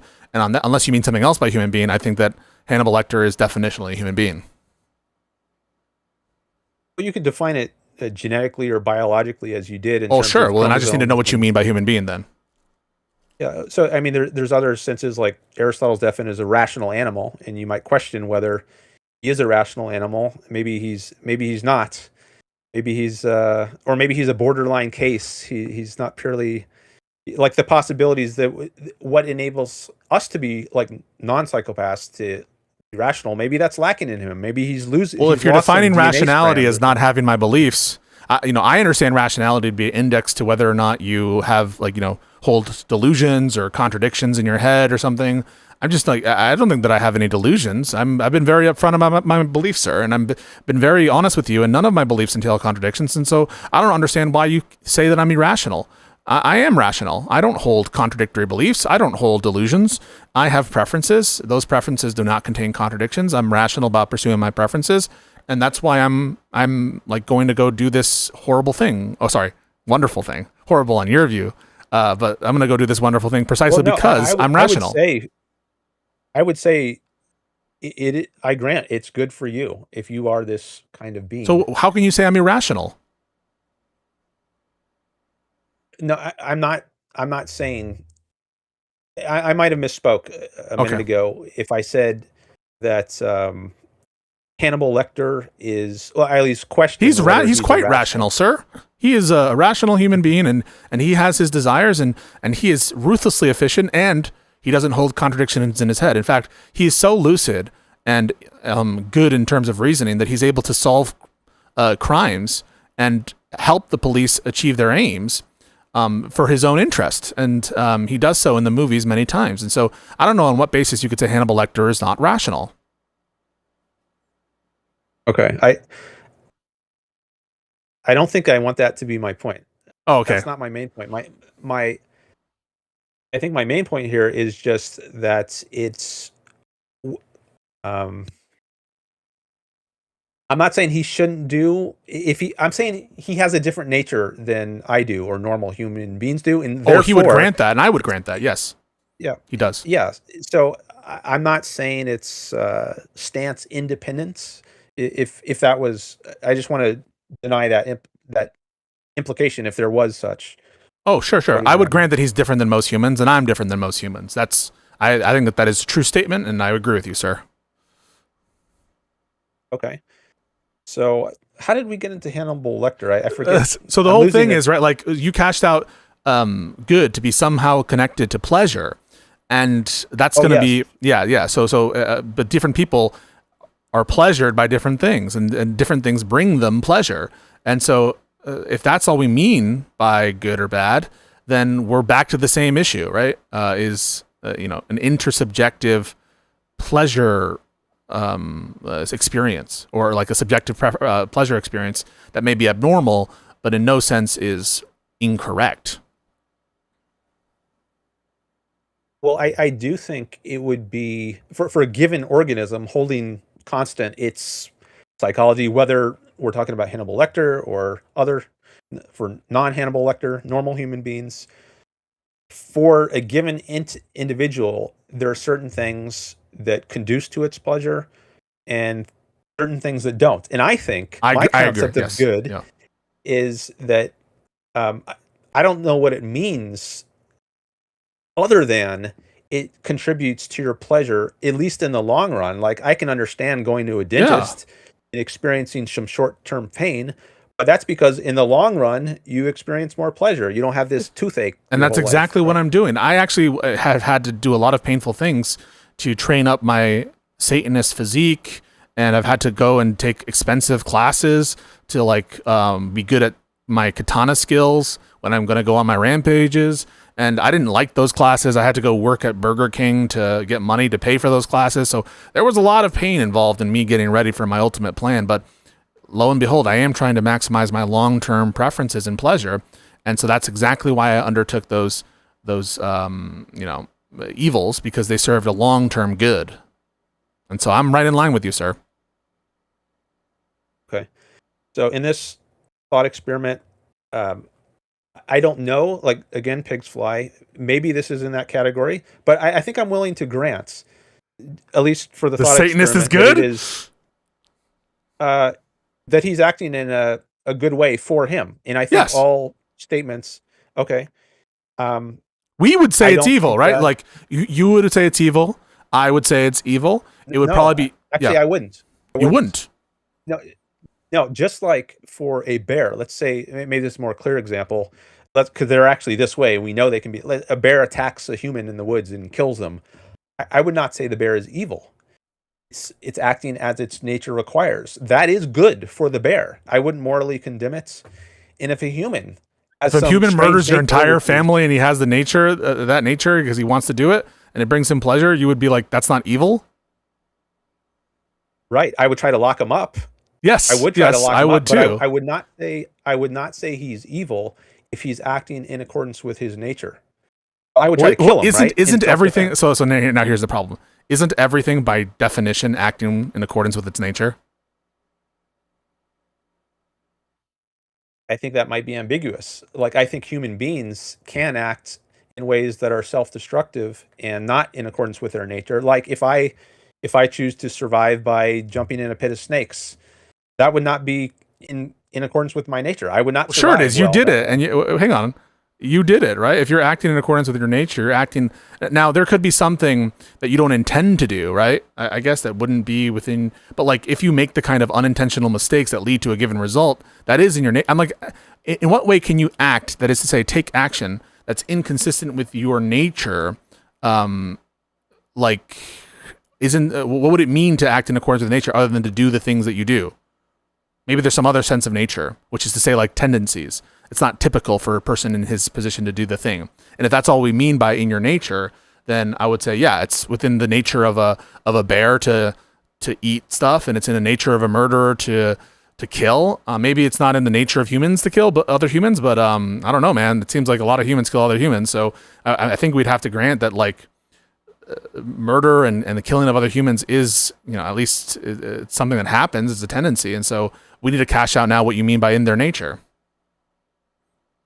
Okay. Well, I think typically, at least, I think murdering other people is not is acting irrationally and emotionally. So if you think about the consequences of, like, if your goal is, if you do choose, and I think there is a choice at the base of ethics, if you do choose, again, hypothetical imperative, if you choose to pursue life and happiness, your own happiness, I think there are certain actions which are not conducive to that, like living as a murderer. Do you think Oh, you I would be see. happy Yeah. So murdering people? I think I can grant that there are people who have the preference against doing something, but who do it nonetheless. And there, I think we're going to have some slippage in terms of. So, for example, let's say a drug addict who wants to get clean but keeps relapsing. What is their quote unquote preference? Like, is their preference to get high all the time, or is their preference to stay sober or something? So maybe there's some way in which we can divvy up some of these preferences, or have moments where like no agent is acting in accordance with their preference, or someone acts not in accord with some implicit preference or something. Yeah, I can grant that those things take place, but surely for the typical sadists, they're going to be acting in accordance to their preference when they commit these murders, and that there is no sort of like slippage between their preference and their action, or they have a short-term and long-term interest and preference to murder ceaselessly. And so that when they do it, you wouldn't call them evil? I think I would. But all I mean when I call them evil is that they're not in line with my preference set and what I take to be good. But I think you would be committed to saying that the sadist murderer is not evil. Well, I question whether a sadist murderer, if we're talking about realistic ones, if they actually experience pure pleasure. I don't deny they might get some sick, twisted pleasure from doing what they do, but I would also suspect that it's not a pure, unadulterated, non-contradictory joy. That's a phrase Rand uses, non-contradictory joy.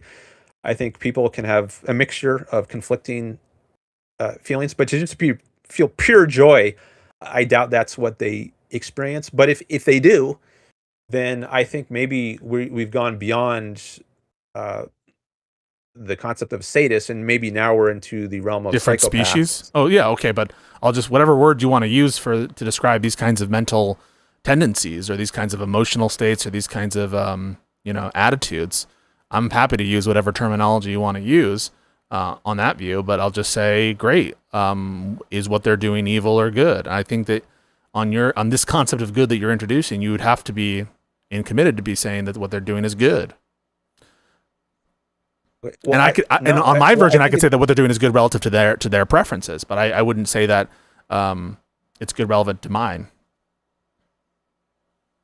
So I think we have to know whether they're still basically the same type of species or type of being, or they've crossed the line. And there might be some gray borderline cases, which are hard to say, but the way right now I think of a sadist, they still are similar enough to normal, non-sadistic human beings that I would say if they engage. I don't quite understand this, my friend, because like, are you suggesting that good and evil are only concepts that are relevant to like human beings?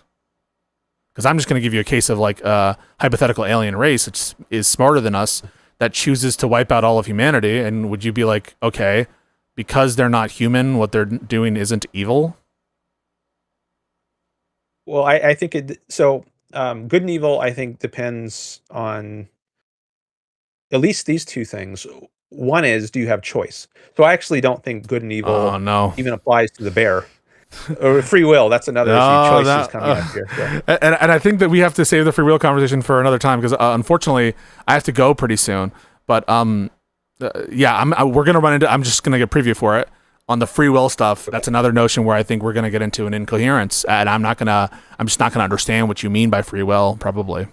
But yeah, like that I think is where we would go next. And if morality only applies to creatures with free will, and if the notion of morality or goodness is contingent on it, I'm going to need to understand that, and I don't think I will.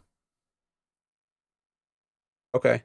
Well, I think morality is incoherent without free will, and if something doesn't have choices... Well, no, you don't believe that. You don't believe that, because preferences can exist independent of free will, and so you can understand a concept of good without free will, since one can have preferences without free will, can't they? Well, there can be good in a non-moral sense, but I think there is a non-moral sense of good. But in a moral sense of good, like I can say something is good for the bear, but I don't mean it's morally good. Like I wouldn't say the bear deserves moral credit or moral blame, despite the fact that it can do things that are good for it or bad for it. But Yeah, if we use the term moral to be a modifier to good, we're going to run into the same issue where, like, I need to know what you mean by moral as a modifier to good, and my notion of morality and good are dependent on stances and preferences. It's running into the same problem again. That, like, okay, there's moral good and there's non-moral good. I have no clue what the hell those distinctions are, if I'm being honest with you. But I do want to give you the last word, and maybe because I like these conversations. If you want to preview the so what of it after you feel free to do that. But yeah, I'll give you the last word, and I really do appreciate the conversation. You managed to seduce me into a much longer conversation than I wanted to do because of how interesting I found the conversation. And so kudos to you for that. But yeah. Okay. Well, I do appreciate the conversation as well. I've seen your content for many years, and I actually got in touch with you years ago through Discord. Oh shit. And Did I stop responding? I'm sorry. I think a lot of messages. No worries, but I figured I would jump on your live stream. I also have a live stream show, so if anyone wants to call into my show, I invite people to do that. I'm at Dan Norton 1 on YouTube, and engage with the chat. So thank you so much, Dan, and really let's keep the communication open. That was a very interesting combo, and check him out, Dan Norton 1. You said on YouTube. Yeah. Awesome. Hey, thank you, Dan. We'll talk soon. All right. All right. Thanks. Peace out. So, folks, that's like I know that I lose people when I do those questions, but like I don't know, my brain is such that I just like I can't stop, and I'm actually over time, and I needed to do something at 2, but I had to postpone it. Sorry. All right, folks, that's it for now. Maybe I'll be alive later tonight. No promises there. I hope you guys enjoyed the philosophy conversation. The Iran War one was wild. It was kind of circular in a different kind of way. But if you like those, I changed the title of the stream. I'll make it clear on the VOD that it's 2 topics. So there's the Philosopher topic, and then there's the Iran War topic, and you guys can choose what to watch. But yeah, if you like those conversations, just let me know. That's what it feels like when I talk to like the Ryan Mulallys of the world. I think someone put it in the chat, and the subjective moralist people, moral people. And by the way, I do think that's why Andrew Wilson won't talk to me, is be precisely for that, what I think is like a devastating line of questions, where he's not going to have any answer. So that's why I'm blocked by Andrew Wilson and why he won't engage. And I think that's also true of people like Jay Dyer and all these clowns. So yeah, that's precisely what I think is for the pre-suppers. And now he comes from a different perspective. Dan does. He's not like a Christian, right? So it's a different set of, I think, difficulties. But for people who are like advocating for the Christian worldview and trying to say that, no, they're correct, it raises a new stake of like a political, religious, almost social dynamic that they don't want to look, it maybe isn't the same kind of bias or frenetic or anxious energy. You know, I felt that Dan was operating in good faith there and being honest and in a way that I think that a lot of these Christians just are desperate to avoid, just because of how much weight they place on these ultimately, I think, incoherent notions. But thank you guys so much. I really appreciate all of you. The support, the subs means the world. Please, if you have an opportunity, like the stream, sub to the channel, and I'll see you perhaps tonight. No promises, but perhaps tonight. Love you guys.